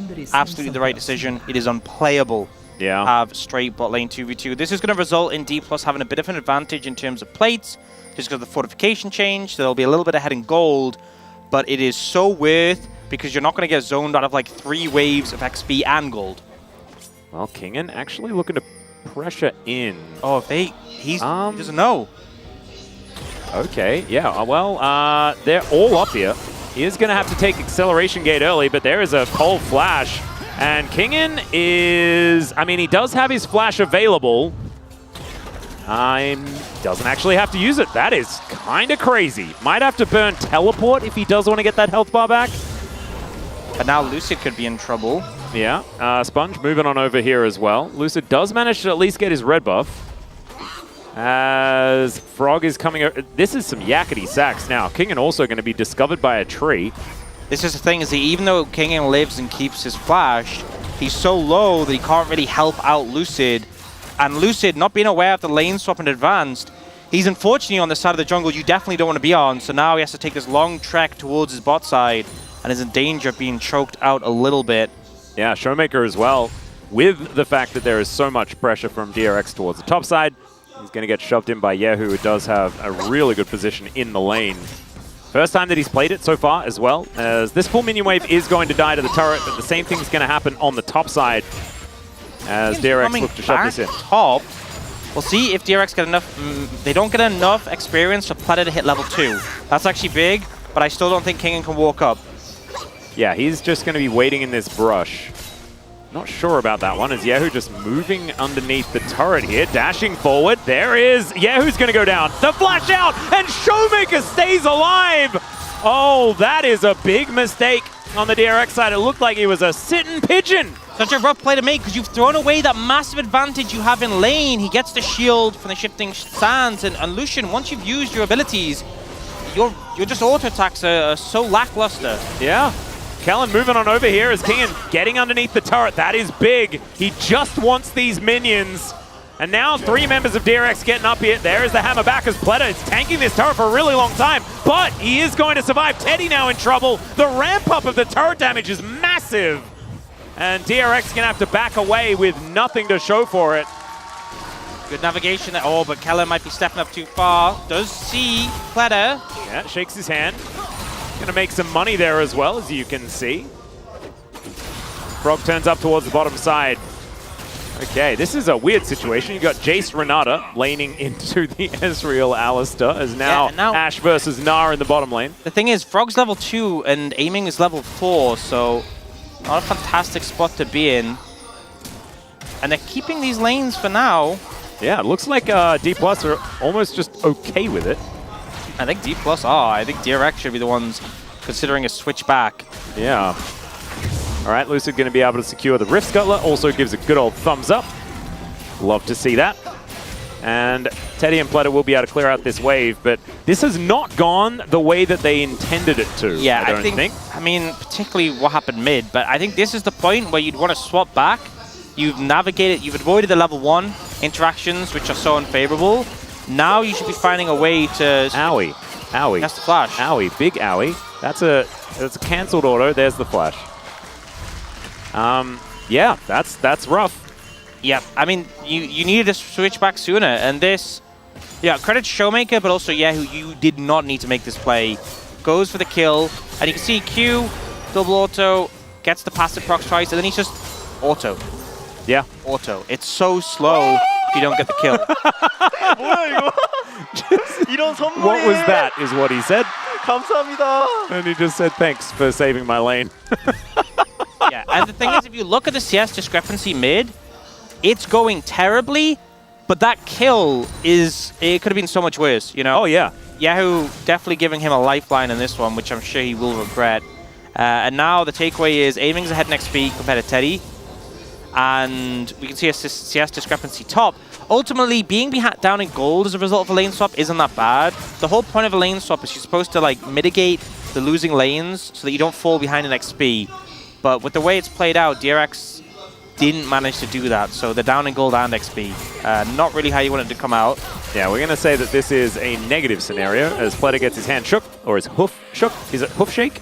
When it's into an Alistair? I'm not entirely sure. As Yehu, it's going to get discovered by Lucid. Will get permanently frosted as he looks to try and get over the wall. Even the Dragon getting upset with this Lucian as he does have to flash out as Showmaker was making his way over. Level 6 now picked up for the Azir as a big minion wave. Now crashing towards his bottom side. D+, I mean, it's going to be hard for DRX to be able to lock down these minions at least. As Showmaker at least does back away, and Lucid going to be distracted by the Dragon. Sponge taking some grubs as well. And so it's just some added pressure here, and a couple of plates picked up by D+ in the bottom lane. Things are still rough bot lane. You know, obviously the big talking point was the level 1, but it's not easier now. It's just less bad. Aiming level 6 already. There's a cleanse available for Teddy, but Pleta is going to get access to that Unbreakable for a long time. So if he missteps, could be an easy handshake into arrow angle. Got to be very careful. Yeah. 1,000 gold is now the resulting lead. Yahoo's still at least laning effectively, like you said before. I mean, the CS was still in his favor. That is continuing to be that way. As now Kingen and Frog, I mean, this has always been a great matchup for the Jace. We've seen it was Keen, I believe, that was the only one that's played Jace so far this season here in the LCK. And he made it look very, very good.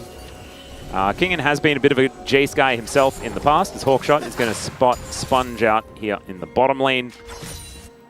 And yeah, so far we can see that Kingen a couple of waves ahead on the Jace right now. And as the dust is sort of settling after this lane swap, DRX really not psyched about how it's really resulted. As Arrow going to connect onto the level 4 Alistar, who's going to get lit on fire. Does have to flash away. And that is so much pressure here. And we knew that this was going to be a rough time, and it is proving to be so. Yep, and the XP disadvantage. Oh, okay, we're looking for the Emperor's Divide. There's the flash, and the Arctic Assault is beautiful. There's that mid-jungle synergy for D+. And that is going to be the second kill for Showmaker. Oh dear, more plates going down. Teddy getting torn to shreds as Callan has a magnet on these handshakes. He's just so good in this pick, you know. He's so polite, man. He just always shakes hands. Yeah, unlike the coaches, you know, who been shaking hands. Kellen, he's making up for it. Maybe this is why. There's a quota for how many handshakes you can have, and Kellen is the one setting it. Taking all of them. Yeah, great shuffle back. He knows no flash on Yahoo, and this is the punishment for it. D+ doing a fantastic job of keeping track of that. And making sure to find an opportunity to punish. I feel like so often in the LCK, a flash is burned and then nothing comes from it for the next 5 minutes, but D+ did a good job of making that is so cute, by the way.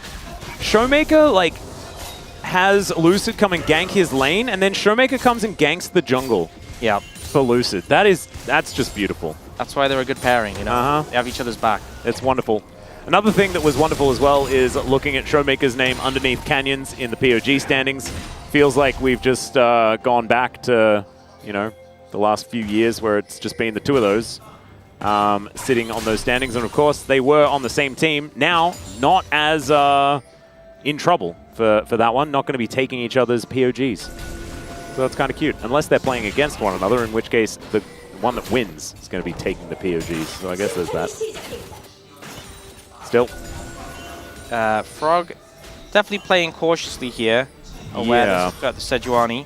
Maybe also kind of regretting his position on the map as well, because not able to move up towards that minion wave. It's kind of just happy feeding. This kind of feels like DRX saying, look, we don't want to lane anymore. We're kind of done with it. Let's stop laning. And they're now committing top. Kelling once again moving top side to play this defensive cover angle.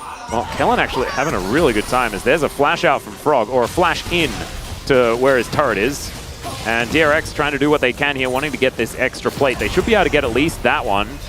But it looks like Kingen and Kellen very happily just hanging out underneath this turret, able to clear out the minions pretty comfortably as well with these empowered shock blasts. And Showmaker, as a result, is given some spare time in this mid lane, able to catch all the way back up in farm as well. As the Hawkshot sails over, spots out these grubs being taken. And it is 3 grubs already for DRX. The D+ might be able to stop this, as you can see. That is an arrow sailing in. Kingen absorbs it.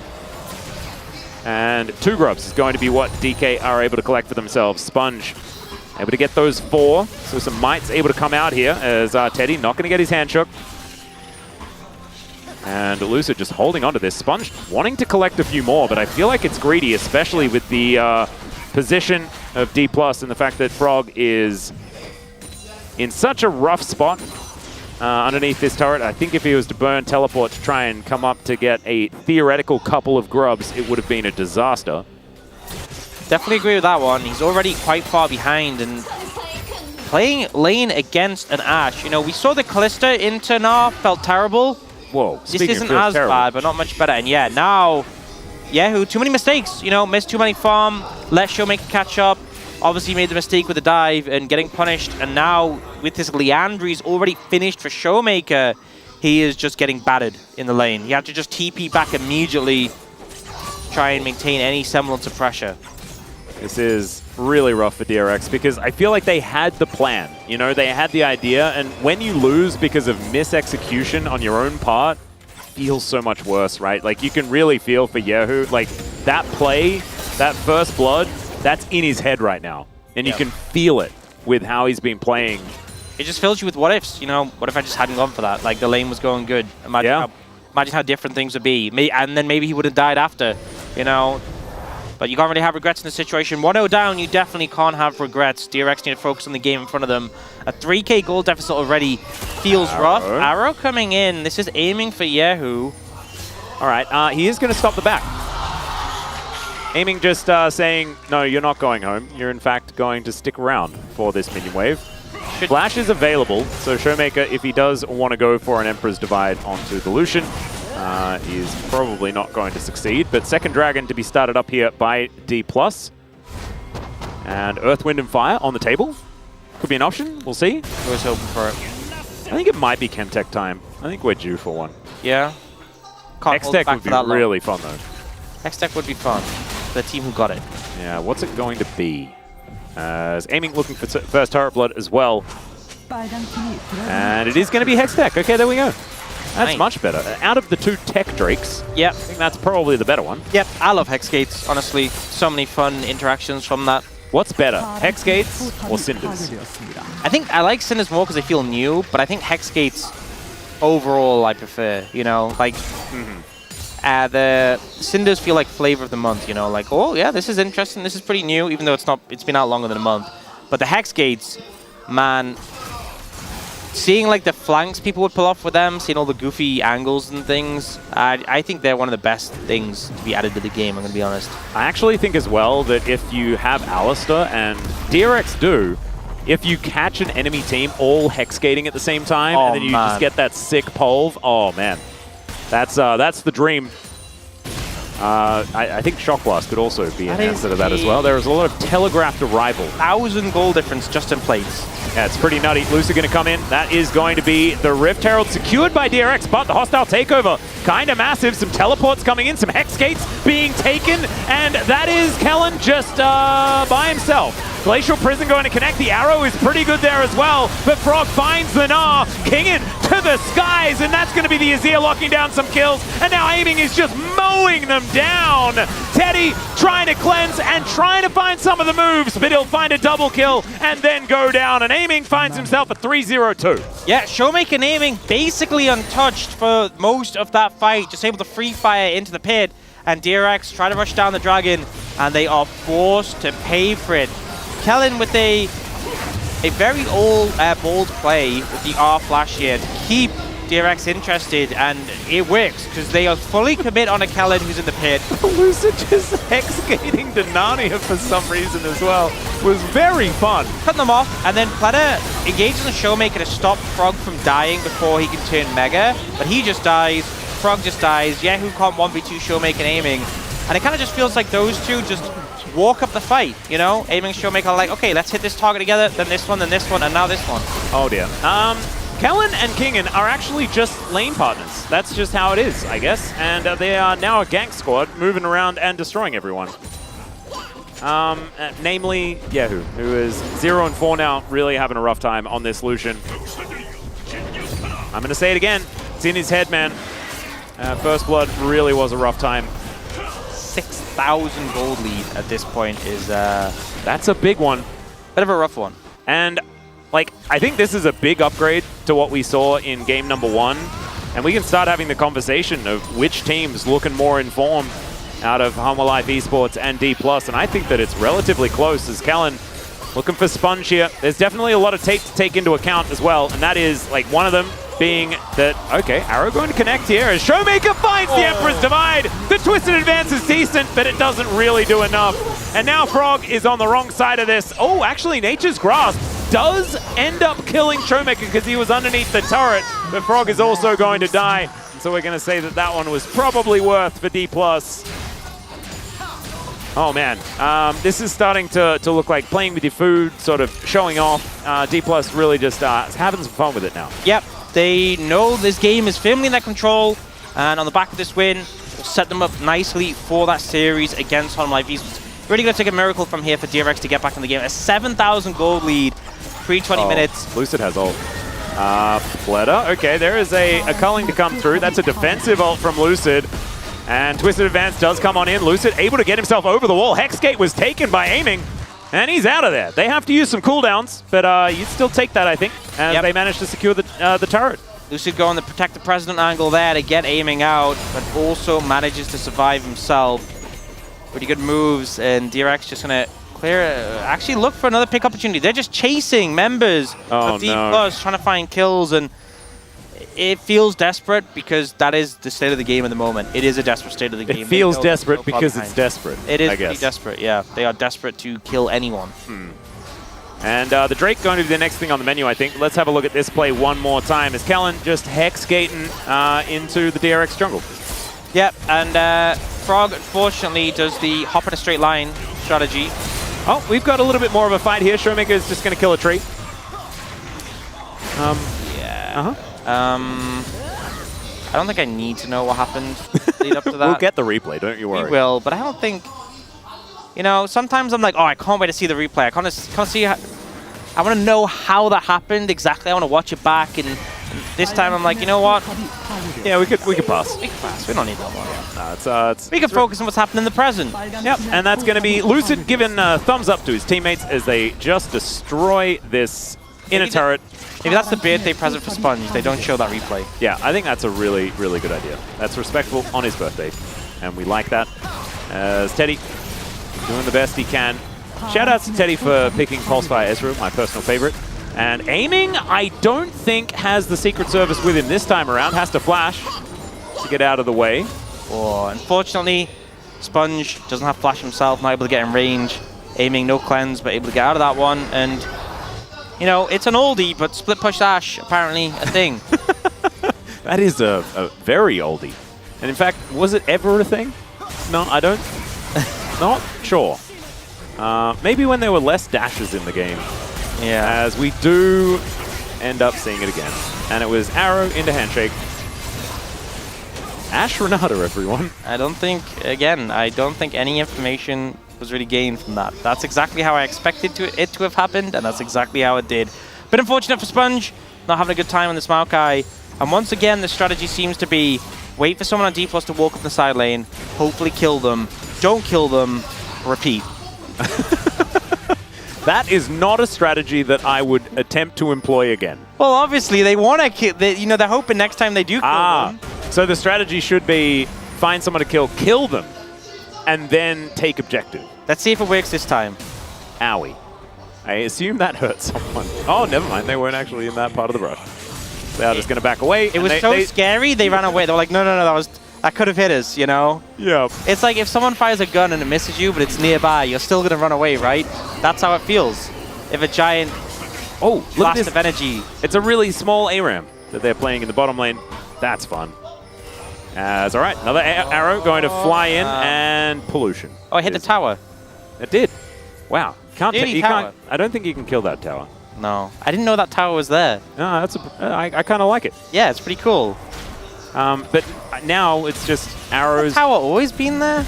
I mean, I assume so. I don't think we've changed the map all that much. Is Handshake going to come on through? There's a Glacial Prison after the setup. Gorgeously done. Unbreakable Will is going to look to try and mitigate it, as Showmaker does take a little bit of damage here. Hasn't actually elected to go for the Tankazir. He has just gone for the fleet footwork. I think not feeling like he was all that comfortable. As aiming is going to demonstrate that they are starting off the Baron, and I don't know whether DRX can do anything about it. Teleport is going to come in, so they are going to attempt to try and fight this off. Narbar position pretty good for... It's just gone. Yeah, you know, Sponge is like, oh, the Hex Gates were running late, you know. Yeah. Couldn't get there in time. Sorry, boss. Well, Lucid just boosting his way in. Nature's Grass does come down, but there's the hostile takeover. That gets rid of the tree, and Lucid still dashing forward. He's going to be gnawed back. There is the bailout, but it's just not going to happen in time. 1-for-1 trade in the end. as D+ just pushed them out of their mid lane.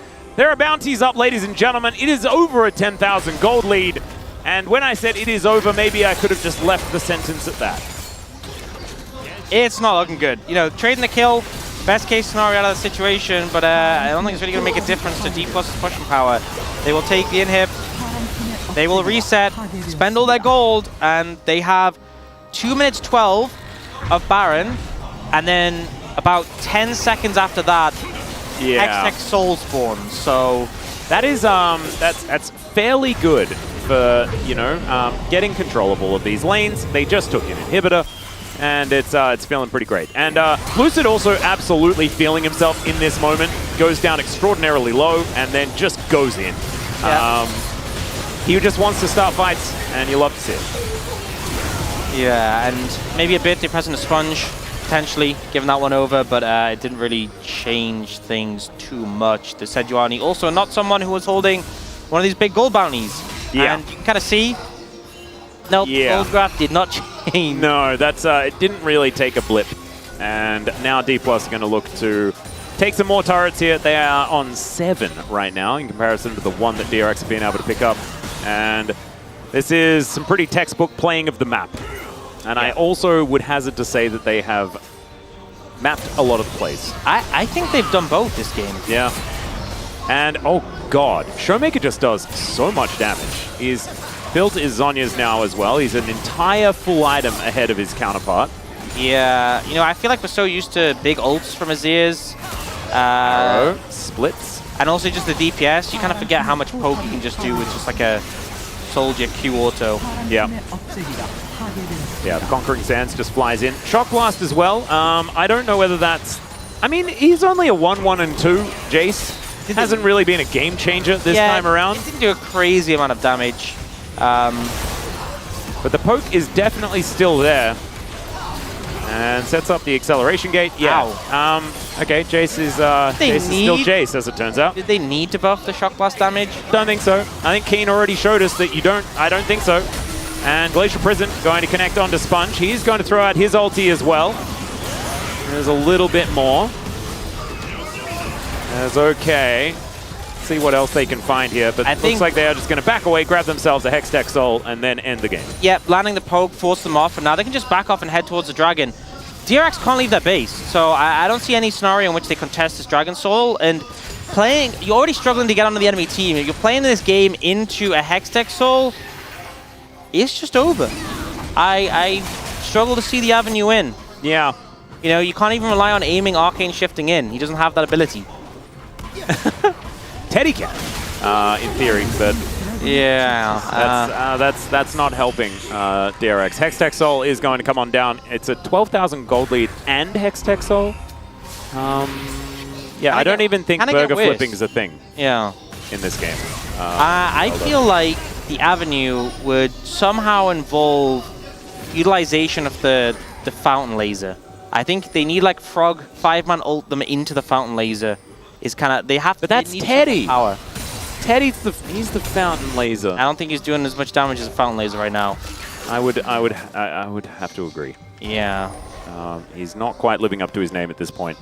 It is a rough one. I think he's lived up to his name. Teddies are quite, you know, cuddly. Oh, okay. The other name is what I was talking about, and instead it turned into Teddy slander. Oh man. Oh dear. Well. This is the last inhibitor turret going to be sieged here by D+. Cyrilda's now completed for Kingen, and there it is. Does a lot of damage to Sponge, who's only got health at this point. Oh, got a big zoom out, yeah. He's got Mega ready. Oh, there's a tower. Yeah, this is a great Mega timing, as never mind, he's going to auto. He's out. I'm just done. He's like, oh, don't worry, guys, I'll backdoor. Guys, I have a place to be. Arrow going to connect there. Oh God! The entire kitchen sink. Happy birthday! The tree. What? They are arborists. That was a lot of tree removal. Yeah. Brutal. Yeah. Okay. They didn't quite need everything there, but that was the message was received. They get an ult out of Pleta here as well. He's going to flash for the Pulverize, looks for an option. Hostile takeover means that nothing's going to come of it. Aiming will secure that one. Shock Blast comes in. Showmaker wanting to get more done. But they are going to have to settle with just winning the game, I think. And Showmaker is just going to push them all the way to the back of the fountain. Frog turned back up again, but he still doesn't like the state of what's going on here, and still Aiming is just going to grab that kill. Flashes in. There's a whole lot going on, but I think the Nexus is still going to fall down. The Renata is going to die as well. That is another stray shock blast picking up a kill. And Lucid just Arctic assaulting around, and there's a sad B in the fountain to represent DRX's feelings for the series. 2-0 here for D+. Looking pretty good as they move towards their Saturday showdown against Humble Life Esports. Yeah, I mean, I think it's pretty clear there was a big gap in terms of skill, in terms of performance between these two teams. D+, they are seeking that second place spot, that first round bye when we come to the playoffs, and DRX were not the opponent who are going to stop them from getting to it.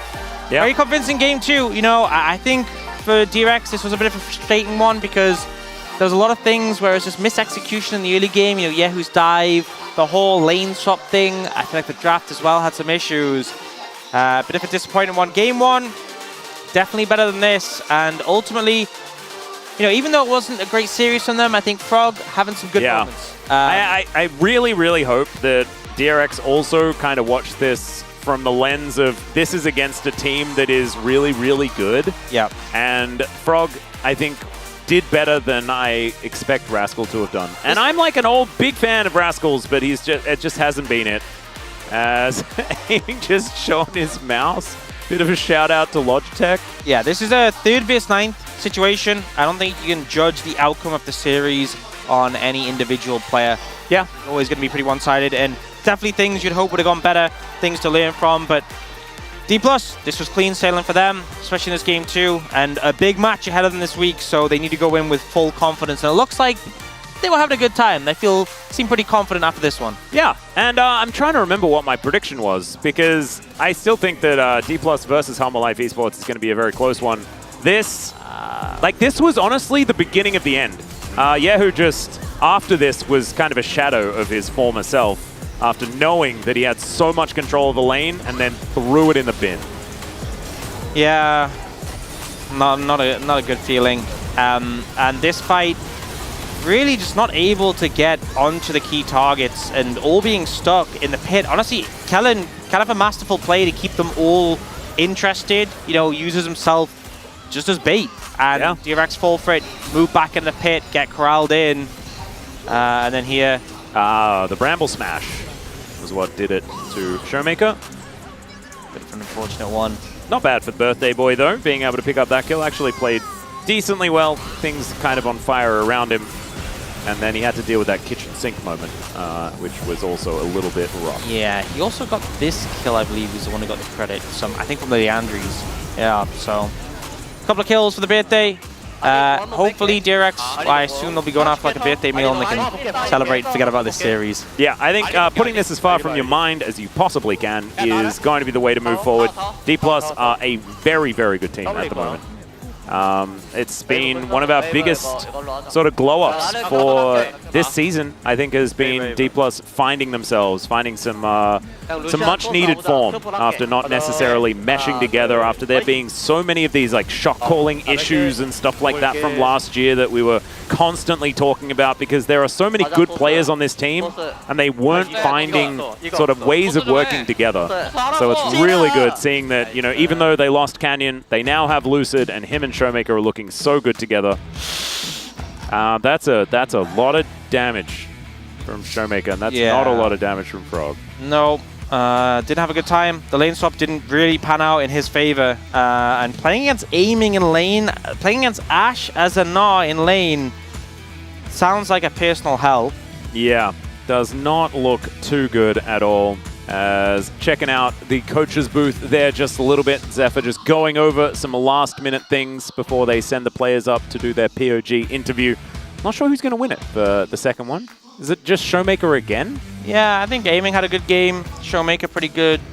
Callan's Renata is always a pretty free vote. Yeah, I think it's probably going to be mid AD, if I'm being honest. Well, I'm gonna let the experts tell us who the POG is going to be. It's time to throw it back over to the space to break down the series. Thank you so much, casters, for that wonderful breakdown. As yes, the experts are here, especially Chronicler, who has been transformed into King Poro. And Yeah, just a great game number 2 from the side of D plus Kia. Looks like maybe we were going to have some extra wins for the side of DRX. You know, they went for the lane swap. We had Yahoo winning early on, but it wasn't meant to be. The lane swap wasn't all too inspiring because even though Lucid fell pretty far behind because of it early, they were able to get the Jace back to lane, and then there was a disastrous dive topside, and then the lane matchup between the Ashe and the Gnar on the bottom lane is very Ashe favored that early on with a Gnar that has no farm. So you look at how this draft works. Obviously, the Lucian should be able to get some sort of control in mid. That also, they got a bit of a whoopsie there. Things just didn't come together here for DRX. I don't think this draft is bad by any means. I think it's actually quite strong. They have a lot of strong tier picks here, but the gameplay just needed to be better to make it work. Right, and you can see here with both teams going for similar comps with picking both tank jungles, and then having Ezreal and Ashe being the top tier AD carry split between them. But I think the main difference is being red side for DK, you get the last pick for top lane, which without being have to play a tank and not being Cassante, you get a lot more variety of picks. And that meant like you can counter the Gnar pick with something else, like a more aggressive pick, especially with the Sejuani. Yeah, and that's exactly what we saw. The Jace ended up doing a lot more damage before and compared to the Gnar. So let's take a look at this first highlight that we do have from the side of Yahoo. Unfortunately, on the negative side here. Right, you can see here, Lucian has the early game prio. He builds up a wave and tries to go for the dive, but Showmaker is still level 2, but leveled as E, and that keeps him alive and manages to survive and take the kill. And then afterwards, he tries to come back to lane, and then Showmaker just shoves him into Lucid. It's a really nice gank here. And then after that, Showmaker comes back to lane with the Leandries in his inventory, and then he can't play the game anymore. It was a really frustrating game for Yahoo because he was able to get a substantial advantage in the Lucian matchup and just kind of tossed it away, as the caster said. And that's super frustrating because if he's able to execute on that dive and get the kill, then he has an even bigger lead, right? But it just wasn't the call there. Sometimes you want to take the small wins, the incremental Ws, and not the big, massive W, because he did kind of toss that one back to Showmaker. That was the first major issue. Yeah, definitely was a bit of an issue for the side of them, and Yahoo ended up not having too big of an impact on this game. He had like 4 deaths by 15-ish minutes. It was kind of a rough one. And then eventually we do go to the Herald fight, which 14 minutes in, you would think, hey, highlight 2 already. Well, yeah, this is kind of where the game ended.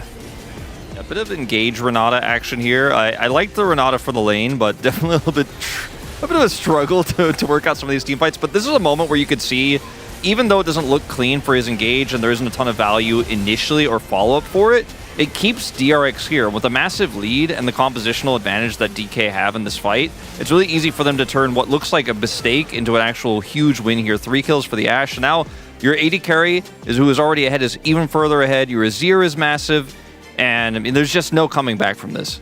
Right, and like Ashe and Azir were both kind of late to the fight, but they could definitely clean up as they were like so much ahead, and they were grouped up together and focusing it's just like a traditional front to back fight, which worked out.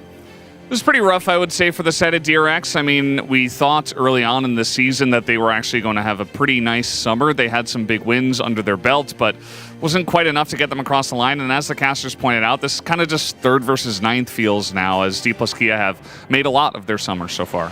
They certainly have. You know, I think that D plus in a position in this game to kind of play it out however they wanted to. And I think the lane swap, if we go back and talk about that very briefly, like the lane swap really just put them into an even worse spot because they tried to dive, right? It's the same thing that happened in the mid lane, right? With Yahoo trying to actually push that advantage a little bit further. You can see DRX is trying to be proactive. They don't want to just roll over and die to a stronger team. They want to try to make the plays. They have good strategies in mind. The execution, though, has to be better. Right, they definitely had the right idea. They want to avoid the hard losing lanes. They want to isolate the mid matchup a bit more and get the lead actually snowballing, but it's not working out for them right now. Yeah, well, some nice ideas, but it wasn't quite enough to get them across the line. D plus Kia do take the 2-0 here tonight. Let's see who does pick up the POG for game number 2. As, you know, thinking about mid, thinking about AD, I think here on the space we were all mid all the way, as was I, even though I don't get a vote. But this one, pretty obvious. Showmaker just did way too much on the Azir.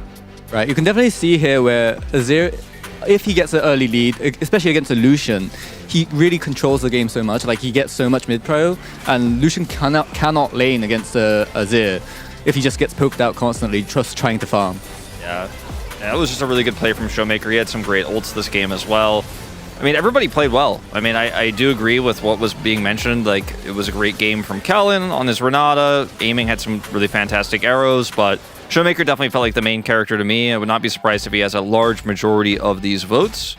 But because they're not coming up, I got nervous. I'm going to show his Pog standings first. He actually jumps up to Ty Canyon, which is pretty massive.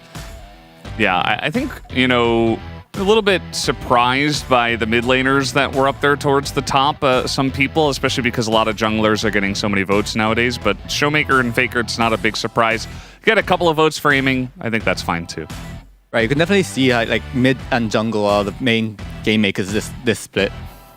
For sure. I think we were seeing a lot of those mid votes coming through when they're not playing AD, weirdly enough. Sometimes you win a volatile matchup at the gate, you take over the game on Tristana, but otherwise it's a little bit more of the Azirs that we're seeing. That's why I think Faker's on that list.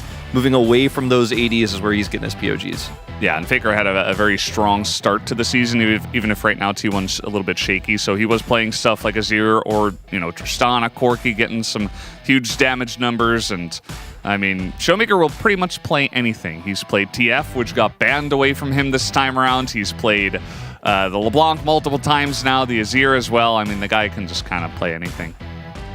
He wants to play Cassidon, you can tell, but he's just not doing it. He's holding it. He's holding back. He's holding back, which I do appreciate. And he's still playing some Ziggs? Ziggs, yeah. Oh, yeah, the Ziggs. Didn't get a win in that game, but right. I appreciate the Ziggs play, at least. We are waiting on the interview, which will eventually be ready, and we are going to be hearing from Showmaker alone. What would you guys ask Showmaker if you had any questions for him? I think, you know, how he's feeling in terms of... I mean, it's a tough question to ask, but, like, does he think his team could actually kind of reclaim the glory that they had right back in 2020, 2019, where they peaked a little bit, and then moving into the 2020 Worlds, they took 2021 extremely dominant, because I think that's what every Damwon and D+ fan is waiting for, is the return of top D+. And, like, this is the closest they've been in a really long time. Like, how close he feels they might be to returning to that glory. That'd be a question I ask, but it's a bit extreme, you know? Right, for me it would be much more about like the mid lane itself, the meta, where AD carries have been super popular, but he seems like he's focusing on the mages, where he's most comfortable at. And just a question about what he thinks about mages, how they fit into the mid lane meta right now.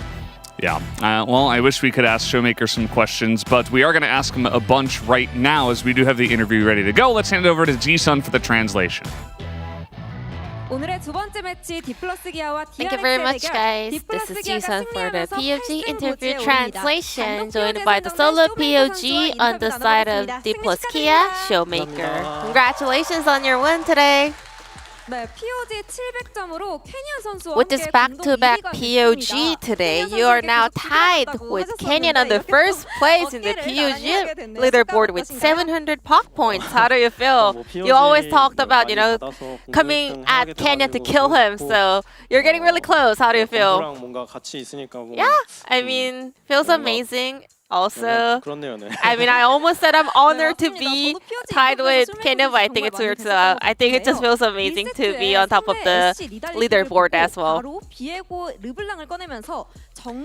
So we had a very early lock-in of mid-jungle duo, Viego LeBlanc comp, as soon as you saw the opponent going for Ashe in Italy. I think that's the mainstream comp, and I think what opponent went for was the mainstream comp, so we wanted to just go with the champions that we are feeling very confident. And then you were going for a very interesting rune choice and also spell choices. Was it all for the laning phase? Yeah, of course. I think I just wanted to kind of invest more to the laning phase in order to buy more space for my jungler. And game number 1 was an absolute show for LeBlanc. So let's take a look at this replay together. Kellen was not in the scene, but you still managed to go in for a pick. I knew that they didn't have vision over there. So yeah. And looking at the opponent opponent's enemy around there, I knew that no one could actually kind of zone or stop LeBlanc. And then you just said in the player comm, Tristana, Tree is gone. So is that Tristana, the shortened form is Tree or Tuta? It's a very controversial topic over in Korean community. I mean, I usually go, I'm the team Tuta, you know, Tristana. But whenever I'm actually playing on stage, I get to speak Tristana as Tree. So maybe when I'm rushing, I just go with Tree, but I'm honestly a team Tuta. And then there were some target bans towards your card. So how did you feel after seeing the enemy removing your LeBlanc? Well, I thought it was a sign telling me that, you know, they were feeling really difficult to deal with the LeBlanc. So yeah, I thought of it as a compliment. And then you played Azir into Lucian. A lot of people take Grasp when they go into a champion that's really strong in lane like Yone or Lucian, but you went for the Fleetwood fork today. I mean, yeah, Grasp Azir is one of the meta right now, but still, Fleetwood fork is also really good. 그리고 2세트에는 상대가 카장과 함께 라인 수합을 걸었습니다. And then we had counter jungle action early on and also a lane swap. So did you have everything in mind and how did you deal with that? Well, to be honest, I was not expecting that to happen, but my teammates was really good with their reaction to their enemy's early game strategy.